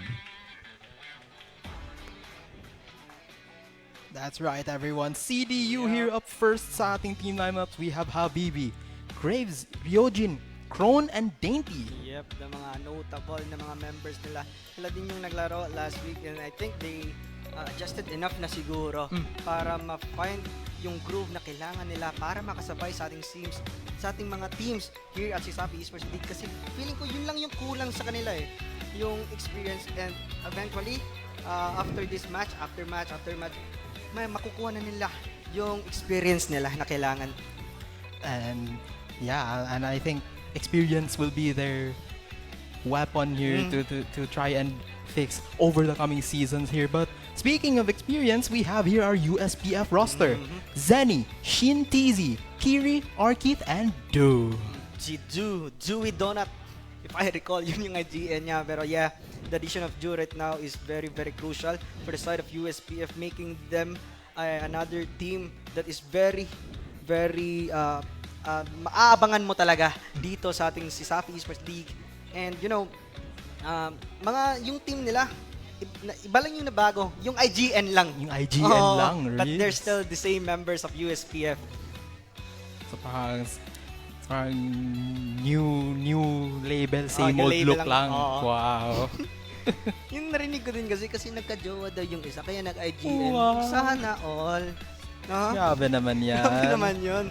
But right now, we have our keys to victory here. CDU, play around the veterans, make minimal to no mistakes. Yes. So dito they need to find their angles. They need to find their angles properly, and play around the veterans to Trip up. to trip up the opposing scene. Well, on the side of USPF here, Shake off the nerves, find the comfort picks. Yun na nga. Speaking of comfort picks, you need to find your comfort picks talaga. Kasi madadala mo na kasi. Comfort hero mo na yan. You have the expertise to use that hero. So, parang madali na lang sa'yo yung laro natin. But, speaking of CDU, they should have yung newbie na newcomers na aura nila. They should not let that make them the newcomers. They need to find that groove na talaga na parang sabi nila, eto na, dito na tayo. we're here and we're here to make it count, mga kaibigan. Yes, sir. So, ayun na nga. And the thing about it, we'll see which team will win in today's match. So, let us know sa comments kung sinong nandito. Yes, guys. Sa mga live viewers natin dyan sa ating Facebook, TikTok, and YouTube, comment down below which team will win in today's match. First, we have CDU, B, USPF, C, CEL Volunteers, or D, We Forge Legends. So, sa mga gusto ma-Forge na Legends dyan, D yung sagot nyo. You know what to answer na. But if you want to support your teams, you can just comment down below your teams and paki-share na din, tsaka paka-heart ng ating live stream. Sana yun na nga. CEL Volunteers, no? Meron pa mga option ganun. Pwede ba yun? Baka piliin na. Kami manalo. Kami manalo. Sorry guys, hamak lang ako na i-explainer. Pero bago tayo pumunta sa ating drafting phase, as we are looking talaga kung anong pwedeng ipakita ng ating CDU, I think they have the adjustments right now. Nag-practice na to. And I think they did the research para makasabay sa ating USPF right now. And right now, papasok sa ating drafting phase, the blue side CDU, so they will be having the first pick. So, yung mga power picks dito, sino ang magbaban ng sinong magbaban ng Zushin, sinong magbaban ng Grok, sinong magbaban ng Hilda, at saka Freya. At ito na nga, Freya mababan na dito by CDU as well as yung Hilda. Mabilisan lang. Mabilisang banning for both teams. Yan na nga, binan na yung Freya, Yisun-shin, tsaka Claude. Parang tinatarget nila yung mga carries, yung mga gold laners. And they went for the Grok pick. And yung Grok pick kasi, that's a very solid first pick, no? Para sa slide ng CDU. Laging nababan yan. Otherwise, ayan, first pick siya dito sa CDU. So, pag nakaligtaan mo yan, na-open nyo yan, ikukunin talaga ng first pick team yung Grok na yan. But USPF with the carry and Sora pick, may pang-insurance na may pang-tunaw, and the setup coming from Sora is very, very crucial when it comes to the mid-game. Kahit mag-level 4 lang yung Sora na yan, yung setup gamit yung Clouds, and even the burst, sobrang masakit sa ulo for the side of CDU. That's true. Napaka-solid ng engage nila dito, tapos may damage na sila. CDU on the other hand, I think they'll go for a more, yung mid lane nila. Yung aggressive, no? Zetchan is open. Para sa pwede din, maganda siyang pang-pair up with the Grok. But CDU, they're opting to pick some heroes right now. Anong magandang pang-pick ba? Uy! Yun na nga. Si Valentina. Because of Sora, mga kaibigan, etong si Valentina, happy siya dyan. Happy siya dyan. Ang dali ng cooldown. Meron din siyang sariling Clouds. Lilipad din yan. As well as a Leomord, which is a solid talaga na jungler dito sa meta natin ngayon. Pero USPF bringing us the Minotaur. The Baka is here. The A5 Wagyu. A5 Wagyu beef. Yeah, beef coming from USPF. So I think this is one of their comfort picks if I recall correctly. Ginagamit nila to nung last seasons pa lang. Pero until the second phase of our drafting, anong kulang for the side of CDU? Ita-target pa kaya ng USPF yung mga XP na hero or gold lane na hero? Kasi knowing na yung Valentina na yan is a flex pick, pwede siyang ilagay sa mid or pwede niyong ipangtapat sa Sora. Sa Sora, di ba? So, USPF, they're not buying into that idea na EXP siya. Kaya nagban sila ng Alice. Yep. And so, USPF, I think they'll try to do one ban sa EXP. Maybe we do another ban sa gold lane para happy-happy lang din si Kari dito sa kanyang lane. Meanwhile, on the side of CDU, since meron silang mid laners, Tinarget na tinarget na sila. Tinarget na nila si Ju. And knowing that Ju, personally na kilala ko yun, mga heroes na ginagamit yan is yung mga aggressive na mid lane. Sobrang aggressive ng player na yan. So I think USPF has something on their arsenal right now na pwede nilang gamitin na pang sorpresa for the side of CDU. You're saying parang pocket pick? Pocket pick. Pero right now, USPF, ano ba? Baban ba kayo yung sinabi mo kanina, yung golden, yung hatiin nila yung second phase na ban? Magbaban ba kaya sila ng golden ngayon? Titingnan natin kasi Harith could be a possible ban kasi maganda siyang pang counter ng isang carry onto that laning phase. Pero Moskov. Kaya yun nga, hinati nila and they picked Moskov as their ban. Yeah. So ayaw nila yung mga masakit sa ulo na malakas mag-split push. Kinakita natin yan onto that game number 1 pero focusing right now onto this match number 3. Yung mapa pala natin is broken walls. Kaya pala nag-rock para may pangtapak lang sa walls. May pangtapa lang sa wall, no? Para yun, fix na yung walls. Wow. Grabe. So, right now, I think CDU, they think they'll ban another mid laner, no? Kadita yung tinarget na talaga. And I think narinig tayo na malakas gumamit ng mga aggressive heroes yung USPF. I think use one of his favorite heroes right now is Kimi. Pwedeng gamitin niya yun ngayon. Agad-agaran na. Pero they can also choose... Pakitang gilas na agad, no? They can also choose to pick their jungler na din, ano? Kukulangin Joy? Sila ng Joy? Joy, Ano naman? Actually. Para pang dive lang sa backline kung kailangan to whoever ang gold laner ng CDU will be. Pero may maraming option yung jungler natin. We have the Fredrin. It's not bad out right now. USPF can opt to pick that Fredrin. Pero I think they will be, picking Fredrin. Joy, Suyus. Viable pick right now against the Leo Mord. Pero, yun naman, Suyu. Wow, what a read dito, MC. So, eto na nga, CDU, kulang sila ng EXP laner at gold laner na. XP lane / mid lane. Kasi flex pa to. Valentina, Grabe. Valentina talaga. Masakit sa ulo sa drafting yan. So, yun na nga, for the gold lane picks nila, yun, sinabi mo kanina, si Harith. Na kayang sumunod sa galawan ni Kari. Even have that sustain with the chrono dashes sa mga shields ng ating Harith. Pero, that Valentina, pwede siyang ilagay sa mid kasi yung mga skills ng ating USPF, sobrang gandang kopyahin. The Minuan's Fury alone is very, very crucial. Kahit mag-level 4 na yung ating Valentina, pwede siyang pang-counter engage for the side of USPF. Pero instead, Diagonals. May box. May box, bawal kang pumasok. Box, square, triangle, lahat na. May bilog pa. May bilog pa. Tapos may kabayo pang yung tigrik. Pero eto. Lunox. Which, pasok pa din sa aggressive na mga mid laners, no? Lunox with the Chaos Assaults.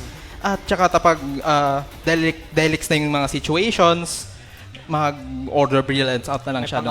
May pang-out lang siya. Especially knowing Ju, na sobrang aggressive as a player, I think maganda siyang pang-outplay siguro sa isang Eve. Pag naglapag ng real world manipulation, tatalunan ng Chaos Assault lang. Free hit siya dun. At yun na nga, that's the story ng ating laro, mga kaibigan. Pangil sa pangil. Tapos may box dito yung CDU. Ang ganda ng Iksha pick, by the way. Pinares pa nila sa Eve. Pero eto na nga, mga kaibigan. Papasok na tayo sa Land of Dawn between CDU versus USPF. This is match number 3, game number 1. Pasok na tayo sa Land of Dawn. Yes, partner. Nandito na tayo sa Land of Dawn. USPF. Again, with their draft composition right now, wala silang hard crowd control. They have just the first kill coming from that Minotaur na hindi talaga siya pang-hold. Pwede siyang pang-AOE na crowd control. Lunox, knowing na Lunox, single target lang siya. And iisip mo kung sino yung tatarget nila knowing that the crowd control na meron dito si Zenny is AOE. Oo nga, no? So, dito na, magsisimula na ang bakbakan dito sa dito Wanderer. Aray ko. BB, umaabante dito kay Sasuke dito, si Kiri. Kiri grabe. Mamamatay siya with the first blood into the hands of CDU. What an aggression coming from CDU, getting 2 kills onto Dainty.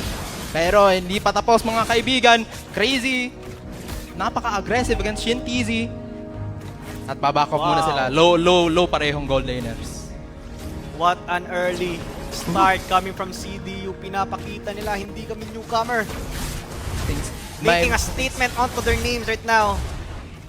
Kailanganin nila yung fire na yan. At yun nga sinabi natin, no? EXP si Valentina. Yep. Against the Sora. Mas side pa nga ako sa Valentina na yan eh. Yung mga builds na nakikita ko sa EXP Valentina na against sa Sora, sustain talaga siya. Hindi siya mage. Frontline talaga yung galawan dito ni Kron. Yep. Look at Kron. Pa level 4, hindi binigay. Sabi ni Region, akin yan. Akin yan, candy na yan. No. Not yours.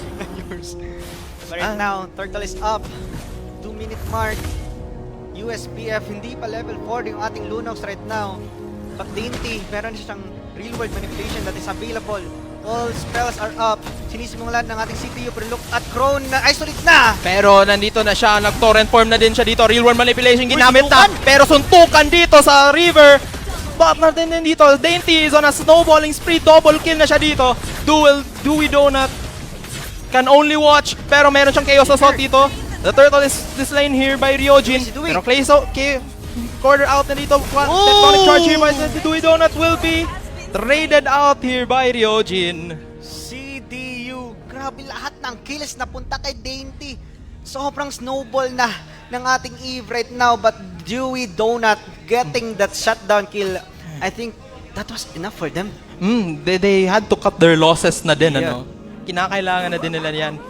As now, Shintizi in a bit of a pickle na. As BB is trying to make plays on the map. Ron, doing well dun sa last team fight natin. Nasustain niya. Valentina, by the way. That's Valentina, by the way. Yep. And right now, naka-si Halberd na si pare mong Craze E. Full barrage is available pero hindi nila i-go kasi masyado ng malalim. And speaking of malalim, lumalalim na yung kalamangan ng ating CDU. 3-minute mark, 2k gold lead. Malaki na yan for an early momentum na hawak-hawak dito ng ating CDU. And that's all coming from the side of Dainty. Up against Dewey Donut, talagang zino-zone out niya talaga dito si Dewey Donut. Ang disadvantage talaga dito ng Lunox, no? Compare mo sa Eve, mas high range siya na hero. Talagang kaya niyang mag-kite, kaya niyang sumuntok without the Lunox being able to suntok back. Yep, but right now, look at Dewey Donut. Si Dainty na yung pinupuruhan nila, pero sa BB dito na isolate. 5 members yung andun sa USPF. But ginamit niya yung tech charge just to back away. And USPF get a kill onto Dewey Donut's hands once again. Oh, very good. Tinanggal nila yung parang momentum dito ni Dainty para makahinga naman si Dewey Donut. Yep. And dito na papasok yung experience ni Dewey. Kaka-champion lang eh. Kaka-champion lang. So may pindot talaga dito si pare mong Dew. But right now, mag-spawn na dito yung pangalawang pagong. Nakapwesto na dito yung ating USPF. Kron needs to be careful right now because look at Arcade with a setup! Flicker in siya dito. Tapos may Minoot Fury pang susunod. Dainty with the real world manipulation to try and destroy everything. Pero the Arcade, umaabante na.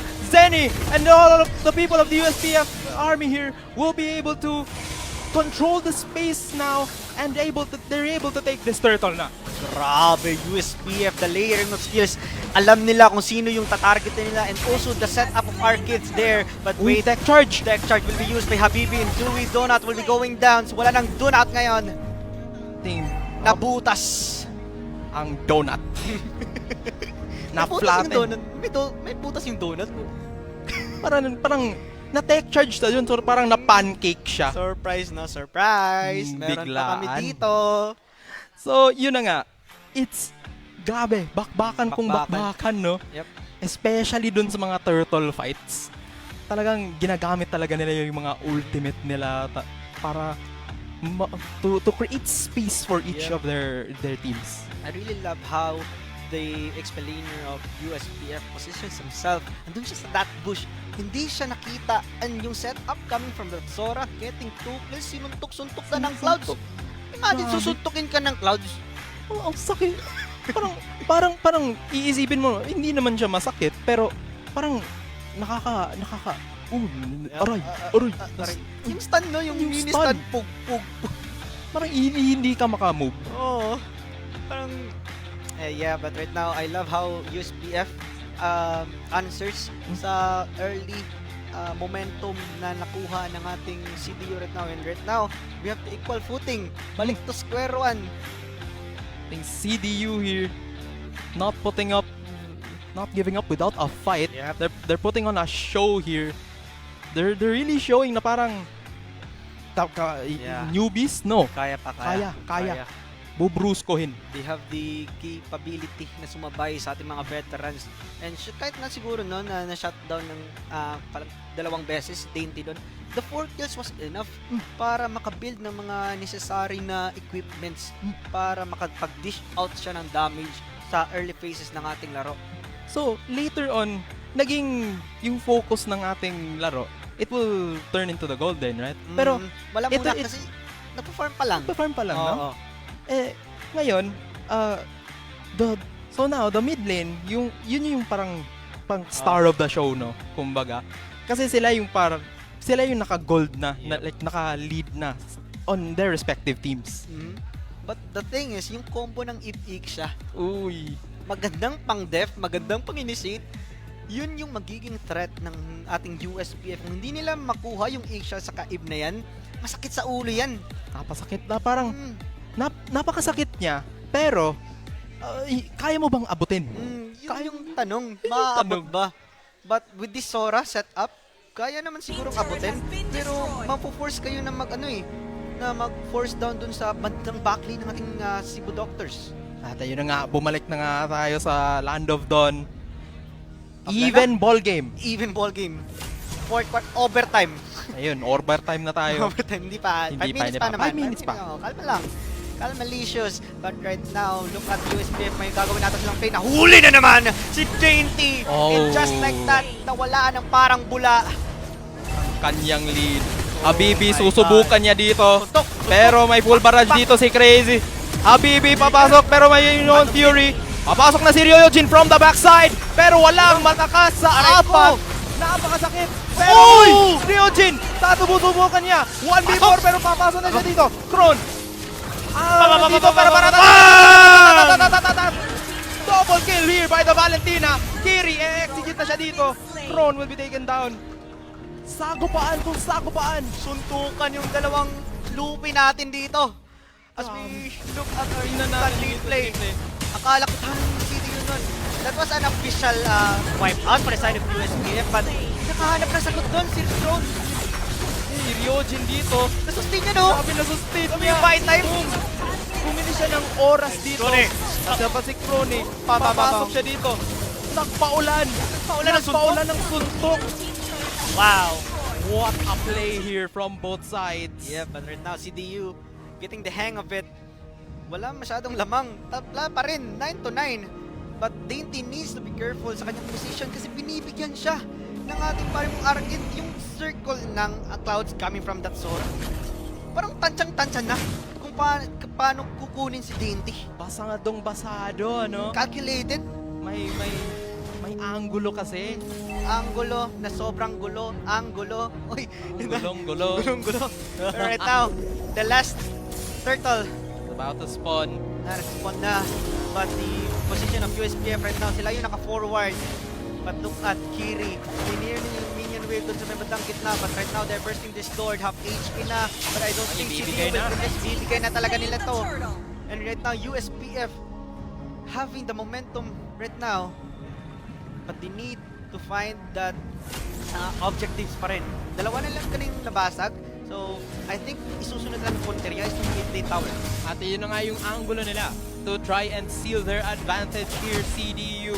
Yep. Kailangan nila itong i-defensahan for as long as they can. Yep. But the thing is, yung depensa nila is sobrang ganda. They have the Eve, they have the Iksha na sobrang capable na mag-burst ng mga minion waves. Nag-dash na si ng Kron. Brilliance doon sa parang Joey. Pero doon yung setup coming from Arcade Beautiful Vision plus the full barrage combination. Umubos dito yung USPF, mamamatay si Jenny. Pero sobrang damage Grabe bump, Shin TZ. Si Habibi yung isusunod. Mapapatay siya. Andun yung kabayo coming from Ryujin. Pero yung USPF natin tumakbo na. Pero ito na nga, CDU turning it around. Gusto nilang mag-push dito sa Torre. Masiwas. Wawas-iwas niya dito yung kanyang... Si Dewey! Pero si Dewey, napaka-low na.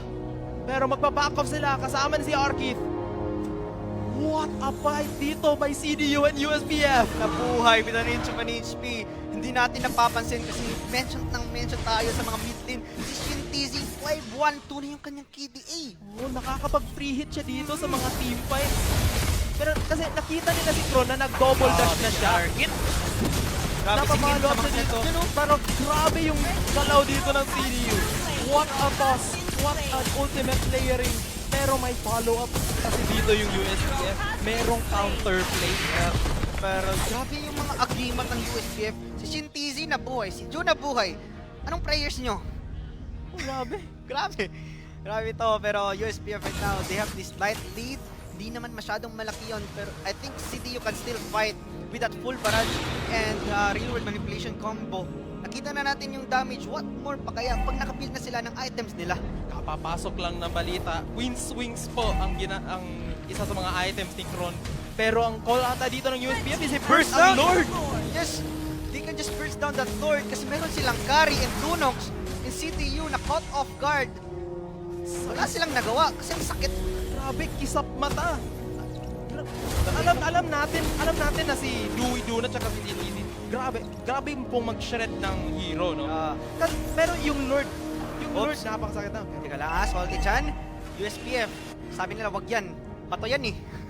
Pero sabi nila, gugawa natin yung bato! A dream set up coming from Sora! Pero eto na, Minoot Fury, kinasa na din by Zenny. Napi-free hit na dito si Shin TZ! Kron! Bumabos na dito, Ryujin, nag-iisa. Tigidig ang Stallion. Tigidig. Stallions nga. Yung kabayo na lang yung natira. But I think malayo pa naman yung mga minions ng ating USPF. Mabubuhay na yung ating members ng ating CDU. Pero look at this. Look at what the an setup. engaged Arkith with that torrent form. Sinamahan pa ng Minoan's Fury at nakapag-free hit na lang ang mga carries dito ng USPF. Hindi na nagamit yung real-world manipulation tsaka yung full barrage ng CDU. Nagulat sila. Surprise! Kung biglain ka. But right now, the Lord is marching towards his top lane. Meron pa namang Holy Shield. Pwede pumutok. Pero naman USPF, may gagawin ata sila. But the flicker is out. Alam ng CDU na walang flicker yung ating Sora ngayon. So I don't think they will force this. Sabi nila, disiplina muna. At another thing na interesting din dito, yung Minotaur natin, naka-revitalize siya. Which is solid naman kasi may sustain sila. Pero one thing that it does is parang nahihinder yung parang biglaan factor. Yung gulat. Yung layering of crowd control, no? Yung chain CC kumbaga. Kasi meron na silang si Arkith, siya yung nasi-set up. So si Zenny na lang yung pangalawa. Yung second option. Wag naman. Ay, wag naman. Sorry. Wag naman. Sorry sa mga second option dyan. Uy! Pero wait lang. Right now, 50 minutes, 50 seconds. Grabe naman 50 minutes ha. Hindi na tapos to. 50 seconds bago mag-spawn yung ating next Lord. I think CDU can still stall this one out. They just need to be careful sa setup na pwedeng gawin ni Arkith dito. Ano na lang, doon na lang kayo sa base. Def nyo na lang kasi meron naman kayo pang def. And nakikita namin 5k gold lead na ang hold ng USPF dito. Pero kapapasok lang ng mga nabalita. Trinity build na ang carry natin. And sino na? Kilala niyo sa Mycophobia? Kanya-kanya na. Pero right now, USPF, they're grouping themselves doon sa may bandang Lord Pit. And CTU, konting slight lang na overextend. Bibigyan ito ng USPF. Spot out ata dito ni Habibi na may tao. Tingnan na natin, Sasabot niya doon. Pero, Lord, spawn na. Look at what Ju is doing. Kini-clear niya lahat ng bush. Magandang pangitain yun kasi knowing that they have the upper advantage right now. Ryujin mabago yung phantom step niya. Phantom step niya dito na kasana. Papasukin niya dito si Dewey Duna at napalow na siya. Brilliance out na siya dito. Pero Arkith papasok na. Pero may dual barrage dito si Grail. Damage. Noon Fury, real world manipulation, kinasa na din. Pero eto na ang full force ng CDU. Papasok si Kiri, papatayin niya si Dendy. Pero Ryojin, Hala na! Nagkaubos-ubos na dito yung USPF pero si Kiri may gusto pa siyang gawin pero nag-glorify siya coming from throne. Andun yung Queen Swing pero yung Lord nakuha na ni Ryojin pero yung kabayo andito na. Yatadidig! Habulin ko to! Si Sasuke! 1 versus 1 with the great one! Kaso nga lang walang mamamatay sa kanila but USPF getting that kills pero CDU yung nakakuha ng ating Lord! at yun na nga yung momentum dito na sinasabi natin. Yung kanilang high ground, yung kanilang range na kayang gawin ng full barrage saka ng real world manipulation na ay kansa na talaga ng CDU. Dibish, yung TC, maganda yung pwesto niya. Ako-comment mo, pero yung area kasi na pwedeng i-cover ng full barrage saka real world manipulation, sobrang laki. Napakalaki, napakahaba. As we look at this instant replay, nagsimula dito, Ryojin. Napaforce yung brilliance, no? Pero si RD, napakaganda ng intimidation, pero yung damage talaga, tingnan mo naman. Craze with a crazy play. Grabe. Kiri, susubukan niya dito. Pero, grabe talaga. Grabe. And right now, naka-wind of nature na dito si Craze. Pwede niya nang harapan yung ating Suyu na yan. Pero, eto yung napansin ko mostly kasi sa nakikita ko na siya sa rank games ko, may Sky Piercer yan. But right now, CDU, well, hindi naka-Sky Piercer yung ating Asia. So I think he's confident enough na ma-burst down lang niya using the normal damage na meron siya. Maganda kasi pang finisher yung Sky Piercer natin. Parang yung point of view niya dito is to flash it forward na parang isi-scale niya lang talaga to sa late game. Yun yung parang win out niya na situation. Yeah, kasi napansin din natin, yung 1-2-5 din pala yung KD niya. So, I don't think na yung Sky Piercer is mag-build up onto this game kasi hindi siya sumasali nung early tsaka mid-game. So, ngayon lang siya nag-online and Shin TZ, even though he has enough build, yung range kasi ng CDU sobrang layo. Oo nga, no? And especially carry siya, hindi siya masyadong range talaga, no? Kailangan pa niyang mag-malefic gun para lang ma-alleviate yung kanyang range issues. Yep. Tsaka kung iisipin mo kung papasukin niya, yung frontline ng CDU, ang daming crowd control. Daming control. Kahit si Ryojin, mga kaibigan, may crowd control. Yep. And right now, Dainty, isa na sa masakit sa ulo for the side of USPF. Spam lang ng spam, naka-purple buff pa. Grabe. At saka, yun yung parang isa sa mga changes ni Eve a few patches ago na parang mas mabilis yung kanyang skill 1, yung cooldown niya. Mas pinabilis nila. Yeah, and CDU right now, they have the upper advantage kasi yung poke damage na pwedeng ibigay ng kanilang mga heroes is more okay kaysa sa USPF. Ang range kasi ng USPF, parang melee. Close combat sila. Oo. Right now, Lord has spawned, mga kaibigan. Yep. Ryojin, susubukan niyang mag-macro muna. Na-clear na niya yung mid-wave para may advantage sila dito sa fight. Kita ni Dainty. Chewy Donut. Dewey. Nasa Donut? Nasa Donut na yan. But right now, CDU, Habibi, rather, giving vision sa kanyang mga team. Pero si Dewey, ang sakit! Napaforce na kanyang Ryan, pero look at Arkin! Nakuha niya yung flicker! Wala siyang nahuli doon, pero si Ryojin andun yung step, pero yung kabayo niya! Asan ka papunta boy? Wala siyang kabayo, pero rin daw sinusuntok na yung hangin. Charge! Real world manipulation, basta full barrage, pero yung damage, where is it? Pero kulang pa rin, si Dewey mamamatay niya din, pa rin mong prone, and Ryojin as well! Dalawa na yung bagsak pa rin sa CD, yung mamamatay din si Shin TZ. Is 1 for 3 trade USPF, sila yung nagmamarsya, papunta sa ating CTU, si Habibi na papap, na kanyang immortality, si Dainty, inabol niya dito si Dewey, pero look at Habibi! Si USPF getting 4 kills and si Kiri hindi pa siya tapos! Ito na, Kiri. Hahabulin niya dati dito. Hindi na. Papauwiin niya na lang siya dito. 4 down. Kasi si Krone na lang at ang magdedepende dito. 14 seconds. Dainty all alone. 10 segundo. Dagdag insulto. Dainty, can you defend this one? This is a one-man army right now. Dainty, sinodonat ng members ng ating CDU. Walang minions na mag-spawn and Dainty will not be enough. USPF getting that win against CDU. Game number 1. All it took was one team fight to turn that around.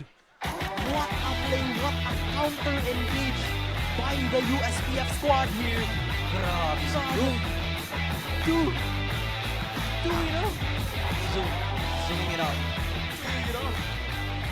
So, grabe yung pindutan. Nakakasabay yung CDU actually. Oo. Pero yung targeting nila parang nagkawatak-watak. Hindi nila alam kung sino yung tatargetin nila onto that last team fight. And napa-force ng brilliance si Lunox. But the thing is, hindi nila na-burst kahit na walang brilliance yung at si paring mong Ju. The moment na nawala na yung kanilang combo, parang Wala na. nawala na. USPF was able to counterplay na. Parang nag-target na sila. Nag-target na sila one by one. So parang nagkawatak-watak na nga. Ika nga kasi ang ganda din kasi ng isolation na ginawa ng ating USPF because you know, yung suyo nila kahit na siguro walang maganda yung mga harap coming from CDU, but the suyo yung sobrang perfect na kanyang mga timings ng pagpasok kung sino yung tatargetin niya. Grabe yung clean up shop din. But still, very solid performance din by CDU. They put up a good show here. And now as we take a look at the MVP dito, it's none other than Arkit. Yung Sora niya, mga kaibigan. From first clash. From first clash siya all na the way talaga to the last. Parang siya yung nagsisimula ng mga fights natin. And a lot of the times, doon nagkakaroon ng advantage yung USPF. Yep. Literal na suntok sa buwan. Kung may suntok sa buwan, merong suntok sa clouds. Coming from Arkit, yung mga setup niya, yung burst, yung crowd controls, sobrang mako-commend mo talaga. And especially, kahit na siguro yung CDU, they have the defense, napalalim sila. Na-force out din sila na pumalag doon sa Lord. And I also would like to commend the fact na parang, pansin ko lang dito kay Arkit, hindi niya ginagamit yung thunder form niya like masyado, most of the time. No? Hindi niya, kasi alam niya na parang yung trabaho niya dito is to front line. Yan yung parang ginawa niya dito. Yep, to have the setup also. Kasi si Zenny naka-revitalize. So, siya.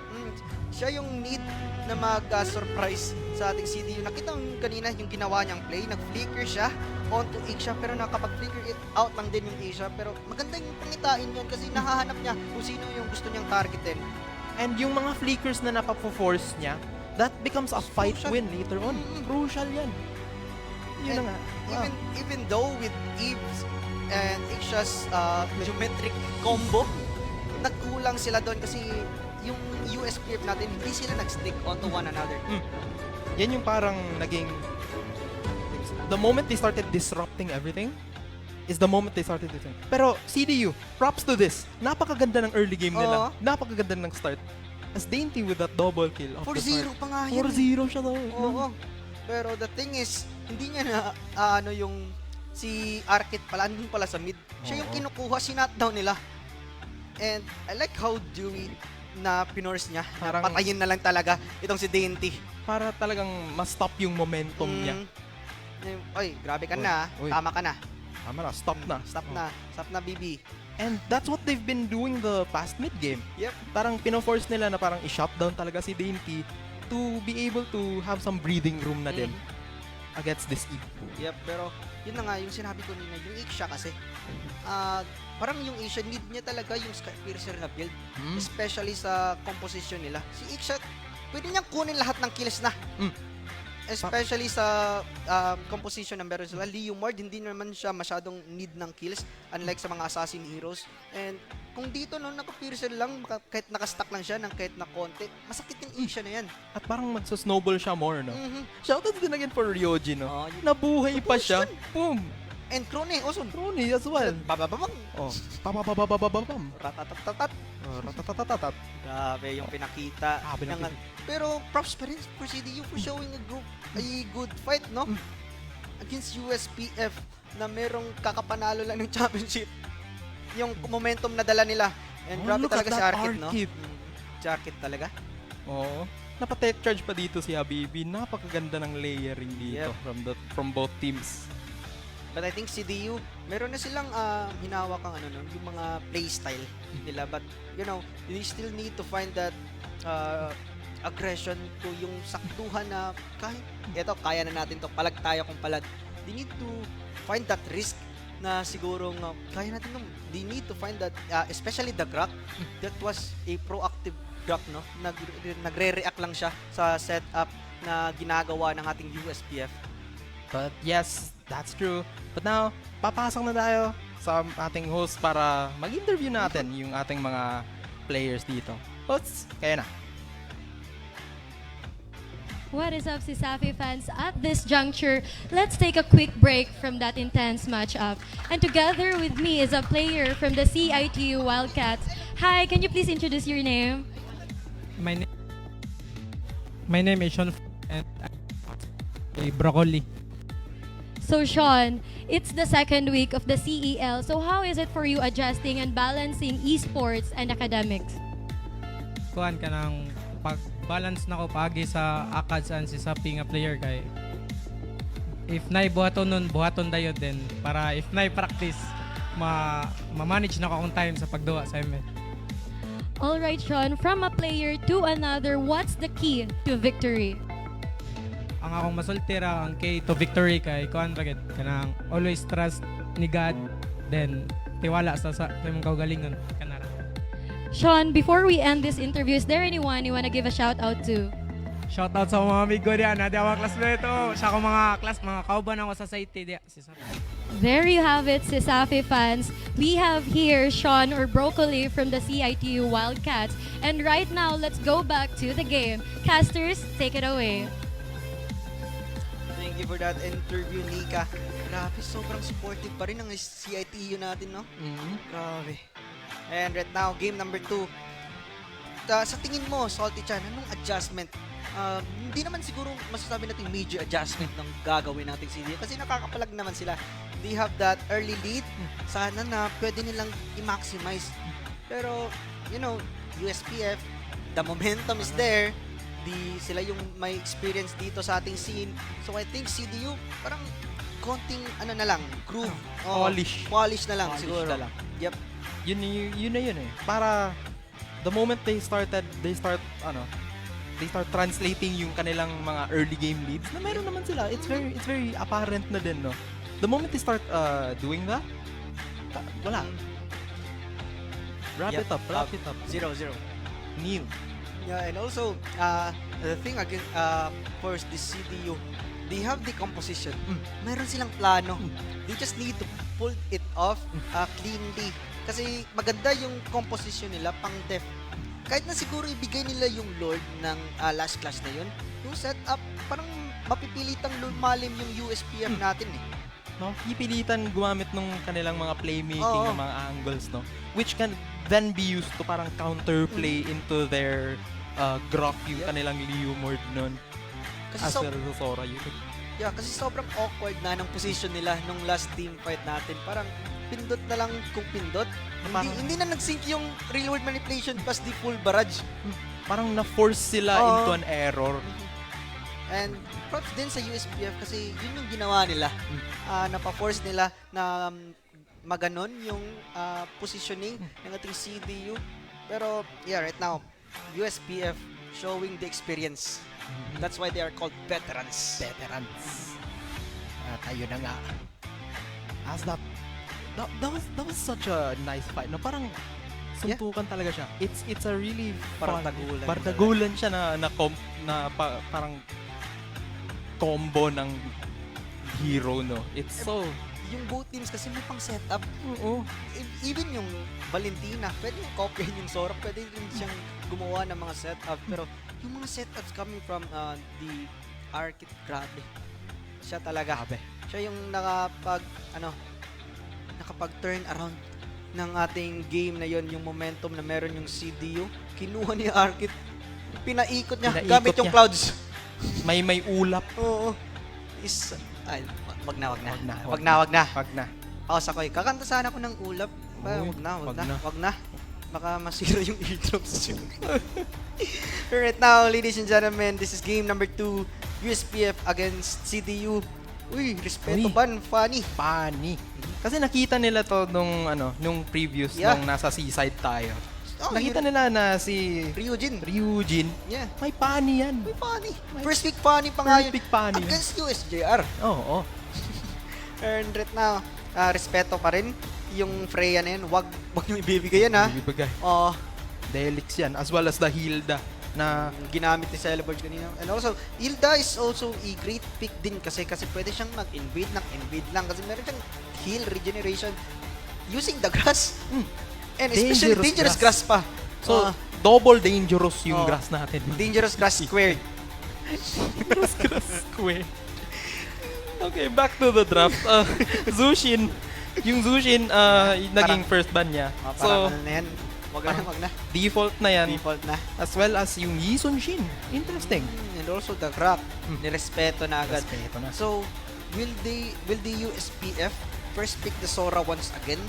Oo, bukas eh. Oh, pero I think USPF, kung isipin nila, na pag na-first pick kami ng Sora, pwede pang ikunin yung Valentina. Also, na pwedeng gamitin sa XP lane. So, yung naging option siguro ng ating USPF, get na lang natin yung insurance natin, which is the carry, na pwedeng burst onto the late game. Let the CDU pick kung kukunin nila yung Sora na yon. Pero right now, walang Sora. Walang Sora. No Sora. Sorry. Hindi pa siya nakikita, mga kaibigan. Nasa ulap pa siya. Nasa ulap. Nasa ulap pa siya. Nagpapahinga kasi dalawang Sora yun kanina eh. Oo. Right now, the combo of CDU, the Lunox, and the Cho. The Cho. Watata! And kinuha na. Deny pick yung Lunox natin. And parang, yun na nga, deny pick siya. And, uy. Yep. Eto na naman siya. Minotaur. A5 Wagyu beef. Oo. Fresh from Japan. Fresh from Japan. Pero yun na nga, USPF getting the Fredrin. Maganda to for the side of USPF kasi they have the damage na with that carry. So, might as well get a tanky hero na pwede mag-front sa kanilang front lanes. As well as the Fredrin na gagamitin. Crowd control siya. Para makapag-free hit ng malala dito yung ating carry. Pwede niyang ma-buy time yung Lunox pag nag-Gios Assault. Second skill, energy eruption, knock up. Hindi na makaka-Gios Assault yan. Yung mga dart, magiging half dart. Half dart lang. Neutral lang. Yeah, neutral na lang. Pero I think CDU right now is opting to pick. Siguro sumagot na rin sila for the jungler side kasi ayaw na siguro nilang matanggalan ng mga hero na dito for the second banning phase. Leomord is a viable pick. Open na open siya, mga kaibigan. Yup. Napaka-open ng horse. They can keep playing the horse. Horsey. Si Horsey. Na ginamit din nila game 1. At ayun na nga, si Leomord ng ating third pick dito for CDU. And right now, banning dito yung CDU. So, kulang dito ng mage yung ating USPF. So, I think pwede nilang targetin yun. And knowing that they have the Minotaur, Fredrin, and the carry, parang maganda na siyang pang frontline. So, might as well, maganda siyang mag-aggressive rather. Might as well add an mage hero na kaya makasabay sa early aggression na pwedeng gawin ng tatlong heroes na yan. So, parang, anong naisip mo? Parang Zachan, parang Kimi ni Ju. Kimi no. But right now, marami pang option. Pwede pang hindi nga targetin yung mage heroes natin eh. Kasi kulang pa din. Lunox, anong magandang pang sa Lunox? Parsa. Hindi makakapasok yun. Ito na nga. Reset lang muna. Mga viewers natin yun, reset lang din. Reset lang to. Pero, makikita lang natin. Rapid fire. Uy! Yan na. Magic. Yun na nga. Yun na. Pero right now, kulang ng gold lane. Pero dito pwede din kasing gold lane yung Lunox. Oo. I've seen yung mga Lunox natin dito. Pero napaka-archaic, napaka-ancient naman ng ganong mga galawan. Oo. Pero I can see it. Nakikita ko naman siya. Ma-force in natin. No? But right now, I think yung viable pick talaga against the carry is the Harit. Maganda siya. And knowing na yung USPF that meron na silang Bakay that Fedrin, magandang pangsaya yung Harit kasi sobrang mobile ng Harit. Ang dami niyang dash. Hindi nauubusan ng dash yung Harit na yan. At yung parang passive niya na parang mas maikli yung crowd control sa kanya. Yeah. So, ganun. Tapos magpa-purify pa siya. And CDU right now, binan na nila yung Eve. Ayaw nila ng 4-0 Eve siguro. Yung 4-0 na Eve. Parang i-win rate natin. Wag na. Tanggalin natin sa equation yung Eve na yan. Pero right na, sinagot naman ng Asia. Yung dalawang combo ng ating CDU, tinanggal. Oo. Wag na. Mamaya na yan. Pero, eto yung Respeto kadita, pa rin. respeto pa rin sila. Respeto kay Ju. Respeto sa pwedeng gawin ni Ju. Yung explosiveness ng player na to. But sa USPF, Harit or Moscow, yun na. Moscow ba rin, ayaw nila ng sakit sa ulo. Ayaw nila yung mga split push type ng marksman for the side of CDU. But right now, CDU, ano yung ipipick nyo? Kulang XP lane, pwedeng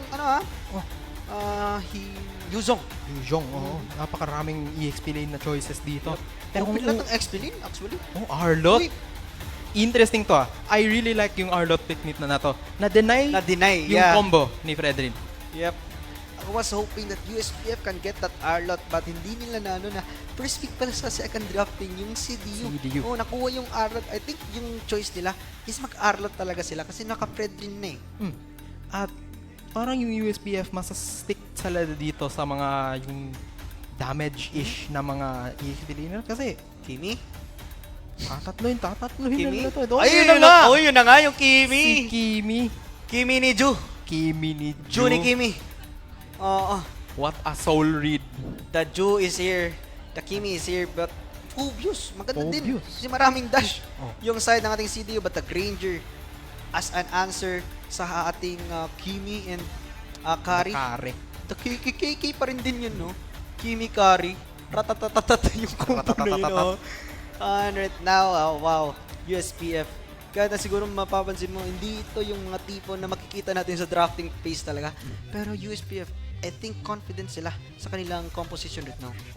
It's a very interesting na parang front to back yung composition nila. In out.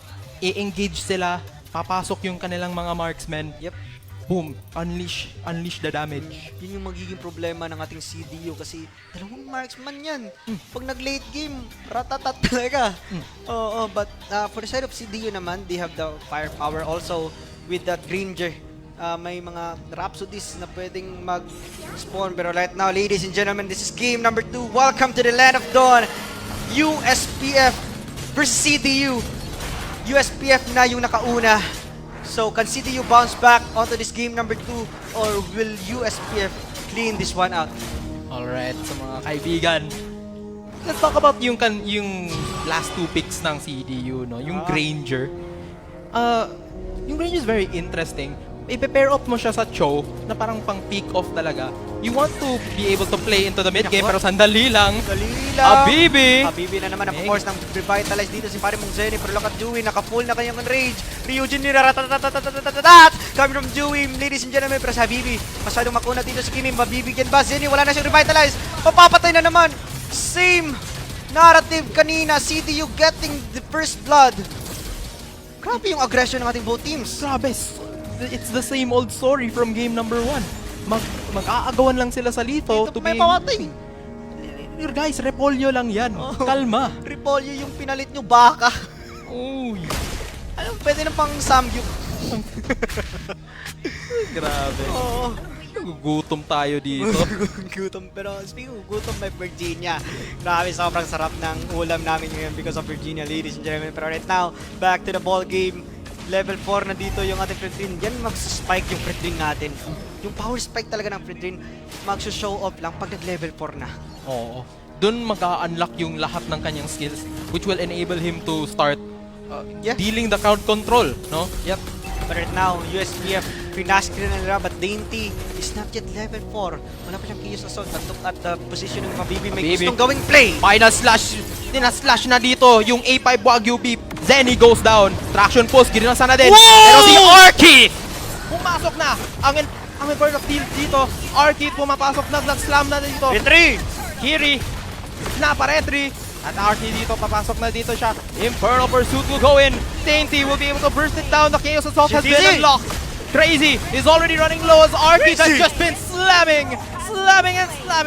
As Shinty will be able to claim that. Kiri will be able to deal that blue buff. Uy, ano yan Kiri? Di mo i-buff yan.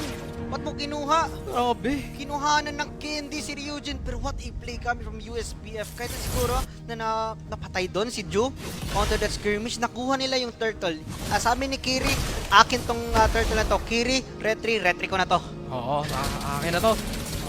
Ako na to. Ako na to. Pero uy, napaka-interesting ng first item ni Duido. Nata 3 minutes in, Sky Piercer na siya agad. Yan, ganyan siya confident. Kung kanina walang Sky Piercer yung siya ng CDU. Ngayon, first item, Sky Piercer ko na. Akin lahat ng kill. Tingnan nyo. Sky Piercer, napakabilis. Hindi pa na-upgrade yung boots niya. Walang glowing one, Sky Piercer agad. Sky Piercer na agad-agad. Pero may suntukan dito sa may batang ibaba, Arkit. Hindi makakapatayan yan kung hindi papasok sa Torre. Pero props pa rin sa ginawa ng ating CDU. Binurst down nila yung baka. Ginamitan ng yung knife. Parang nag-fancy dining lang sila. Yung E5 Wagyu, nyam. Napaka-tender pa naman nun. So, pula-pula. At ayun na nga. As we start, yung turtle kasi natin, 30 seconds na papunta. So they'll try to make, medyo malayo pa, but they'll try to make their place dito sa opposite lanes natin. As we go into a pause. Pero yun ang yung threat din ng isang Joe, yung Way of the Dragon ng Joe, plus the Chaos Assault combo ng ating Lunox is still there. Lalo na nag-level 4 na yung dalawang heroes na yan.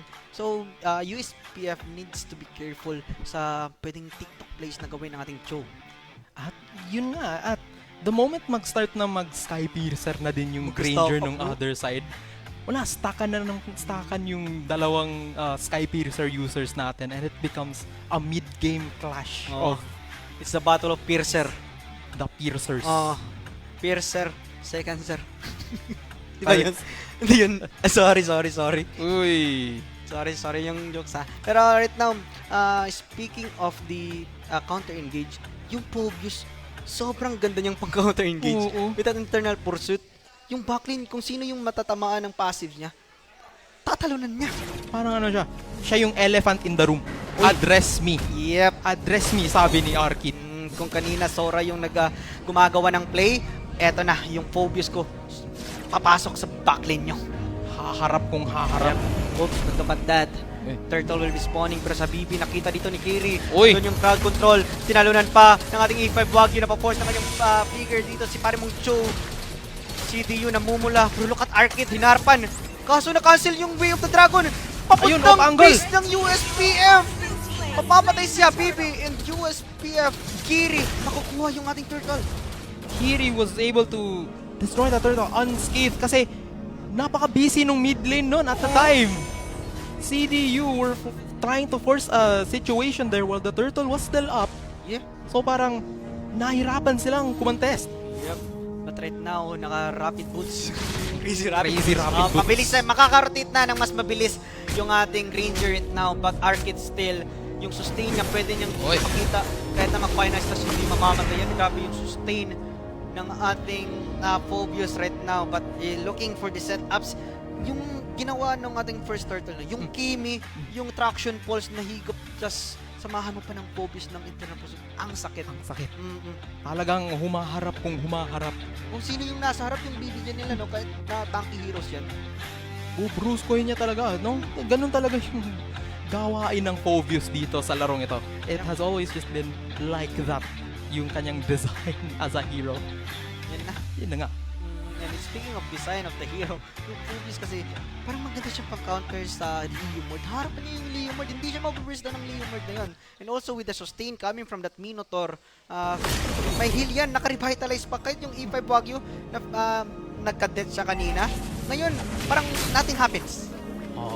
But here, something is happening as CDU will try to force the top side. Unscathed na. As crazy, this will allow him na parang mas makapag-rotate na talaga at makapag-join na siya sa team fights. And actually, CDU sila yung nakauna ng kuha ng turret natin dito sa ating game. And CDU, 1k gold din lang yung hinawakan ng USPF. But right now, wala pang stock yung Spearser ni Paremong Joe. And the build is slowly building up right now for the side of USPF and as well as CDU. They'll try to have the situation, no? Pero si Habibi, napadive na siya, susubukan na Mercy Crone! Final slash to initiate everything. Pero eto na, Dewey Donut papasok. Double kill na dito. Ang kanyang Sky Piercer. May numero na mga kaibigan. 20. Rumaratatat na dito si Dewey Donut. Pero aatras na siya. Aatras na ang CDU. May 20 na si Ju. May pambili na ng donut. 20 stacks kanyang Sky Piercer. Ganda na sana ng ginawa ni Kron. Doon, nahuli niya si pari mong Zenny. Pero yung naging kapalit, dalawa yung naging casualty nila. Yung E5 Wagyu talaga. Gutom siguro yung CDU. Very hungry. Oh. And they're hungry for a victory. Wow. Uy, Habibi. Susubukan niya mag-play dito pero na-immobilize na siya. Habibi, susubukan niya dito si Zenny. Way of the Dragon kinasa na. Pero si Kirin, napa-off angle siya dito sa kanyang final slash. Naton, Capricer's Wrath. And the Traction Balls! What a combo dito by USPF. Shintizi napa-free hit na din. Killing spree na as they take the turtle USPF. Wow, what an initiation. Raze, wala pa siyang damage ngayon. Sinaharapan lang siya ng ating di pare mong Arkid. So item lang daw muna siguro yung pwedeng gawin nating CDU. Naka-golden staff na dito si pare mong Shintizi. Kaya namang shred ng any tanky heroes dito ng ating USPF.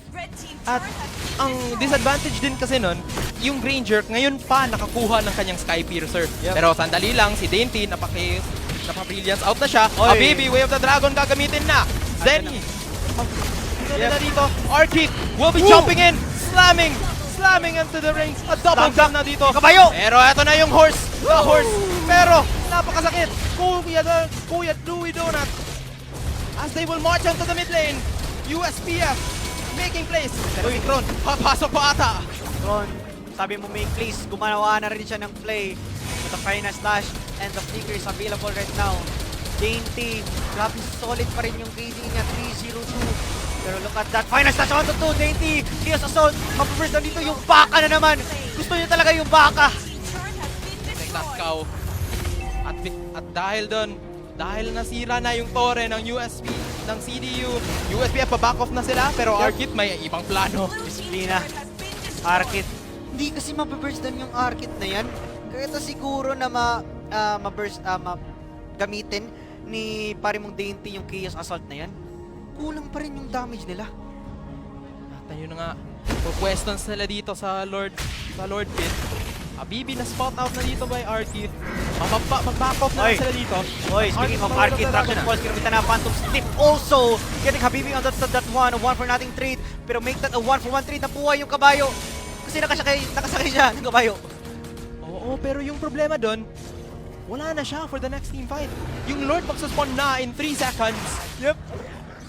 But walang frontline dito yung ating USPF. Buhay dito yung Lord. 10 seconds muna bago magbuhay dito yung ating Phobius. But Zenny dito, giving vision sa kanyang mga teams. Nakita na dito si Kron. Ito na si Kron. Hahanap siya ng angulo dito pero si Zenny mauuna. Nauna na nga. But Dainty, meron siyang flicker na available pero Habibi. Making Habibi plays. Made that BB. Pero si Zenny dito, hinaharapan niya yung mga damage output coming from CDU. Sino yung makaka-retry? Ito na. Other than Dio Board, ladies and gentlemen. Pero naubos na dito yung mga members ng ating CDU. Crazy na buhay pa. Si Dainty nabubuhay pa rin. Pero I don't think he will be surviving for long. Kasi dito si Donut getting that kill. Sabi niya, nyam nyam nyam. Pero si Crazy hindi pa siya tapos. Gusto niya tapusin dito yung ating si pare mong Kiri. But the damage is not enough. Binurse down lang yung ating Lord dito sa bandang top lane. And it's as if the Lord never mattered. USPF finding that counter-engage. Wala man lang ni isa namatay sa kanila. At sila pa ang makakapush dito sa top side. Kiri! Energy eruption onto the Fraser's Rat. Patay! With a second skill coming from Kimi. Double kill dito si pare mong Dewey Donut. Meron pa namang Holy Shields. But the 3 members of CDU is there to defend their base. That will be enough for them to survive. But right now, CDU onto the backseat. They need to defend the minion wave na murumarong kapsa ng ating USPF. And ano nga, final slash here by Kron. Will go in. Legendary here by Dewey Donut. He takes 2. And he's just in the base right now. Dainty is forced to go in. Malalim, masyadong malalim. And now Arkid just flickering in. Wave the Dragon by Habibi to try and punish everyone. Shintizi destroys the tower now. That's Crazy. Will be forcing the defense. And USPF will back off. Yes, they will be backing off kasi patay na dito si Arkid. Wala na siyang pang front lane. But the two damage dealers of USPF, kumakana na talaga. 3-0-12, 9-1-6. Grabe yung ating mga marksman ngayon for the side of USPF. Napakalaki na ata ng numero dito ng ating Kimi. Yep. Holy Crystal na din Holy siya, Crystal. kapapasok lang. Imagine Kimi na naka 80 stacks, aray ko. Oo. Tapos yung magic power niya sa kanyang mga pala dyan, yung mga laser gun niya, nako, napakahapdi. Hapdi talaga. Mas scary. Kahit anong hapdi ang pwedeng gawin ni Habibi. Uy, tatlo yun ah! Masyado malalim dito. Napagamit ng first kill. But attraction falls yung harapan na rin dito. Parang yung Joey Donut. Pero andun yung mga ratatatatatatatat coming from Kimi. Getting Habibi into that kill. But Zenny right now is half HP pero may mga heals pa. And the minions is marching towards the lane of CDU. Andito sa may bandang gitna pero na-clear lang. Oo, pero meron pang isang lane dito. Hindi na nila i-force yung issue. May Lord pa naman in 40 seconds. Yep. O, disiplina lang muna. Yep, yun yung need ipairal ng ating USPF. They need to wait for that Lord to spawn kasi ito yung magiging insurance nila na makapasok sila sa base ng ating USPF. And right now, CDU scaling up yung Lunox natin, nakakabuild na ng kanyang mga items. But right now, crazy. Yung stocks ng Fisher, kung 80 stocks si Dewey, walang stocks yung Fisher niya. Oo. At yun yung naging difference maker, no? Yep. Uy, pero sandali. Kiri tsaka Kron. 1v1 with a great one. Habibi, papasok na din. Habibi, pero medyo malalim. Oh, look at that, mga kaibigan. Minions Murray onto one. Papapatay dito yung ating kabayo. Yung kabayo niya, wala nang natira. Pero si Kron dito, mga kaibigan, ninabal ni pare mong Joey. But look at the mid lane. Walang minions ba naman? Tatlo yung mabubuhay for the side of CDU. But the minions on the top lane, para gasa for the side of USPF. Ang call nata dito is ang Lord. Kayang i-burst dito ng carry yung Lord as well as Kirin na kayang i-sustain ng Rato. Because wala na dito si Ryojin on the Leo mode, wala nang retry. Wala nang, hindi na. Libre na to. Libre, sobrang libre. May buy one, take one pa nga yan eh. Pero look at that, Dewey, DHS. Grabe. Kung sino yung magpa-front, tutunawin talaga ng Kimi na yan. Kahit sino. Kahit sino na. Kahit kakampi. Ay, wag naman. Ay, wag naman. Wag yung kampi. Wag yung friendly fire. Wag. Bawal yan. Bawal yan, boy. Bawal yan. Pwede ma-penalty dyan. Pero joke lang. Pero kidding aside, si Halbert also for the side of Crazy. May pang anti-sustain na sila for the side of USPF. But the thing is, can they still hold off their base? USPF, lahat ng mga bush, chine-check nila. Ito na nga, ang Lord magsuspawn na sa top side ng ating mapa. USPF, they'll try to give a semblance of equilibrium na din dito sa kanilang mga lanes. Susubukan na nila dito yung bot side tower na medyo matagal na din, na naka-stay up na. Yep. As it's down. Yep, as right now, USPF slowly building their momentum to push the base of CDU. Sobrang healthy ng kanilang mga minions pero nakiklear out lang natin CDU and as well the Lord. Full HP pa. Ano kayang gagawin na play ng ating USPF? Ambahan lang muna. Kiri papasok. Aray ko, sakit. Habibi, uy, ang sakit. Napakasakit. Action Pulse will be ejected here as the mega kill now for Shintizi is up. Minoan and Fury to try everything. And Dainty will be forcing to defend, but that tower is already locked. Southern Philippines Foundation will be your winners for match number 3. It's a clean sweep for this squad. Wow. Grabe yung pinakita ng ating USPF. Akala ko matidepensa na kasi na-clear na yung mga minions. Sabi mo, surprise! Surprise, it's a prank lang pala. Nambahan lang and in a flash. Nawala na, parang wala. Wow. CDU, they held up. Kahit na napatagal nila yung laro, even with the aggression na pinakita ng ating USPF. Pero look at that, the sportsmanship, hindi mawawala yan. Hindi mawawala. Yep. It's part of being an athlete na parang good sport ka talaga. No. As such, we're going to have to pass it on to our hosts in a bit. Yeah. But what do you think? That was such a good showing here by USPF. Sobrang ganda, pero bago muna yung mga insights natin, let's pass this to our hosts. Thank you so much for that, MC and Salty Chan. Now, ladies and gents, once again, our winners for match 3 is your very own USPF Panthers. First and foremost, guys, congratulations on your win. And I want to ask you guys actually one by one. First and foremost, for you, sir. You guys started off with a high, as mentioned earlier in the earlier section where your fellow player Ju won a major tournament. Now, which part of, especially for this win, which part of your team coordination training paid off? Was it the shot calling? Was it the constant communication? What can you say about that, sir? Alright, so first of all, I would like to thank my fellow teammates for all the support they gave us. And I would also like to point out the fact that we didn't really focus on the game itself. I know that sounds bad, but we had to focus on each other. We had to trust each other during the process of everything, because without that, I feel like we would have fumbled. Yeah. All right, thank you so much. And for my next question, there you go.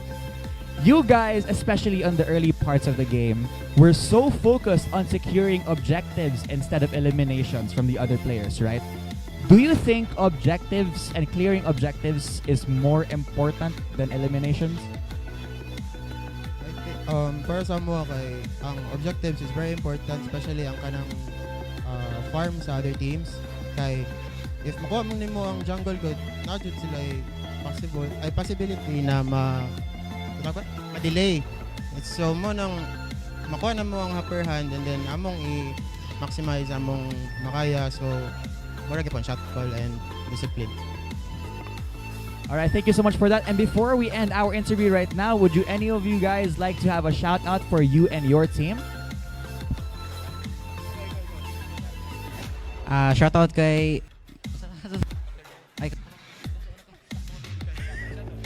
Shout out kay Dr. Janet Arcana for approving our activity permit here, and shout out to sa kanang duha diha ang kanang si August ug si Kilowa, and then shout out sa among coach si Sir Joshua, and then shout out sa USPF nga family, and then si Miss Maria, of course. And thank you for supporting us.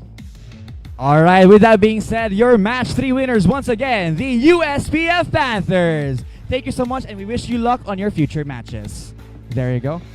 That being said, ladies and gentlemen, we sure have heard from our amazing winners for match 3. Now, as we get into our next segment, let's pass it on to our casters for, of course, our highlights, stats, and, of course, the MVP for match 3. MC and Solichan, take it away. Wow. Holy. Yun nga, no? Yung sinabi nila doon sa interview. Maximizing the value of their wins. They maximized. And that's what we saw these past few games, no? They're able to take these objectives, no? And then from there, just snowball it from there. And ito nga, Shintizi. Is our MVP? MVP natin, Shintizi. Nakausap ko 'to eh. Sabi niya, mag-i-MVP ako ngayon. Feel ko talaga. Grabe to si Shin. Wow. May gift of prophecy. Yung you get what you manifest. Wow. Yep. And right now, props pa rin sa ginawa ng ating USPF.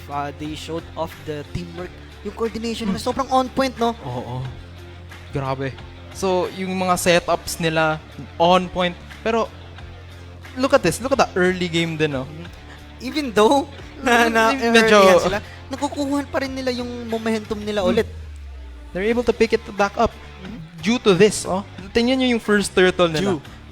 Pumapasok na. Look at the Jew to Jew. Grabe. Grabe yung wordplays natin. Pero yeah, as you've mentioned, yung mga counter-engage nila, yung mga, even the engage itself, parang sobrang threatening for the side of CDU kasi they are really finding the right target on the right time. And they're giving it to the right people as well. Yep. Shintizi, yung ating MVP. Deathless. Wow. Deathless siya dito. At the same time, itong si Dewey Donut na naka-Sky Piercer yung first item. 3 minutes. Talagang binibigay na talaga sa kanya yung mga kills. Props din dito sa CDU for initiating. They're really trying. It's just that, wow. The coordination, as we said time and time again, USPF has just been on point right now. Yeah. Also, the thing also about CDU, parang nag-aalangan pa sila. They need to find as we've mentioned again and again, Look at that. they need to find the groove na maging komportable sa scene natin dito sa CESAFI Esports League. And also, yung pinakita nating USPF, yung layering of skills nila, kahit na siguro yung Minotaur na naka-revitalize, nakukuha pa rin nila yung mga setups na kailangan nila. And the thing with Minotaur kasi, I've never seen Minotaur as much sa other tournaments before. This is a native na talaga siya dito, especially kung naka-revitalize siya. This is a solid pick talaga for Zenny that needs to be addressed by other teams. So parang ito yung pwedeng targetin ng ating team siguro, no? Na Zen, parang comfortable na siya. Parang Minotaur only lang nagpapa-MMR to dito sa Slavia. Ban kaya natin to.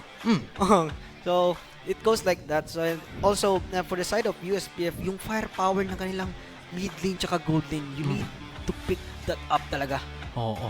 And that momentum that they had ever since. Grabe yung explosiveness nila. Napaka. Sobrang explosive. Bang! Bang! Yep. Speaking of a bang, we'll pass it on over to a short break na lang kami. As up next, we'll have one more match para sa iyo. Mas mainit pa dito. So, stay tuned!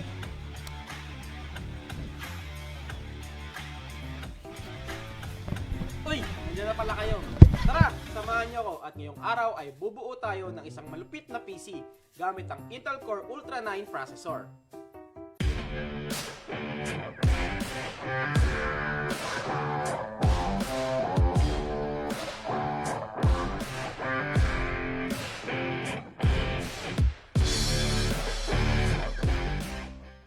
So unang-una sa lahat, ang laging tinatanong ng mga sales ang bibilhan nyo para sa inyo ba gagamitin? Pang school, work, content creation, o gaming. Pangalawa ay ang budget. Hindi ka naman pwedeng bumuo ng isang gaming PC na ang budget mo ay pang basic PC lang. At dahil gaming PC ang ating i-build ngayon, ang gagamitin natin ay ang Intel Core Ultra 9 processor. So bakit ito ang ating gagamitin?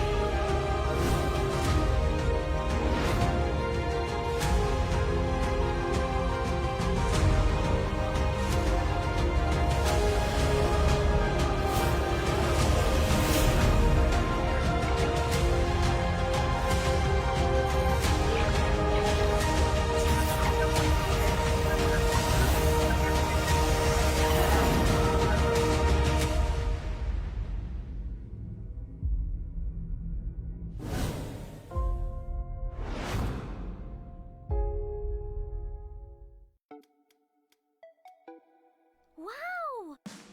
Sumakses dahil abot kaya? Uy! Sumakses dahil walang arte! Wow! Sumakses dahil walang tigil!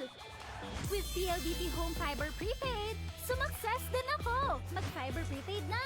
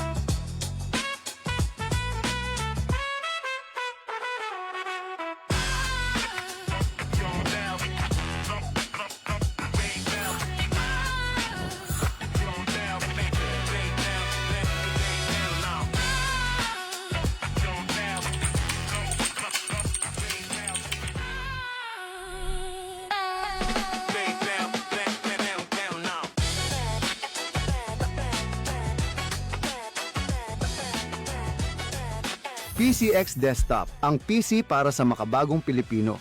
Atin to!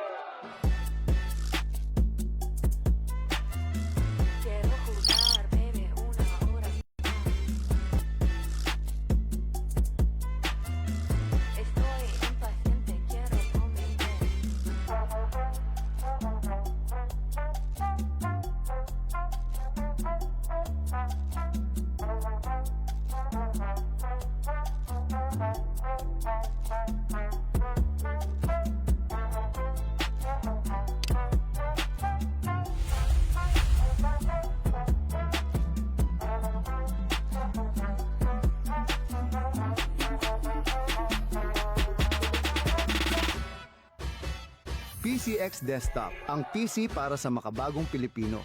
Atin to!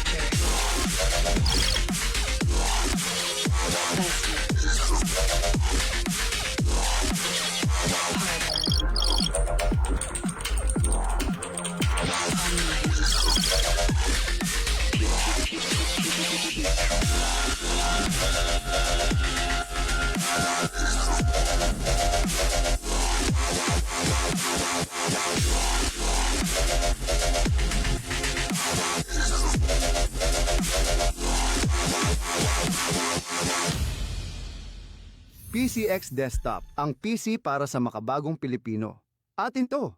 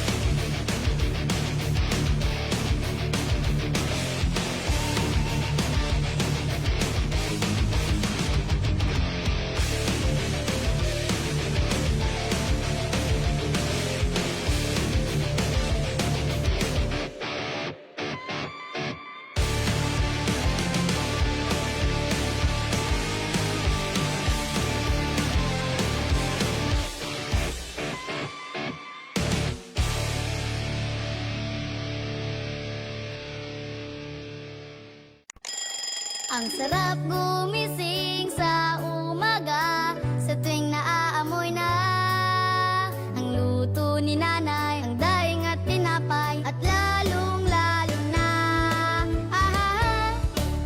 Virginia hotdogs, wala nang ang ibang gusto. Virginia hotdogs, ito ang baon kong paborito. Basta hotdog, Virginia. Rules, we make them.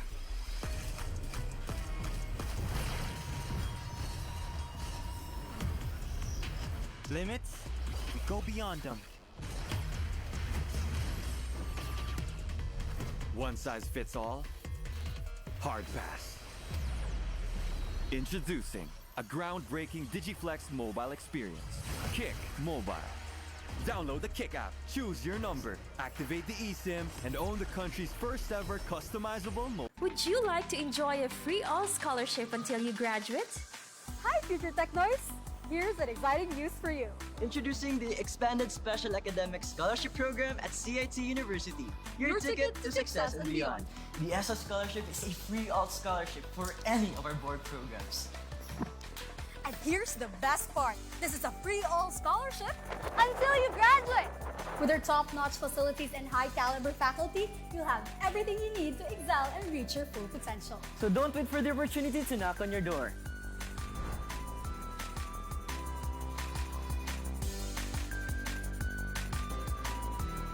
Apply for the ESA scholarship now. For more details, visit the Office of Admissions and Scholarships.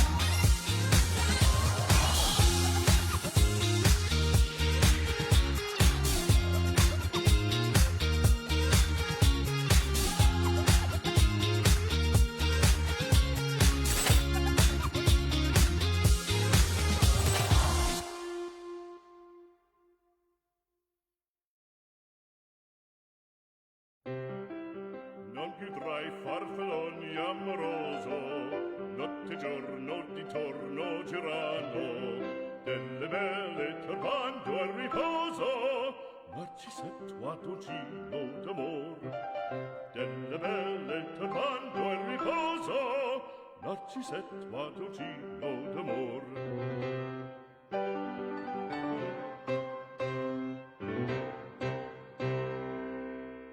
Dad, natatakot akong mamagsak.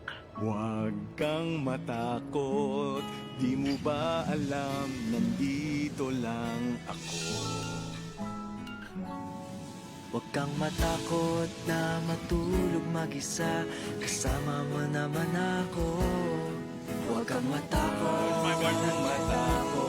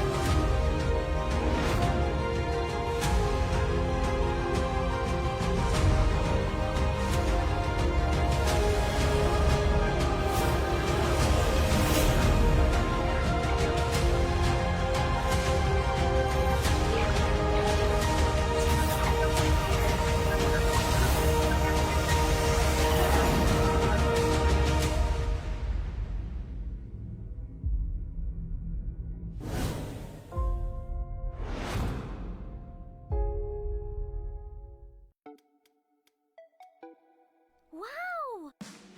Sumakses dahil abot kaya? Uy! Sumakses dahil walang arte! Wow!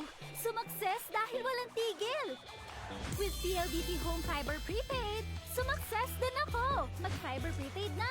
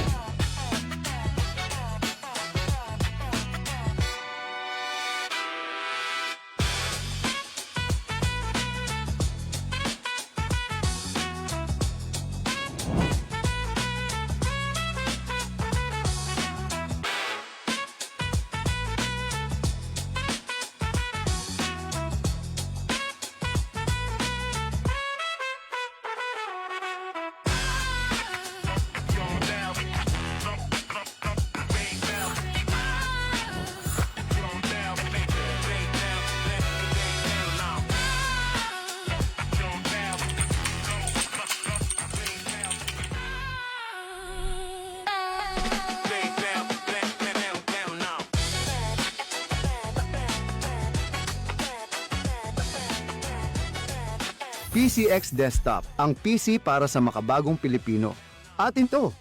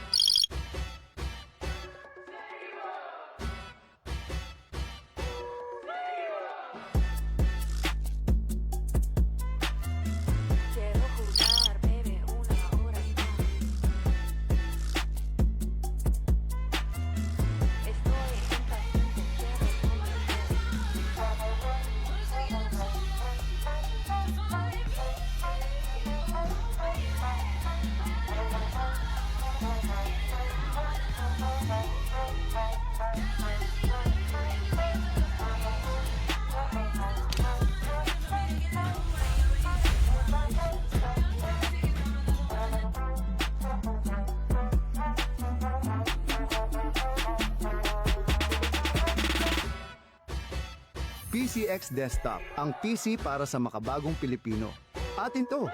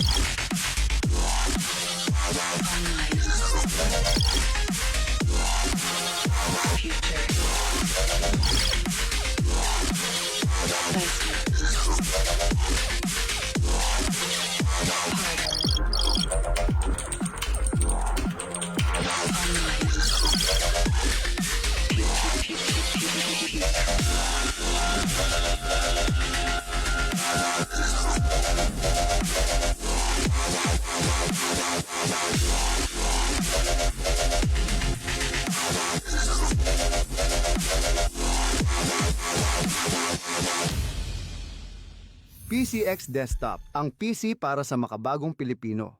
Atin to!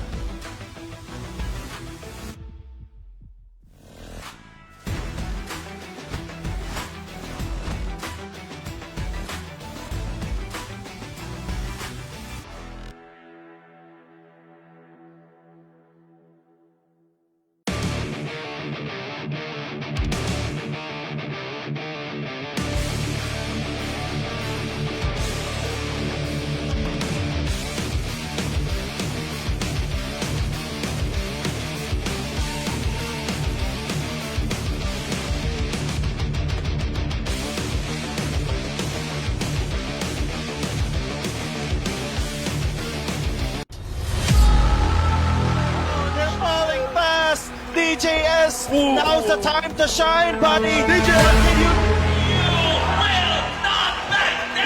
They have a fresh minion wave coming towards the middle lane. Sushi only remaining member.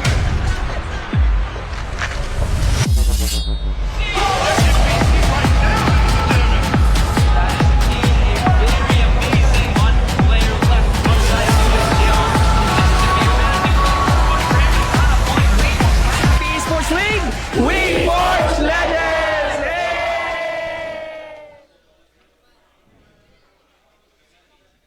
What is up, esports fans? We are still here live at CITU LRAC. It is the CESAFI Esports League Season 4. This is going to be the game 4 between CITU versus CEC. Thank you so much for that. And we are gonna be your shoutcasters for today and for the last match closing in. Yes. I'm Moik, and with me is Rare Candy. Your sweetest deal. Grabe, excited na ako ba? Excited na ako. Grabe. Ano pala ito? This is gonna be the last game for this for this day. Definitely. CITU. Parang meron ako Which is CITU. Which is why it's very exciting kasi it's a good closing in. Just, mapapag-usapan naman natin later yung mga teams and how their current state, di ba? But it is an interesting match between CEC versus CITU. And of course, an interesting match would not be able to exist without the thanks of our sponsors. Of course, a big shout out to CITU who is playing today, definitely. and also thanks for this happening, as well as our other sponsors, basta Virginia, basta Hot Dog, Virginia. And of course, Smart. Live more today with Smart. And of course, PC Express. Kung, if you want to watch more of those games, especially bukas. And we're gonna be seeing that live action on Valorant. So makikita nyo talaga na ginagamit yung mga PCs is from PC Express. And we tried the headphones, the PCs, and it really is wonderful. And thank you so much for that, PC Express. PC Express for all your digital needs. And you can't have just PCs without also PLDT, leading and improving Filipinos' life to create a better tomorrow. And of course, you also have big thanks to Crayon Lab, your one-stop shop for all of your apparel needs. Kung napapanood nyo rin dito sa live, dito sa LRAC, di ba? Kung mapapanood yung mga members, yung mga volunteers din dito, sinusuot nila yung mga magagarang mga shirts from Crayon Lab, and they really look good. If you also, yung texture talaga, it's very, very smooth, di ba? Yes. And you can only get them at Crayon Lab, di ba? Crayon Lab. So, sana kayo? Crayon Lab na. Yes. Now, we are now on to as I said, yung game 4 natin. CEC versus CITU. Moik. And 4 matches na. This is the 4th match, and grabe, back-to-back na action-packed kanina from first game, USJR versus UC Main. Next, UPC versus USC, and then USPF versus CDU. Wow, batak na batak sa action. Oh, I mean, the whole day has been very wonderful. Nakikita talaga natin yung mga 2-0 sweeps, yung mga almost mga close na games, di ba? Nakikita talaga natin. And I'm wondering kung ano mangyari dito between CIT and CEC. But currently, our standings right here for Group A, USJR still leads with 4-0. Nakita natin kanina with our first match, USJR still remains on top. And leading undefeated. And next in line, that's UC Main Webmasters with 2-2 and USPF with 2-0. Of course, we can't rule out pa rin sila BC, Benedicto College, and CDU. Although medyo they still need time to ramp up. Yes, very much so. But again, we have a whole season and going on to Group B, we have USC followed by lang sa USJR in terms of strength talaga with 4-1 in the standings. Next to that is CITU. Grabe, these 4 teams are really, really strong talaga with a 2-0 lead here for CITU, followed by UCLM with a 1-2. And yes, next we have CEC, which is gonna happen, which hindi natin nakita nung opening week. Kaya nga, it's very surprising. I mean, it's very intriguing.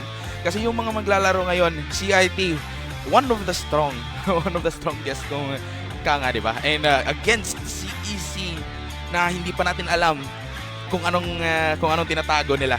na puwersa dito, and that's gonna be it, the road to the greater heights between the CEC versus CIT. Exactly. Parang, again, the wild card magic dito sa CEC. Wild magic, wild card papuntang dark horse, hopefully, in this upcoming games, actually. Kaya, with CITU, really, really strong. And what a first match talaga for CEC. It's gonna be one of the strongest teams here. CITU is their strongest contenders. But if they can get through this, grabe, the amount of, it's gonna be super, super high. Now, for more insights, actually, we're gonna get more to that with our Inside Chica. Let's take it away with our lovely host, Ron. There you go. Thank you so much for that. And of course, thank you so much for that, Moik and Rare Candy. Actually, I had the greatest conversation with both of our teams earlier, both in CITU and of course CEC. But before that, let's actually start with our friends over at CEC Blue Dragons, because Moik, Rare Candy, I had the greatest conversation with them.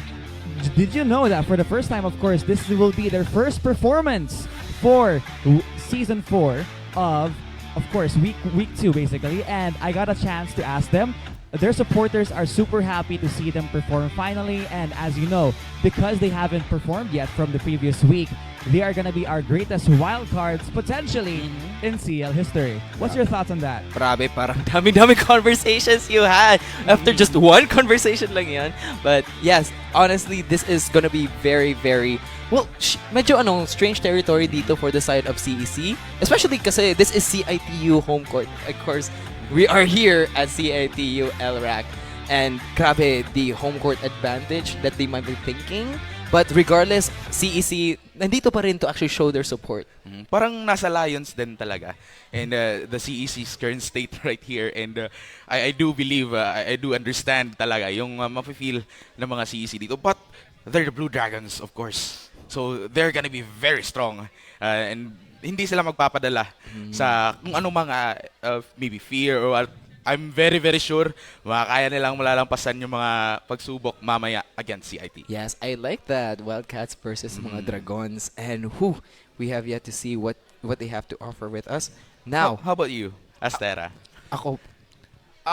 But how about you, how about you, Vaughn? What else did you get in your chica that you have for us? Absolutely. Thank you so much for that, Rare Candy. On the side of CITU Wildcats, of course, we know that they already started strong with their first match win back in week 1. But when I actually got to interview them earlier, it was quite surprising because they mentioned that despite their initial win, they are staying vigilant and focused because legend foretells, rather, for context, back in Season 3, they lost a play-ins match with the CEC Blue Dragons. So what they told me was that they were learning up the draft picks, the counter picks, and I think right now they really studied their best for this upcoming matchup. Honestly, it's amazing to see that dedication from CITU. Again, I really appreciate the talent talaga. Vaughn, silent and sure. You can have so many conversations in just a limited amount of time. I'm a yapper, unfortunately. Ooh, dito ka na. I'm joking. But yes, thank you so much. Thank you so much for that valuable insights. Anything more na baka nakalimutan? Baka meron pa na kausap mo? Baka may deeper chismis pa dyan. Yeah. Don't hold out on us. Definitely, I'm really rooting for both of them because definitely, again, this is a game between the Wildcards and, of course, already a team that's been proven. Even CEC has proven their anxiousness over CITU, but I don't think that's going to stop them anytime soon. So, honestly, the best of luck for both of our teams. That is true. And actually, I want to really gauge talaga the love and the support for each of these teams is going to be. How about you, Mike? I mean, I'm as excited as you are. I really understand yung mga nafe-feel na CEC dito. And also, the CIT knowing they really lost that play-ins. And yeah, that's gonna be very, very interesting to see later on. But now we'll see that more as this game will unfold. Thank you so much, Vaughn. Oh my God, valuable information. And, really appreciate your talent talaga sa pag-uusap. Really, it's really mystifying. Thank you so much. Thank you so much, Esther. Yes. Oh my God. And yeah, I mean, back to the teams. It's nice na CIT is being, they're really preparing for this one. Yes. And now we have yet that to see with the teams coming on stage. So everyone, let's check it out. Coming into the match for today, we have the CESC Blue Dragons. Now on the other corner, let's welcome their challengers, the CEITU Wildcats.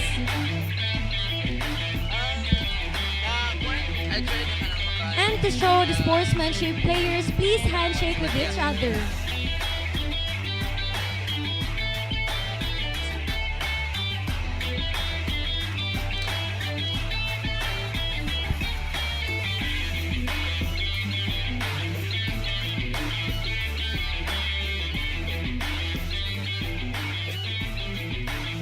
Thank you so much. Now, CESAFI fans, the stage is set, the players are ready, and the match is about to kick off. Casters, take it away. At ayan na nga. That's gonna be very wonderful to see later on. Nakita nyo ba yung mga poses ng both of those teams? Wow, grabe. Actually, I can't wait to see more ng ano nila. Wow, ang ano talaga sa CITU. Parang Oracle yun. Oo. Yun sa CITU yun. Right. Dragon. Ay na, yung ano, and then of course hindi naman magpapatalo yung ano mga dragon natin. Ikaw rin, di ba? Oo. Rare Candy. Ay, grabe. Bago na. Ngayon ko ba lang yan narinig? Pwede mo nang i-add yan. Oh my God. Sa introduction mo. Branding mo. Rare Candy. Pwede ikaw yung maging manager ko. Wag na. Pero na ako pala. Sorry. But yun, that's gonna be it with these three teams. And yes, CEC. And as I was saying, yung mga dragons natin, we have actually three mga veterans dito sa team. We have HTPS Kurt, and then si Toshiko, and then si Elmer Score. And that's silang tatlo. They're Rome, their gold lane, and then si mid lane nila have been the rest, si Onion Rings and HTTPS Cat. We have never seen them. We have to kung ano yung mapapakita nila sa atin. Yeah, definitely. It's gonna be like wala as what we said kanina, wala pang nangyayari. We've never seen CEC perform for season 4. So, nakakalinda dito is they could really surprise us kung anong anong tinatago nila. And CIT rin, since they haven't faced CEC yet for this season. Intriguing talaga kung ano yung maybe since they prepared na. So what did they prepare? Yes, and of course they're going up in their first match kasi wala sila no is gonna be one of the strongest teams for this season. It's gonna be CITU. Wow, with grabe so much of their hype nung week 1 pa lang. Super aggressive, super ito si Bro Coley. Wow, hype na hype. Ikaw, sino yung ano mo? Sino yung ano mo dito? Ako, I find sila Bin1 and Vlad, which are their, talaga, yung veterans nila sa team nila. Yeah. But again, we have players like si Bro Coley, who's already new, showing off a lot of guts na talaga as in the team. Ikaw? And especially being the roamer, magandang impact to sa kanila eh. They have the Vlad and the Vin1, which you already said, di ba? Na mga veterans dito. And currently leading yung si Broccoli, we have the Royce, we have Santi. And maganda since we've seen them perform. Pero this is gonna be different. I believe this is gonna be different against CEC since again, hindi pa nila na-experience. Hindi pa nila naranasan yung CEC treatment. Yes, eto po. Actually, si Santi rin. Another one that should be looked out for. Mid lane niya nung opening week was one of the highlights of that day. And then yun. But again, going back a little bit of history rin. So CEC nung last season did not make it to the playoffs. So parang there's a little bit of like an underdog dito with a CEC. But again, I like to think talaga yung underdog could become just another word for wild card. Kasi kasi we've never seen them nung week 1. They have yet to show like ano pa talaga. And actually I heard parang na even CITU is a little bit cautious sa kanila. Kasi never saw it, hindi pa nila mababasa. Dapat lang. Yeah. Dapat lang talaga. Yeah. Hindi mo pa sila nakilala. You have never played against them for this season. So, dapat lang talaga na careful kayo. And it's a good move that they've been diligent enough to prepare for against CEC. Kahit nasa library, hindi pa nila nabasa. Oy, nako. Diba? for context talaga, we are in the library activity center of CITU. So, it's all about Yeah, it's all about basa-basa dyan. Basa-basa like, more. comment and share the stream. And of course, kung nasa CIT kayo, you can drop by here sa LRAC to show your support and your love for the teams that you are rooting for. Pakita nyo lang yung ID nyo. Tapos, na nag-follow, ipakita nyo rin na naka-follow yung Facebook accounts nyo sa page. And let's do a vibe check actually sa mga nandito, ng mga teams and their support mismo. Grabe. And again, if you want to show support, please be vocal about it. Like, share. Comment as much as well. Bring as much exposure to your team because they're the biggest support that you can get. Yung napapansin ko rin dito sa crowd, no? They're very, very serious. Parang, we've seen them rin, compared kanina, ngayon, madami yung mga nanonood dito. And they're very, very serious. So, parang sila rin yung kinakabahan sa CEC at CITU na tambalan. And parang may nag-uusap na nga. So, they're thinking, anong pipick ng CEC, anong ika-counter ng CIT. Moiki, seryoso sila kasi nasa library sila. Of course. Kaya ba, no talking. Kaya no talking pala. Pero nag-usap sila. Diba? Hindi tayo dapat mag-uusap. Okay, pero wala na namang magagawa kasi actually the game is about to start actually. Prepare na ba ka? Definitely. Kinakabahan, to be honest para talaga. Kinakabahan ako para CEC kasi they could really maintain their momentum kung mapapanalo nila naman against CIT. Also, kinakabahan din para sa CIT because they have never seen CEC play and it's something na dapat nilang kinagandaan. I agree with you, especially sa last part. Kung ikaw, nakakabahan ka para sa CEC. Ako naman, it's the other way around. Kasi mga wild cards, hindi mo alam kung ano yung mabubunot mo. And as we are now getting to what I thought yung draft pala. Teaser mo na. Yes. Teaser mo na mga kaibigan. Actually, hinihintay pa natin yung mga teams and also viewers out there who still have to yet to watch. Habol na kayo. Definitely. Yes, you can't miss it. Maraming especially the last game of the day. It's the last match of the day and you really have to come see it, especially kung nandito yung CIT, especially mga students na tapos mag-aral at gustong magpatanggal ng stress. Yes. But of course, never forget. Pero pagpasok nyo dito sa LRAC at parang yung team nyo baka hindi mo nanalo, parang mas-stress na naman kayo ulit. So sorry, pasensya na talaga. Ganyan ang laro. Sorry. Relax na sana kasi pagkakatapos pa lang ng klase, then papasok kayo, stress ulit. Di ba? Grabe. It's so but again, the energy is worth it, guys. This is gonna be this is gonna be a highlight for this day for you. Yeah, definitely a highlight for me. We're here at with LRAC, di ba? CIT naglalaro. Tapos nandito pa yung CEC. Parang unfamiliar talaga dito from the side of CEC. Inuulit ko na to. And it's para sa akin talaga yung mga unfamiliar, yung mga pinaka-challenging. And actually, I really want to talk more about these two teams talaga.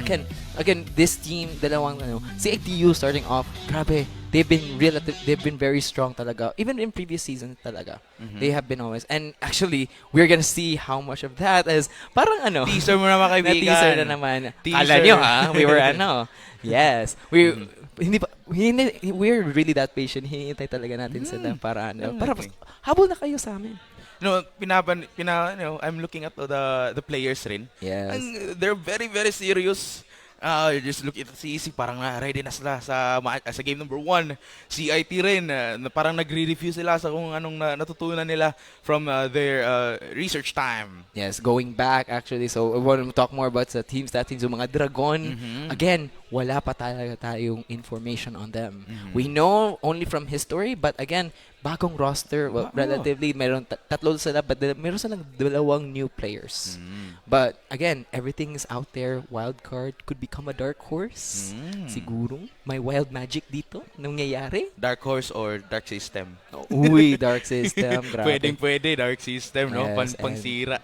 Okay, and ito talaga, hindi, yung system na talaga, hindi na dark for our drafting. Let's go with our game 1. So, in terms of drafting here dito for CITU, very aggressive sila. And yun, actually, first pa lang is gonna be the Hilda taking away for the side of CITU. Siguro they know the aggressiveness of CEC and countered and also responded back with a Grok. Again, really meta pick dito for the side of CEC.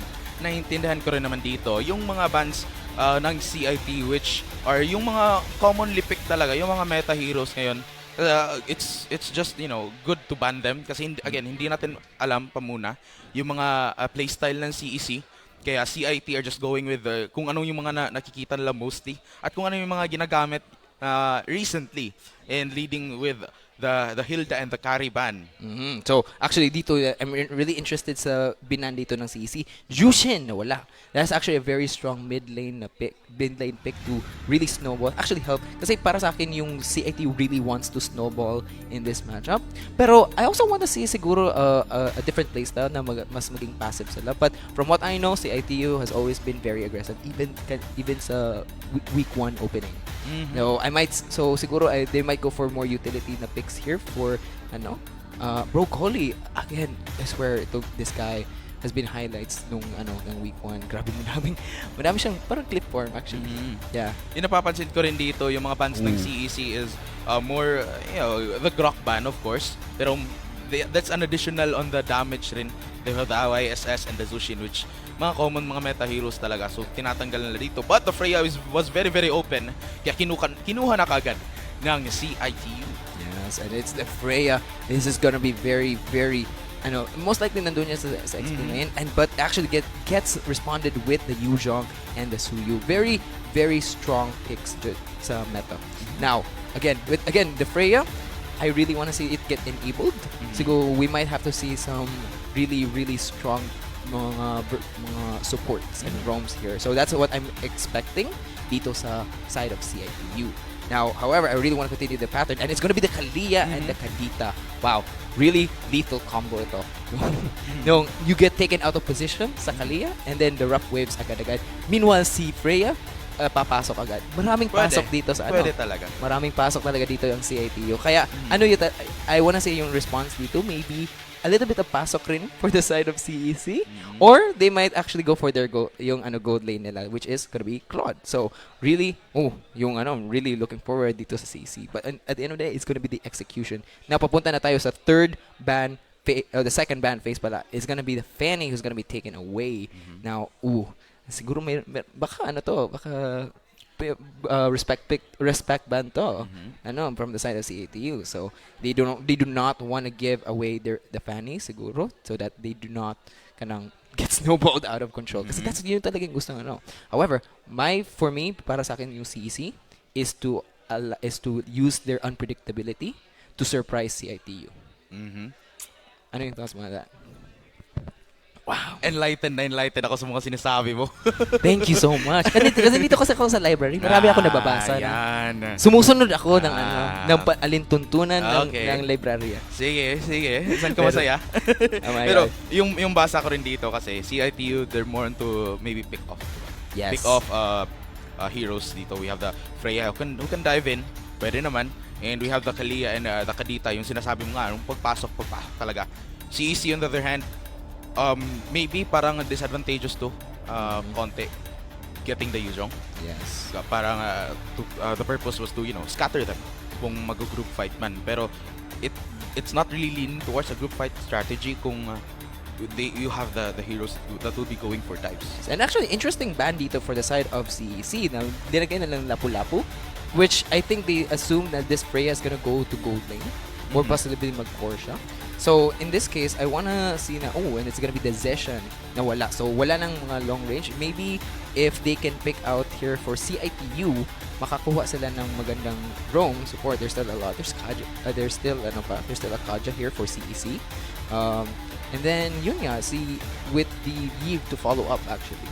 Kasi wala naman yung Rock. So, there's also still a Mino that is there for the side of CEC if they want to go for it. Pwede. And, Cho. Okay, so Cho dito sa CEC. I do think though, open pa yung CEC.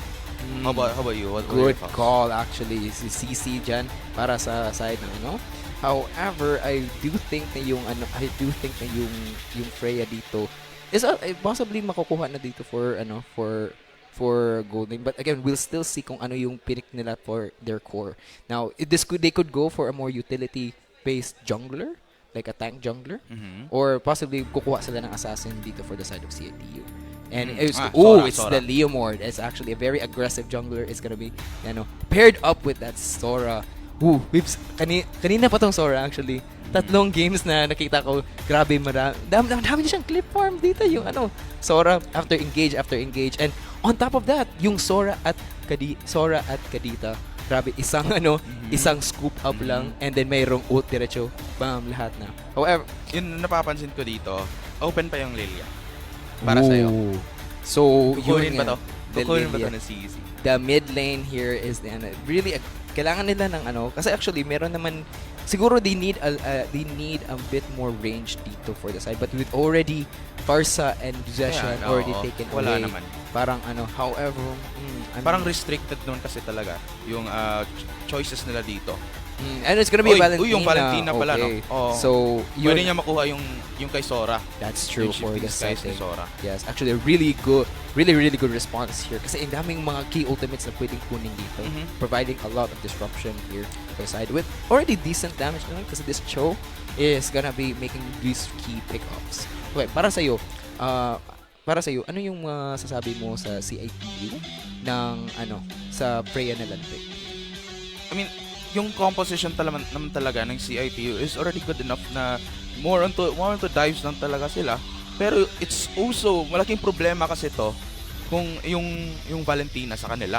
Ang daming pwedeng makuha ni Valentina. You have the shifting sky to Sora, yung kabayo ni Leomord if trip niya. Or you have also yung pagpasok ni Freya. It's a lot of utility na ultimates na pwedeng makukuha dito ni Valentina. But dito na tayo, game number 1 between CEC Blue Dragons and CITU Wildcats. Yes, it might be match 4, last match for the day, but that does not stop the hype that is going on here dito sa CESAFI Esports League Season 4. Okay. And again, yung sa CITU dito, yung sa Wildcats, more on engaging talaga sila. More little bit of skirmish dyan sa Meron skirmish dito for the River Wanderer, and then it looks like CEC gets it immediately. Okay, Broke Holy. Dito talaga yung key engages during sa opening niya dito. Now, Santi and the Broke Holy dito is but I have to still see what Kirk can do here, especially with that Cho pick talaga. Now, again, really aggressive. We want to see the CITU wants to, as much as possible, snowball this as much as possible. Kasi once you have that Freya, yung Leomord na abante, walang stop sa kanila, parang hihirapan ka kahit as a Claude. Especially as a Claude kasi even though meron kang mobility, pwede ka pa rin sulungin nila. And kung mapanoorin nga naman dito, since Onion Rings ready for level 4 naman dito, CEC could expand their control dito sa map, pero wala pang mangyayari for now. We're gonna be waiting for another engagement later on. So competing lang again, si Valentina, malaking problema to CITU. That's true.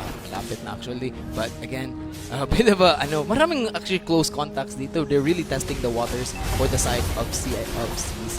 Again, yung medyo cautious. You can see the cautiousness pa rin of CEC. They don't know ano ba talaga, but turtle fight already. Pumasok na naman dito yung Dragon.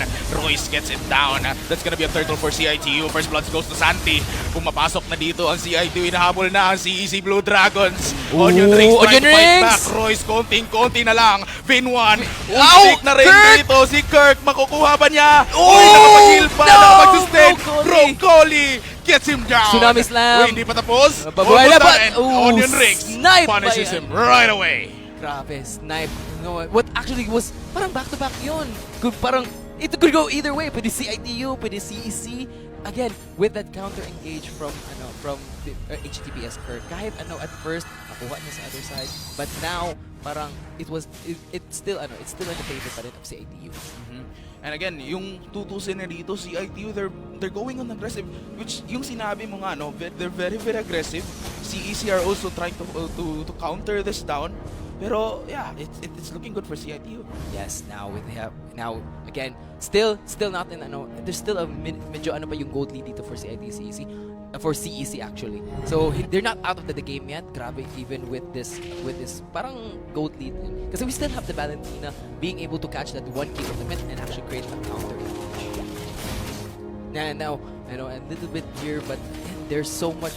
Again, you can really see the cautiousness here for CITU na ano pa talaga, hindi pa talaga fully nababasa nila. Kaya that's why medyo kanina like the back and forth talaga of their engagements. Now, again, bin 1 here. You have to look at this. You have to look at the Sora talaga to actually see if nakukuha niya. That scoop talaga from that ultimate will make or break the team fights. But as we saw kanina with third goal, something cheeky dito nangyayari. It looks like they're just gonna zone out. Kinokontrol lang dito ng CITU. Yes, ano, a little bit of a zoning. Parang ano lang, it's just a threat. But Tsunami Slam! Nakakuha na, nakakita dito. Si Kirk still alive. Nakuha nila, but they're chasing him down. Pumasok na ang Dragon. Ito, ang Blue Dragon, CITU. Magdi-disrupt na naman. At dito, Broccoli, they're chasing him down. Tina-target nila dito, Kirk. Also trying to zone them out of the turtle. Pero konting-konti na lang. He's gonna be eliminated soon. Pero hindi pa tapos. CITU trying to fight back, trying to take the turtle down. Vlad taking and pushing them away from this one. And masyadong low health na actually yung CEC, so they have to be zoned out here. So no contest talaga. And Royce gets another turtle here for the side of CITU. And medyo there's a little bit of a gold gap that's gonna start, but still relatively small pa rin. Actually, pwede pa rin ma-take over. I love si Kirk nung kahit maliit na yung HP niya, susulong pa rin. Parang gusto niya talaga sulugin yung CITU, trying to make a play happen. And I love that aggressiveness. I love that proactivity. And an may nangyari pala doon. Uy, at Santay against Vlad, mukhang nahihirapan. He will have to blink out and giving Vlad more power. Pero dito sa mid, the first turret of CITU will be taken down. At yun na, pinagsisi pa na si Royce. Konting-konti na lang. Santi, Vlad from behind. Daoshiko almost getting eliminated, and he does! Dirk, wala nang choice. Aatras na muna, but si Vlad will connect the dots. Pero mukhang hindi pa to mapapanalize yung kill, and the rest of CEC has to move back. Yes. Wow. Again, once that Freya na talaga nakapasok, it's really hard na talaga to stop her already, especially during Valkyrie stage. And it looks like Onion might get low here. 3v1 pa. Sinusubukan pang lumaban, pero si Onion Drinks hindi pwede manglaban. CITU will just claim him down along with their first turret dito sa top side. Sinisisid siya ng ng kanita. Si Santi. Grabe. Now, okay, here parang we have to see now with the looks like very, very cheeky dito si Binwan here. Pero will he get punished for it? No. And kahit hindi pa rin. Parang may prepare dito. He's chasing Kirk down, and Binwan leads the charge, gets him down. Toshiko at Santay nasa bandang likuran. They have nowhere to actually deal some damage down. Wala pang mako-connect. CITU already controlling the map state right here. Broccoli going in for the dive, pero hindi makukuha si Santay. Yes, and now it's gonna be the mid one. The tower is gonna fall down for CEC. Medyo maliit na talaga yung mapa dito for the side of CEC. And again, this turtle rotation, parang finish talaga makapag-contest na dito yung CEC. But will he have to make something happen here? Naku po, kinakuha pa si Royce. Napitas pa ng CEC Blue Dragon. Sabi niya, oy, mag-isa ka pala. Sige, saan yung ID mo? Nakapalo ka pa sa page? Wala. Kaya puhuha ka namin.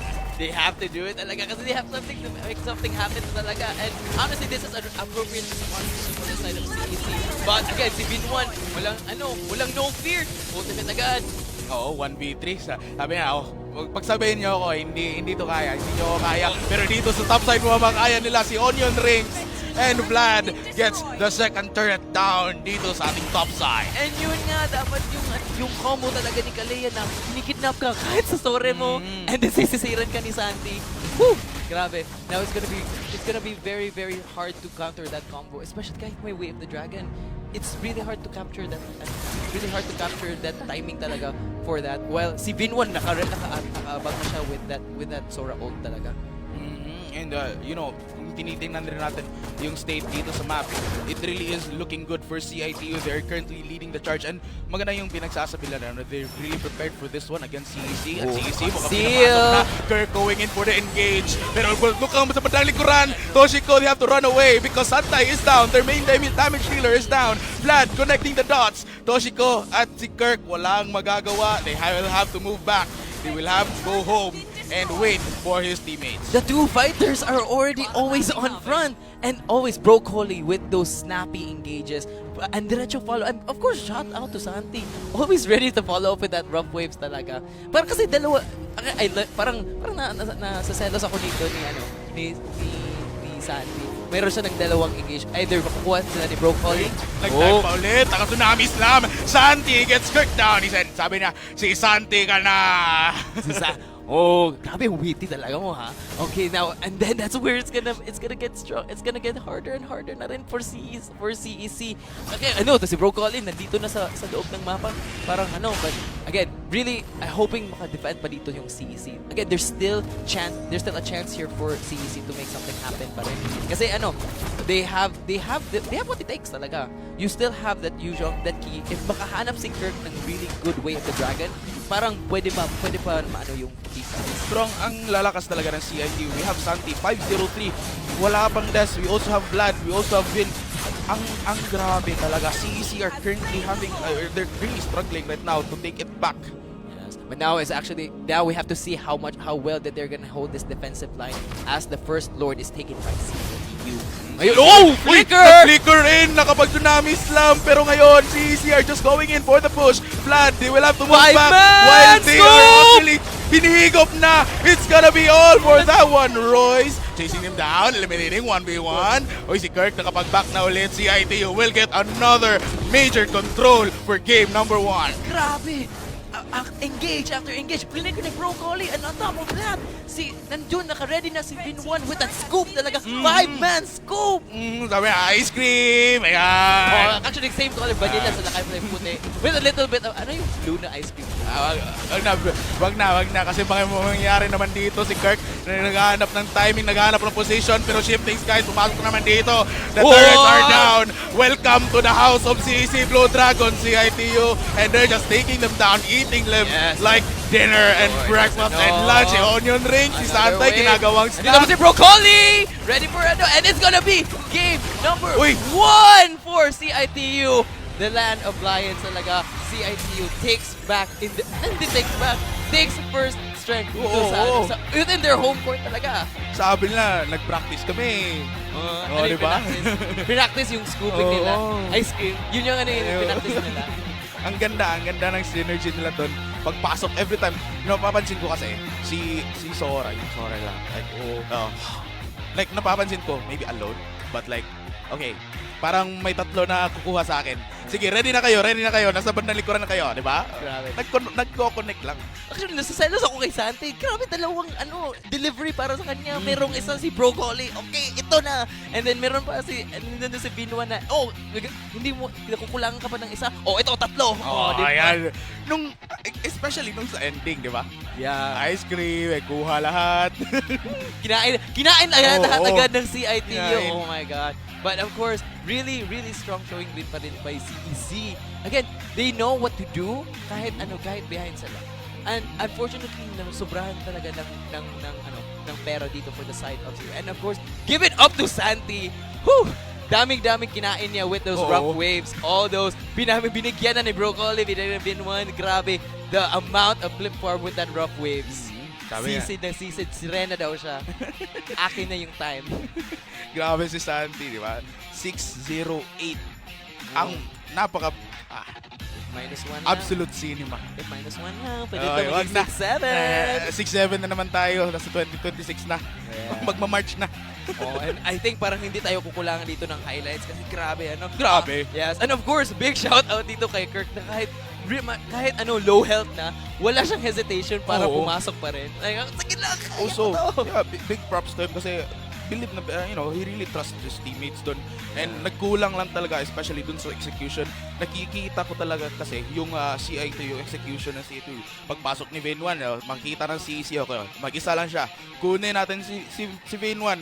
Pag-dive ni Vin1, pagkuha niya sa tsunami slam niya, doon, nagpakita na lahat. Sabi na, oy, hindi siya nag-iisa. Kami to lahat. Unfortunately, nabibilisan lang talaga ng engage. Kasi sana, actually, what if si Valentina yung kumuha pa lang ng shifting scoop sky. agad? Yes, yung shifting sky. Whew, grabe. What if? Pwede. Yes, but grabe to, this 5-man scoop talaga for the side of CIT. What if lang talaga, no? Kung nakuha ni Valentina ni Onion Rings, yung mga ulti ni Alvin 1, di ba? Yeah. What if lang na... Grabe, naging music on... Wag na. Sorry. Pero, again nga, the executions were very seamless. Yan yung masasabi ko. Seamless talaga. One word to describe it all. Seamless. And as we can see, the reporter here with the scoreboard. Grabe Tingnan natin. Actually, we wanna look dito kay Kirk na grabe masyadong sobra like fed na si Santi dito that he had to rush both yung Athena's shield on top. So madami siya. Mas madami pa yung magic resist dito. Mahirap din dito. Nahihirapan din kasi dito. Si Valentina, hindi siya nakapag-online masyado. Like, kasi most of the CITO, they're distracting them already. Parang, kasi ako yung Valentina, parang nahihirapan ako kasi the moment lumapit ako para nakawin yung ult, parang nandyan na si Broccoli, kikidnapin niya ako papunta sa team ko. Yan talaga, I think it really is about CIP being seamless sa kanilang mga executions. At yun ang sinabi ko, di ba? Yung they have the compositions na puro dive. At nagko-connect lang lahat talaga, and they really capitalize on that by being aggressive early pa lang, di ba? Yes, and hopefully we will get more on the ground to our host Astrea. Astrea, do you have something for us? Take it away.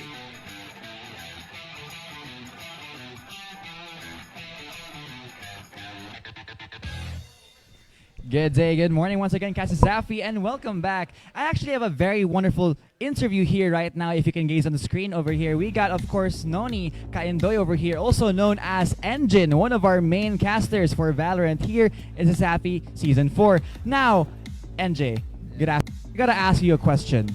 Because for context, ladies and gents, NJ started as a photographer back in Season 3 and now has moved into as a caster for this season. Now, I gotta ask you, how does it feel with that transition? Are you much more closer to the game and the people? Or?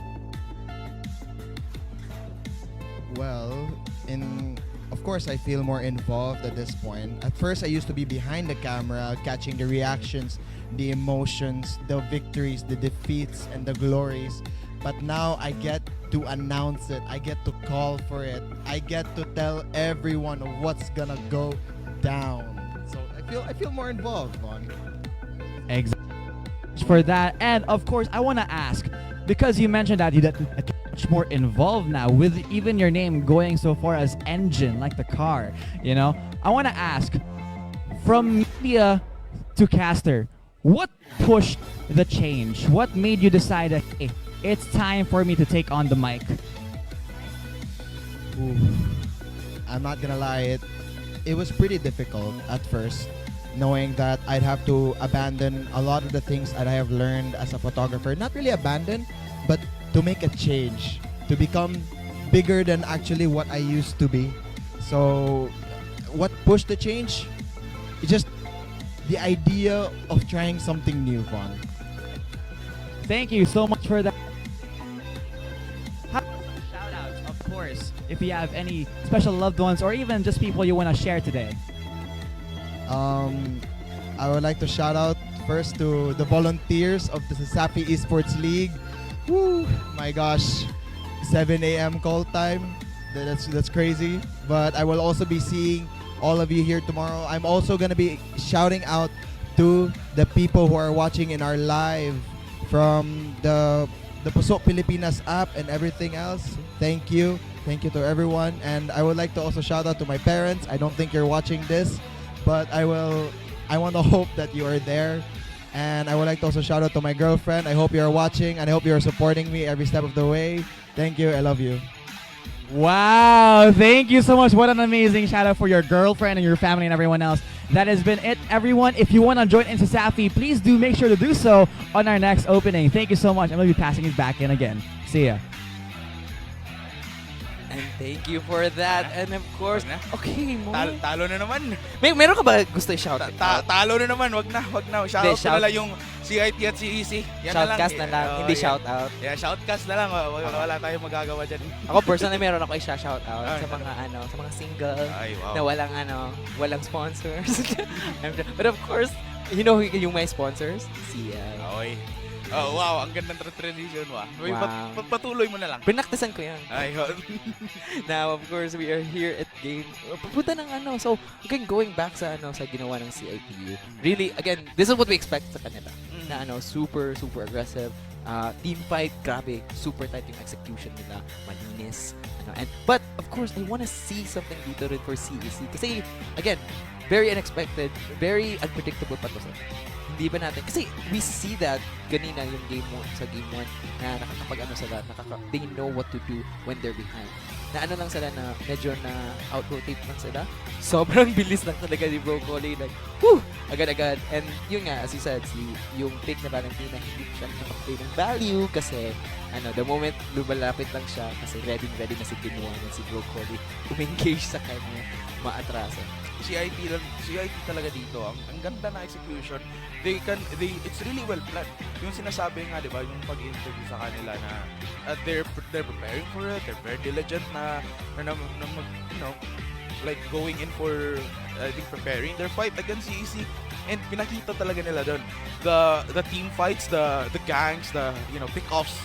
They're really good with it kasi, again, Vin 1 nagpapakita, okay, ako lang mag-isa, kunin niyo ako, bully niyo ako. Pero pagdating ng Blue Dragons, nandun na naman yung the rest of CIT. Parang mga Wildcats talaga gustong tumago, di ba? Okay, alam mo ba, dapat well-planned. Kasi gumagawa sila ng pagkain kasi they are feeding us. Yan. Masyadong Magaling mag-hunt kasi. Madali sila maghanda. Hinahandaan tayo. They're preparing a feast and then naghihandaan nila yung recipe for the success.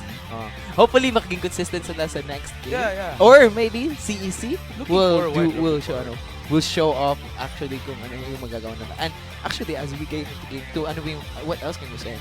Yung talaga yung execution ng CIT, it's very fast. It's very very well planned before they even go in for a pick-off. It's like nakikita na nila. Like parang may naghahawak ng bolang kristal, sabi. Yeah. Okay, 10 seconds later, may mangyaring gang. Kunin natin. Yan. Alright. And makikita natin sa crystal ball natin in this upcoming draft for game number 2 for match 4 here between CITU and CEC. Alright, so now, I guess CITU, definitely, they will not deviate so anong nakapanalo nila kanina. So they're like, sige, we're gonna keep going with aggression. And yun, CEC, still safe. Nag-ban sila ng Brock. They do not want that. Parang unahan dito kung sino makakakuha ng Brock. And of course, they would not let that happen. Now, looking here at CITU, let's see if they're gonna switch it up or they might go for the same pattern. Yung gas ko lang dito is yung CIT dito, I think they will try na ulitin yung formula nila kanina. Pero it could also be what CEC is thinking of. So pwede nila tong counterin, pwede nila tong ibaban yung mga dive na heroes. We have the Freya, we have the Kalea. Pero dito sa CIT, if mababan kasi yung mga dive heroes, they will have access sa mga meta heroes din. May Farsa, di ba? May Zedian, wala lang magagamit mamaya. Dito. Sinabi ko na, di ba? It's a respect ban talaga sa respect ban dito. Sa Santi. And then, of course, dito for CITU, they're gonna take away the Matilda. Kasi that versatility sa both engage and also protection para sa mga teammates. And then, the third ban, siguro, is most likely another engage here. Oh, no, it's actually Yuzhong. A strong lane dito. And hopefully, maybe, siguro, they might either take away the Freya or they might have to ban it themselves sa CITU. But my bet is, siguro they will take away yung another engaged support dito for the side. And it's gonna be the Hilda. Okay. So now we have that. Now the Freya again is gonna be online. Sino kaya yung mag-aano dito ng priority for that Freya? Will it be CITU or be CEC? So dito nga with CEC banning, removing the Yuzhong out of the equation, pwede rin kasing they're planning for a group up strategy. Yes. I mean, possible lang, kaya they have to remove a Yuzhong. But yeah, since may access naman dito sa Freya, pwede na itong kinuha ng kagad nila. And they're again, I think, pangontra lang talaga sa kung anong nag-work kanina sa CIT. So either ibaba nila yung mga heroes nila, which is Kadita, or gagamitin nila. Okay, so now that so they will still go for that Kalia and now that Isun Shin again. And since kinuha nila, okay, sige, bigay na lang namin sa iyo yung Freya. We still have another hero. Now we have Isun Shin dito sa for CIT. But again, kinuha nila yung Kalia. Now, yung response ni Guru dito is that they might want to take a really, really strong utility here for the side of CEC. On top of that, actually a good core dito na pwede na they have to run it back sa Leomore, but that's actually gonna be the Eve and the Suyu who is gonna be for so they're not gonna deviate masyado. Now with this Eve, they have to pair it up with a really siguro a Mino na pwede. Sa Mino dito for the side of CEC. Now for the side of CITU, I'm thinking about an artillery mage na makukuha nila if they're gonna prio as a response para kay Eve. So like a Farsa, since wala naman si Kadita. Pwedeng Farsa. Pwede lang kunin yung Farsa. And yes, we still have the YSS though. So hindi pa na natin sure kung anong magiging lane niya mamaya. Yeah. But they're trying to be unpredictable rin, diba? Yes. Sa CEC. It is the unpredictable. Yan yung keyword talaga for CEC. They have to surprise CITU. Sabi nila, CEC, may surprise kayo kasi wala kayong games nung sa opening. Kami rin. Grabe Alright. And okay, so ayun, yung binan kanina. Open yung so, Fanny. So na-open yung Fanny now is gonna be taken. Okay. So, now that I'm thinking that there's gonna be a Fanny, whew, the game gets a lot more interesting here now with those bans. Feel that yung dapat kukunin ahead ng CEC is to take away those main bans. So, ngayon, meron na sang lead. So siguro they have to take away other mages like artillery mages to help out with that long range bow. So wala na si Parsa siguro, and then now but they have so much dito. So this is gonna be a gold lane na Yisun Shen here, and they might have to start banning out the dito some of the mid and then the XP lane for the side of So Lapu-Lapu still open. Or open pa rin yung Hylos. Yes, what actually. Do you think? Open, but that's true. But Lunox is gonna be the choice of ban here for CEC. Again, they're gonna keep going for those bans here for their mid lane kay Santi. Again, they do not want to repeat na masyado na MBB ulit si Santi. Parang ayaw nila si Santi. And then now yung sa CEC, yung pansin ko, maybe if they banned Lunox, pwede kasi silang mag-run ng yung grabing sustain talaga ng mga heroes, no? Kasi pantunaw talaga yung Lunox. If they could run that, maybe binan nila yung Lunox for that reason, for that purpose. But yung sa CIT naman, locking in with their final ban, Arlot, which kung titingnan nyo rin dito sa picks ng CEC is kulang pa dito ng CC. Kulang pa ng crowd control. Sorry. Hindi yung crowd engage. control. Hindi yung hero. I agree. Really good pick up on that. Na kailangan they need to be and Mino is still on the Mino is still up. Meron pa Mino. And especially now, yung value ni Mino is gonna be relatively higher now because nandiyon na yung Fanny. You have two assassins now who's ready to dive, and then with that Minoan Fury, disrupting so much of that combo. Even kahit si Kalia parang medyo matatakot pumasok with a Mino, naka-ready yung and now okay, open pa rin yung choke. Si Pobeos pala yung mawawala dito. Now it's gonna be very interesting without that. Actually parang interesting bakit yung CEC nag-ban sa Pobeos. I thought they would take it for themselves. Now, seeing na meron madaming bulletin, actually a lot of skirmish power dito. And then, yeah, it's gonna be the Farsa. Yan, sinabi mo nga, no? Yeah. Pero dito sa CEC, open pa rin yung Cho pangontra ng Fanny. That's true. Pwede mo na makuha to. We also have Lapu-Lapu. Pwede rin.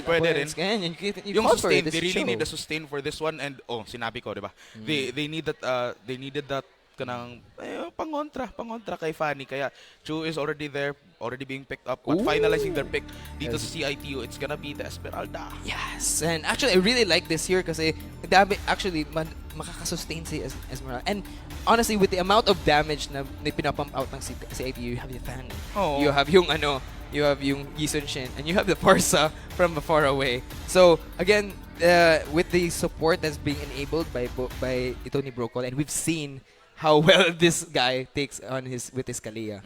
Parang but again, the draft naman rin for CEC is also really interesting. I can't wait to see what is it gonna show for it with that. And as we are now on game number 2 between CITU and CEC. Oh, the Blue Dragons versus the Wildcats. The Rar, the Meow. The Meow versus the Dragon. Rar. Dalawa naman sila, Rar naman yun. Dalawa. Pwede. But yeah, we are beginning right here. And yung sinabi kong CIT, I think they could be yung possible strat nila dito is to lock on during team fights lang talaga. They have to, already yung Kalea, you have the Vin 1, pwede silang mag-block dun. Broccoli already trying to make something happen here on Santay. But again, they just took the River Wanderer dito for the side of CITU.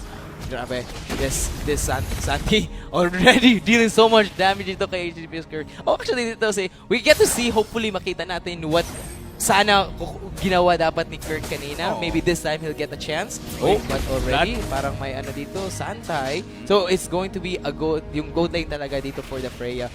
Pinasok na si Kirk at going in for the dive. Vin 1 alone. And still makes it all alive. 1v3 habang the rest of CIT ready for action, ready for bakbakan kung sakaling may mangyari. And then grabe, they're really showing talaga that they're not afraid to be aggressive as much as possible sa CITU. And hopefully, actually, I want to see CEC makapag-punish siguro a little bit more on proactivity in trying to punish out this aggression here for the side of CITU coming from them. And especially kasi may Fanny, parang kung sa ranking pa lang, tatakot ka na agad. Fanny is coming! Diba? Yung napapansin ko, early pa lang, yung napapansin kong changes dito sa CEC is they're more aware na sa kanilang positioning. Yeah. Kapag alam nila, okay, parang madedehado tayo dito, ready to go na, ready na rumess back yung teammates ng CEC. Yung mga Blue Dragons ready na talaga. And I think CIT was maybe a bit surprised by that. Pero now maybe they have to change their strategy a bit. Though I think dapat actually right now medyo I think Fanny could be a little bit more aggressive kasi wala pa namang masyadong makakapag-threat ng and as we are looking, grabe, maraming fans here. Sana mag-cheers na when the Fanny gets their first kill. Alright, parang again, it's really interesting talaga how much yung how much pressure pa lang. And onion rings for CEC.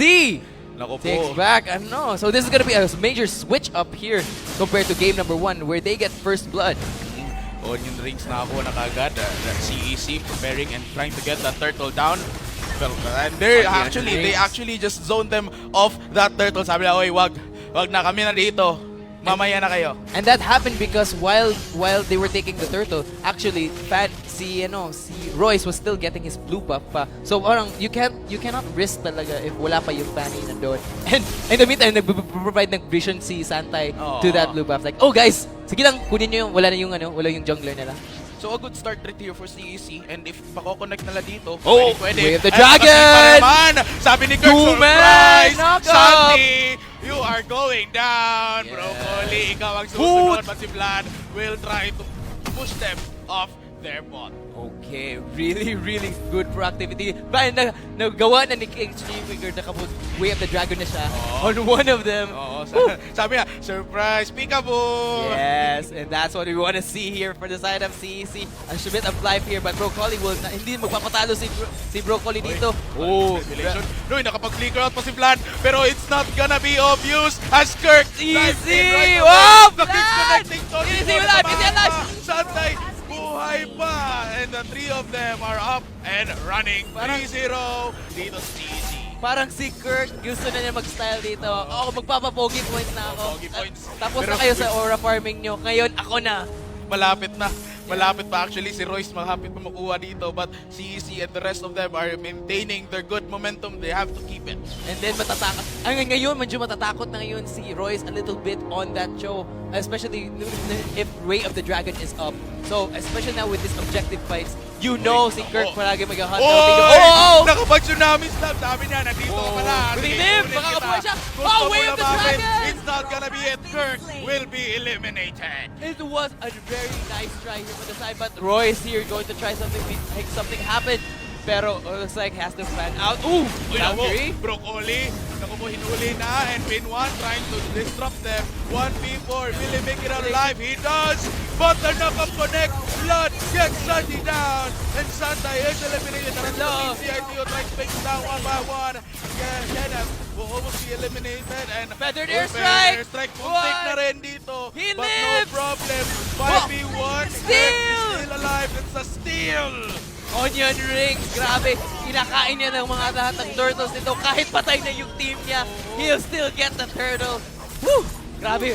Fight after fight. Walang ano. First, it started out with HDP Kirk sacrificing ano. At yun, nabuhay pa to si Kenneth. Yung dalawang website natin, nabuhay pa. Yung dalawang website, up and running. Walang error 404 down nila. Kaya ano, and then again, getting that turtle pa rin over. Again, actually, big switch up dito kaysa sa game 1. More signs of life here for Kenneth. Nakapag-knock dito at Pin1. 1v3, will he make it alive? Oops, Santay will get him down. Sabi niya, kanina ka pa. Parang sabi niya, Pin1, wala ka ng scoop ngayon. Iba na, hindi ito ice cream ha. May iba na namang nag-lock up. Tsunami Slam, Onion Rings, sinahabol na dito. Broccoli and Vlad will not decide to commit for this one. Yes. Pero at least medyo in the consolation prize nakuha naman ni Royce yung buff ni Onion Rings. Sabi, okay, sige, kinuha mo yung turtle, akin na lang yung red buff mo. Okay, wala ka ng ano. But again, really good showing here. Very even talaga. Yung gold actually barely negligible talang 200, almost dead even nga yung close na close. At si Kirk pumasok na naman. Connected by Santay and gets flat down. Rearward manipulation. The Faraday strike connecting again. But Santi and Broccoli nasa bandang likuran. They cannot fight him down. But that will also open the door for Santay to get the triple. Onion Rings connecting everything. And that's gonna be a win for CAC 9-4. It was 4-4 nothing.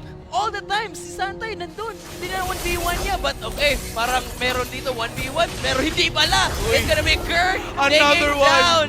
Yung counter sa Fanny, pinakita talaga yung value. Shocker pa si Vlad.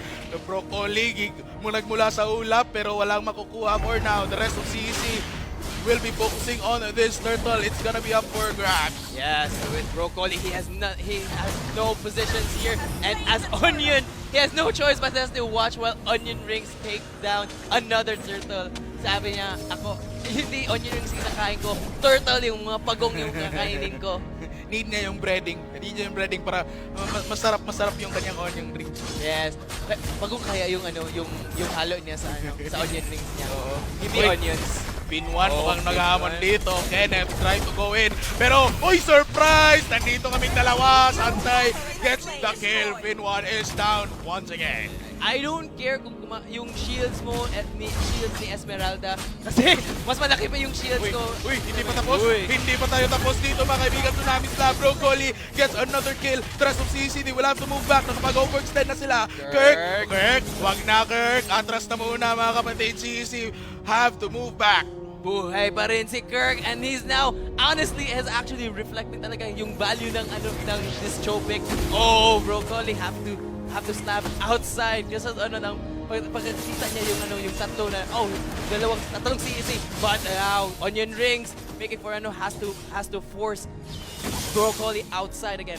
Oo, dito, CITO, ready on the move. They're trying to take control of this map. Especially, it's gonna be a little bit hard for this one. But nandito sa mga, naku po, Kirk trying to kick him out of it. And while they were focusing down, Pin1 will get killed on Kenneth. Santay trying to fight back as well, trying to push CIT out of this one. At si Kirk, nandito sa madaling still doing so much damage! chase. Uy, si Broccoli nakapag-connect pa dito. Si Two-man! Vlad, that's gonna be a mega Rings! kill. Vlad, they're chasing him down. Onion Rings, nakakuha pa ng isa. Royce to the rescue. He's here to Will clean make up. it It's a time. 1v1 Uy, between nako po. junglers. Nakapaglinis pa si Royce, leaving Onion Rings alone. Parang it was a duel between two assassin junglers. Parang, pero hindi sila nakipaglaban to one another. Yung entire team yung inubos nila. Sabi ni Onion Rings, sige, trade na lang tayo. Sino makakaubos ng kabilang team? Yun yung fight nila. Hindi sila mag-face off. Yung other teams yung sa other members yung una-unahin nila. But it is really looking good for CEC, di ba? 6-0-1. Dito rin, yung mga stats nila dito, they're really looking good. And yung gold pa lang, 1K pa, so it's still a close fight. Still close pa rin. Grabe, even kasi all that fighting. And parang actually yung objectives dito, actually still also really even here with the exception of the tier 1 middle turret tower dito sa side. Broccoli nakapag-dive pa dito. Kurt following the top. Sabi mo, dive ka ng dive. Sige, ako rin mag-dive sa'yo. Pero nila sa madaling kuran, Santay trying to fight them down. Taking them one by one. Almost there. But nandito rin si Onion Rings to the rescue. Pin1, nag-iisa sa mapa against 4 of the Blue Dragons. Royce, papasok na. Will he make it in time? The damage is there. Patulang pa. And he backs out of the fight. Yes, and then ngayon, sabi ko, I win for now kasi Onion Rings getting so much more of that match, so much more of CDU's roster. Easy, right here, looking good. Mukhang makukuha nila yung game number 2. We could be looking at a possible game number 3. Broccoli on the move. And parang wala sa magagawa. Audience na muna ngayon. A potential steal sana, but a little bit a second too late for the side of Royce. Yes, parang na-delay siya. Okay, now with the Lord, or the first Lord is gonna be spawning here for the side of CEC. This is what I wanted to see sa CEC, na parang they are surprising CITU with this Onion Rings, especially sa performance ngayon ni Onion Rings. Grabe, he's clearing everyone like with that spear of Sasui. Yes. Magpasok ni Kurt actually. Yeah. Na-isolate na niya si Kalea natin at yung the rest of CEC. Yung si Santay nga si Santay pumasok na, sabi niya, okay, maglinis na ako dito. And then grabe, without the real world manipulation pa yun, actually it was just those key engages dito by Kirk and Kenneth dito na yung making a lot of work. Actually si Kirk talaga has been very very very noticeable, especially in this choke pick. More so than binawi niya from his previous from game 1. And now Santay being the Freya that the team needs is now showing up. And grabe. Grabe dito, no? Nandito na tayo yung Lord pushing in dito sa top side. Sabi mo, uy, nakapag-back pa yung CITU, pero they're preparing for a fight against CEC right here. Yes, and now as the Lord is barreling down, parang stampede na dito of CEC. Hindi naman lumalakad yung dragon, pero may stampede nangyayari with that first Lord. And uy, si Pin1 nakapasok pa dito, trying to fight them 1v3. And maybe connecting, that's gonna be manipulation. Uy, nakakuha pa. But nandito naman sa panalikuran ni Santay. Nandito na! Watch out. Sabi ni Santay, nakapag-connect pa, pero hindi sila makakasecure ng kill. Torre to the rescue. Alright, but Royce takes down Kurt! Bago Bago nakapag-Way of the Dragon, napatayin niya agad. Only if naka-survive siya na kahit isa, baka maka-Way of the Dragon, baka parang kanina na-counter niya, baka na ma-outplay yun. Grabe. Nafe-feel mo na talaga yung init talaga. Pawis na talaga. Hindi na makikita. Yes. Pawis na pawis yung dito si Moy. Grabe yung entrance ng Santay talaga. No? Pero I think they nag-overextend lang talaga because nandito rin yung mga torre. CIT was also very near sa kanilang base at nakapag-back pa. I mean, if wala pa yung mga torre doon, pwedeng ma-wipe out. Parang okay naman sila medyo maging a little bit forward kasi ang tanky nila. Ang shield ni kahit ina-absorb ni Bin1 yung shield pa rin. Like, that's still shield pa rin. And on top of that, mayroon naman talaga damage yung hindi lang naman shields, puro si Santay dito. So, and especially burst masyado yung team niya. Binibigyan ni Bin1 yung shields, actually yung the rest of the teams here. At yung 13 minutes pa lang, no, malapit-lapit pa yung gold gap pa.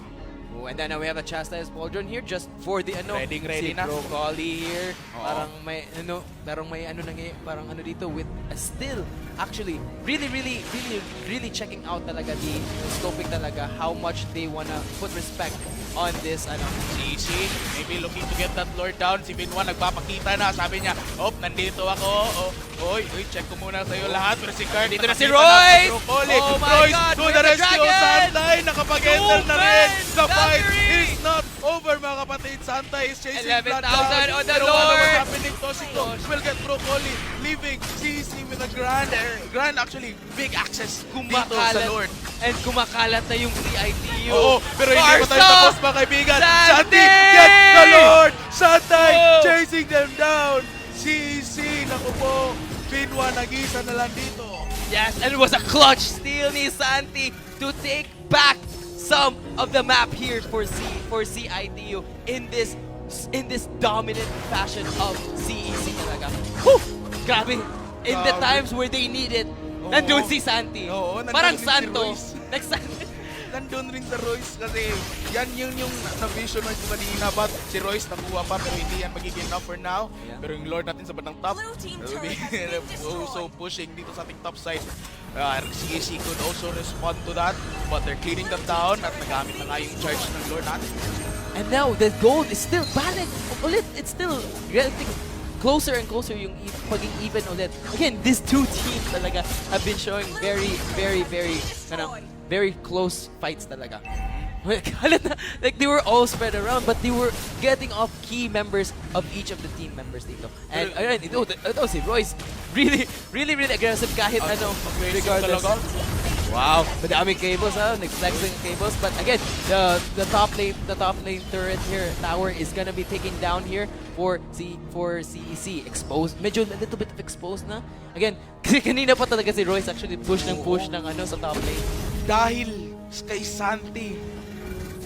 Santi, naka-steal pa siya ng Lord and giving them that entrance dito sa top side. Nakita mo ba yun sa crystal ball mo? Yung steal?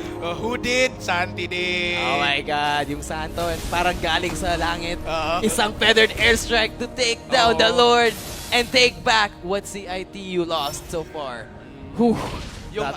Just looking at the map right now, it is parang equal talaga eh. You never know what's gonna happen. Yes, and actually, kahit nga like open na yung isang torre dito for the side of CEC, it's still, there's still so much map pressure pa rin for this sa mga dragon natin na mga kaibigan nating mga dragon. Spin one. Nakita kay Kirk. Nakapag-kick pa! Real world manipulation! That's gonna be game-changing! Onion Rings, nakakuha pa ng kill and CEC, they have the access right here and maybe they could commit to a fight, maybe not. But it will be impactful mula dito. Yes, but Bin1 here just being a little bit isolated, but Broccoli, ayaw mo naman 2v1 dito! Broccoli and Bin1 trying to run away, trying to dish out as much damage as they can, pero Santay will finish him down. 3v1, inabol na si Broccoli, pero that will, parang gusto nilang gutom na gutom sila kay Broccoli. Gusto nilang kumain ng healthy foods. Santay will get him down. Sabi ni Santay, Santi, gusto mo ba? Wala pang namatay! Wala pang namatay for CEC! Grabe! Super tanky talaga! Ilang minuto, halos segundo na sa loob ng turret. Wala pa rin namamatay for the side of CEC. Si Kenneth at si Santay. Hindi pa yun naka-Valkyrie si Santay. Woo! Nagpakita kasi Santi. Bawing-bawi talaga ni Kirk yung show niya. Parang kanina lang, hindi mali pala yung hero na pang-counter. So, sinabi, sige, hinintay ko lang yung Fanny para lumabas. So, andito na ako. I'm here. Let's show what I got. Andito na si Fanny. Ayun.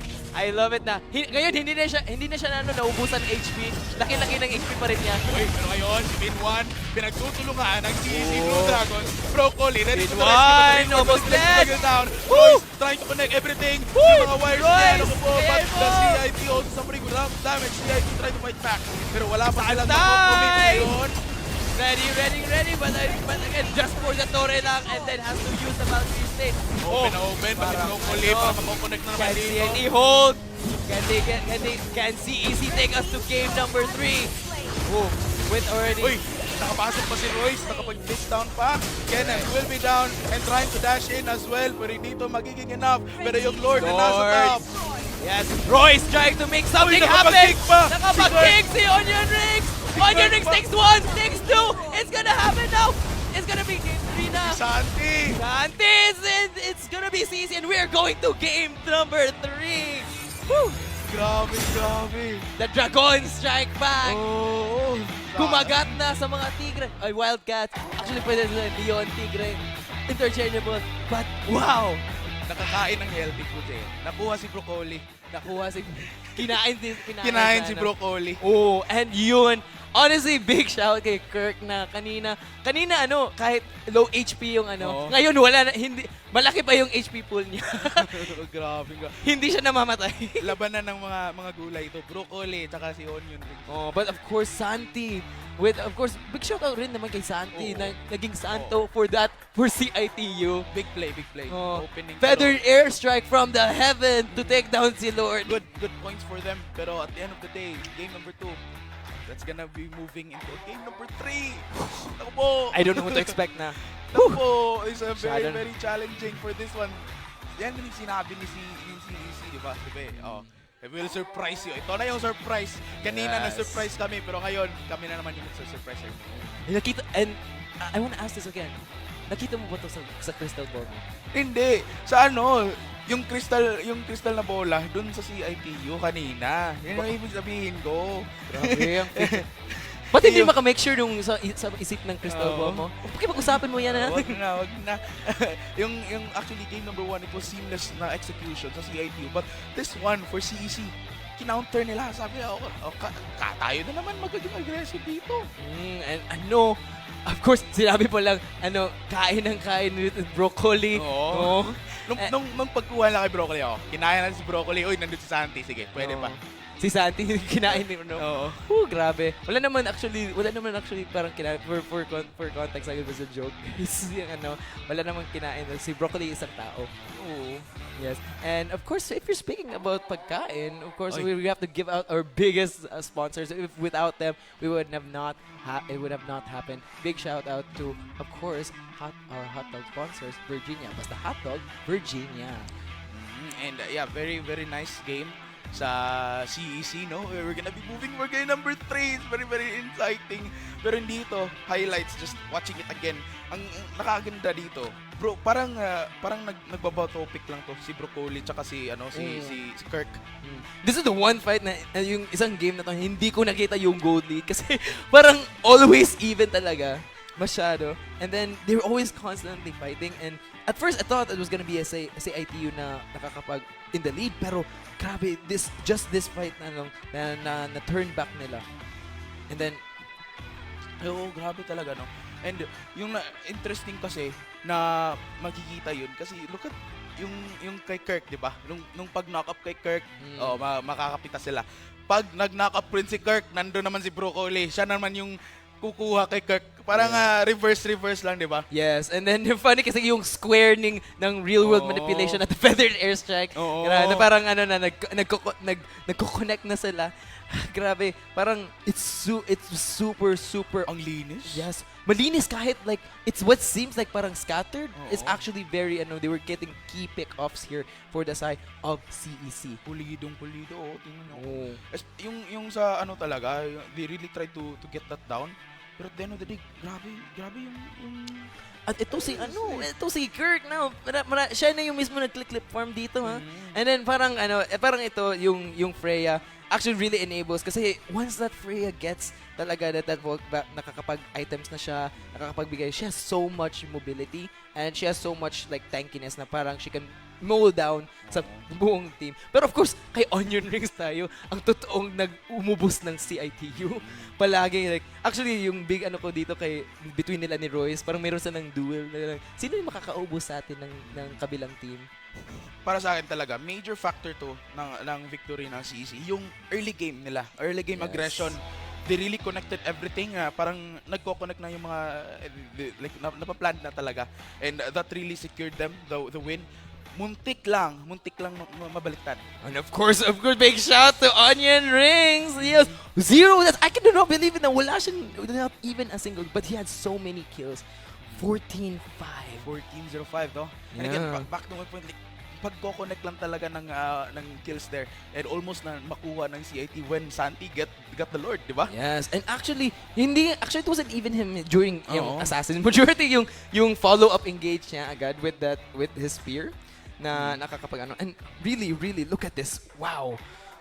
Even si Broccoli nagpa-immortality pero hindi siya naging mortal siya in the face of CEC. Grabe talaga. And again, very big masyado. Absolute cinema naman. Parang wala nang words to describe yung mga MVP natin, mga absolute cinema, 14-05, 6-07, ganun. Hindi, 6-8 yun. Ginawa ko yung 6-7. Ay, nako. And of course, na parang masyado na, of course. So, big shout out naman. 6-7. Magmamarch na, ayaw ko na yan. Parang bakit mo ayaw? Hindi mo yan nakita sa crystal ball mo. Yes. And now we are going to game 3 though. Ang grabe. Intense. Parang wala ko na na-expect. Actually, meron ako na-expect, pero gusto ko walang na-expect. Kasi, grabe, it's surprising so much. And then, it's this feeling talaga of excitement. Especially. Nakikita ko na rin yung excitement mo rin at sa init. Na-feel mo niya yung init ng labanan. Ang init ng labanan dito. And of course, before we continue for game number 3, we have to thank our very major sponsors right here. We have Virginia. Kung kumain na kayo guys, kung hindi pa kumain, kain na kayo. Basta hotdog? Diretso kagad, di ba? And that really speaks about our energy right here dahil dun sa Virginia. Basta hotdog, Virginia. Yan. At sa mga pieces din na ginagamit, sa mga headphones, kung gusto nyo rin makita yung Valorant action bukas, makikita yan natin sa mga pieces na ginagamit ng mga players. And we have to thank PC Express for that. PC Express for all your digital needs. Yes, and of course, hindi lang yung PCs. Of course, we can't have that without our internet providers. Thank you so much to Smart and PLDT. Smart, live more today. And then of course, PLDT, grabe. Gaano kabilis gaano ka masyado. All of that is streamed, all of that is enabled by Smart and PLDT. And naka-live rin tayo sa Puso Pilipinas, and you can check that out. And of course, kung gusto niyo rin mapanood, napanood yung mga players, ganun, kung gusto niyo rin pang mapanood yung mga casters, pwede. You can also watch us in our social media pages, in our accounts. For me, TikTok, it's gonna be at RealMoik, RealMoike.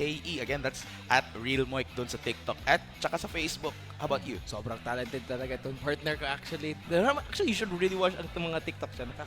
Surprising lang. Surprising. Yan na lang yung word. Surprising. Mo. Okay, of course, you have Rare Candy. You can check that out. And you have my IG. I have my IG at RCO Cola. Yeah, so you can see me doing more stuff other than casting rin. Yan, pwede. Yes, and as we get that, Game 3 na. Game 3. Game 3 na kagad. Wow. Last. Grabe. Really hype talaga. Wala nang paliko-liko Parang nahihirapan kami makahanap ng words of how much the excitement that is brewing up. Ikaw, pare, yung pawis, it's really showing that you are feeling sa init ng labanan, ng passion of these two teams. Really Bakbakan. And let's see what they have for game number 3. CITU showing the cards na rin with the Hilda band talaga. Going strong talaga. Walang Hilda, walang makikitang Hilda dito. Wala talaga. Kasi hindi naman talaga siya makikita kasi lagi nakatago sa bush. Oy, ayan. Yan, diba? Which, actually, Kirk is really good at doing that. Yes, and then, of course, dito naman in response, so if hindi nyo yung walang Hilda, walang Grok. Yung mga dragon ayaw na lang ng bato kasi hindi na walang bato muna for this match, only sa grass. Yes, sa grass puros only yung grass at saka yung ulap. Nakikita natin kasi we'll be moving sa flying clouds. Yes. And now again with Matilda being taken away, kasi meron ng flying cloud but yun nga, Matilda pa rin.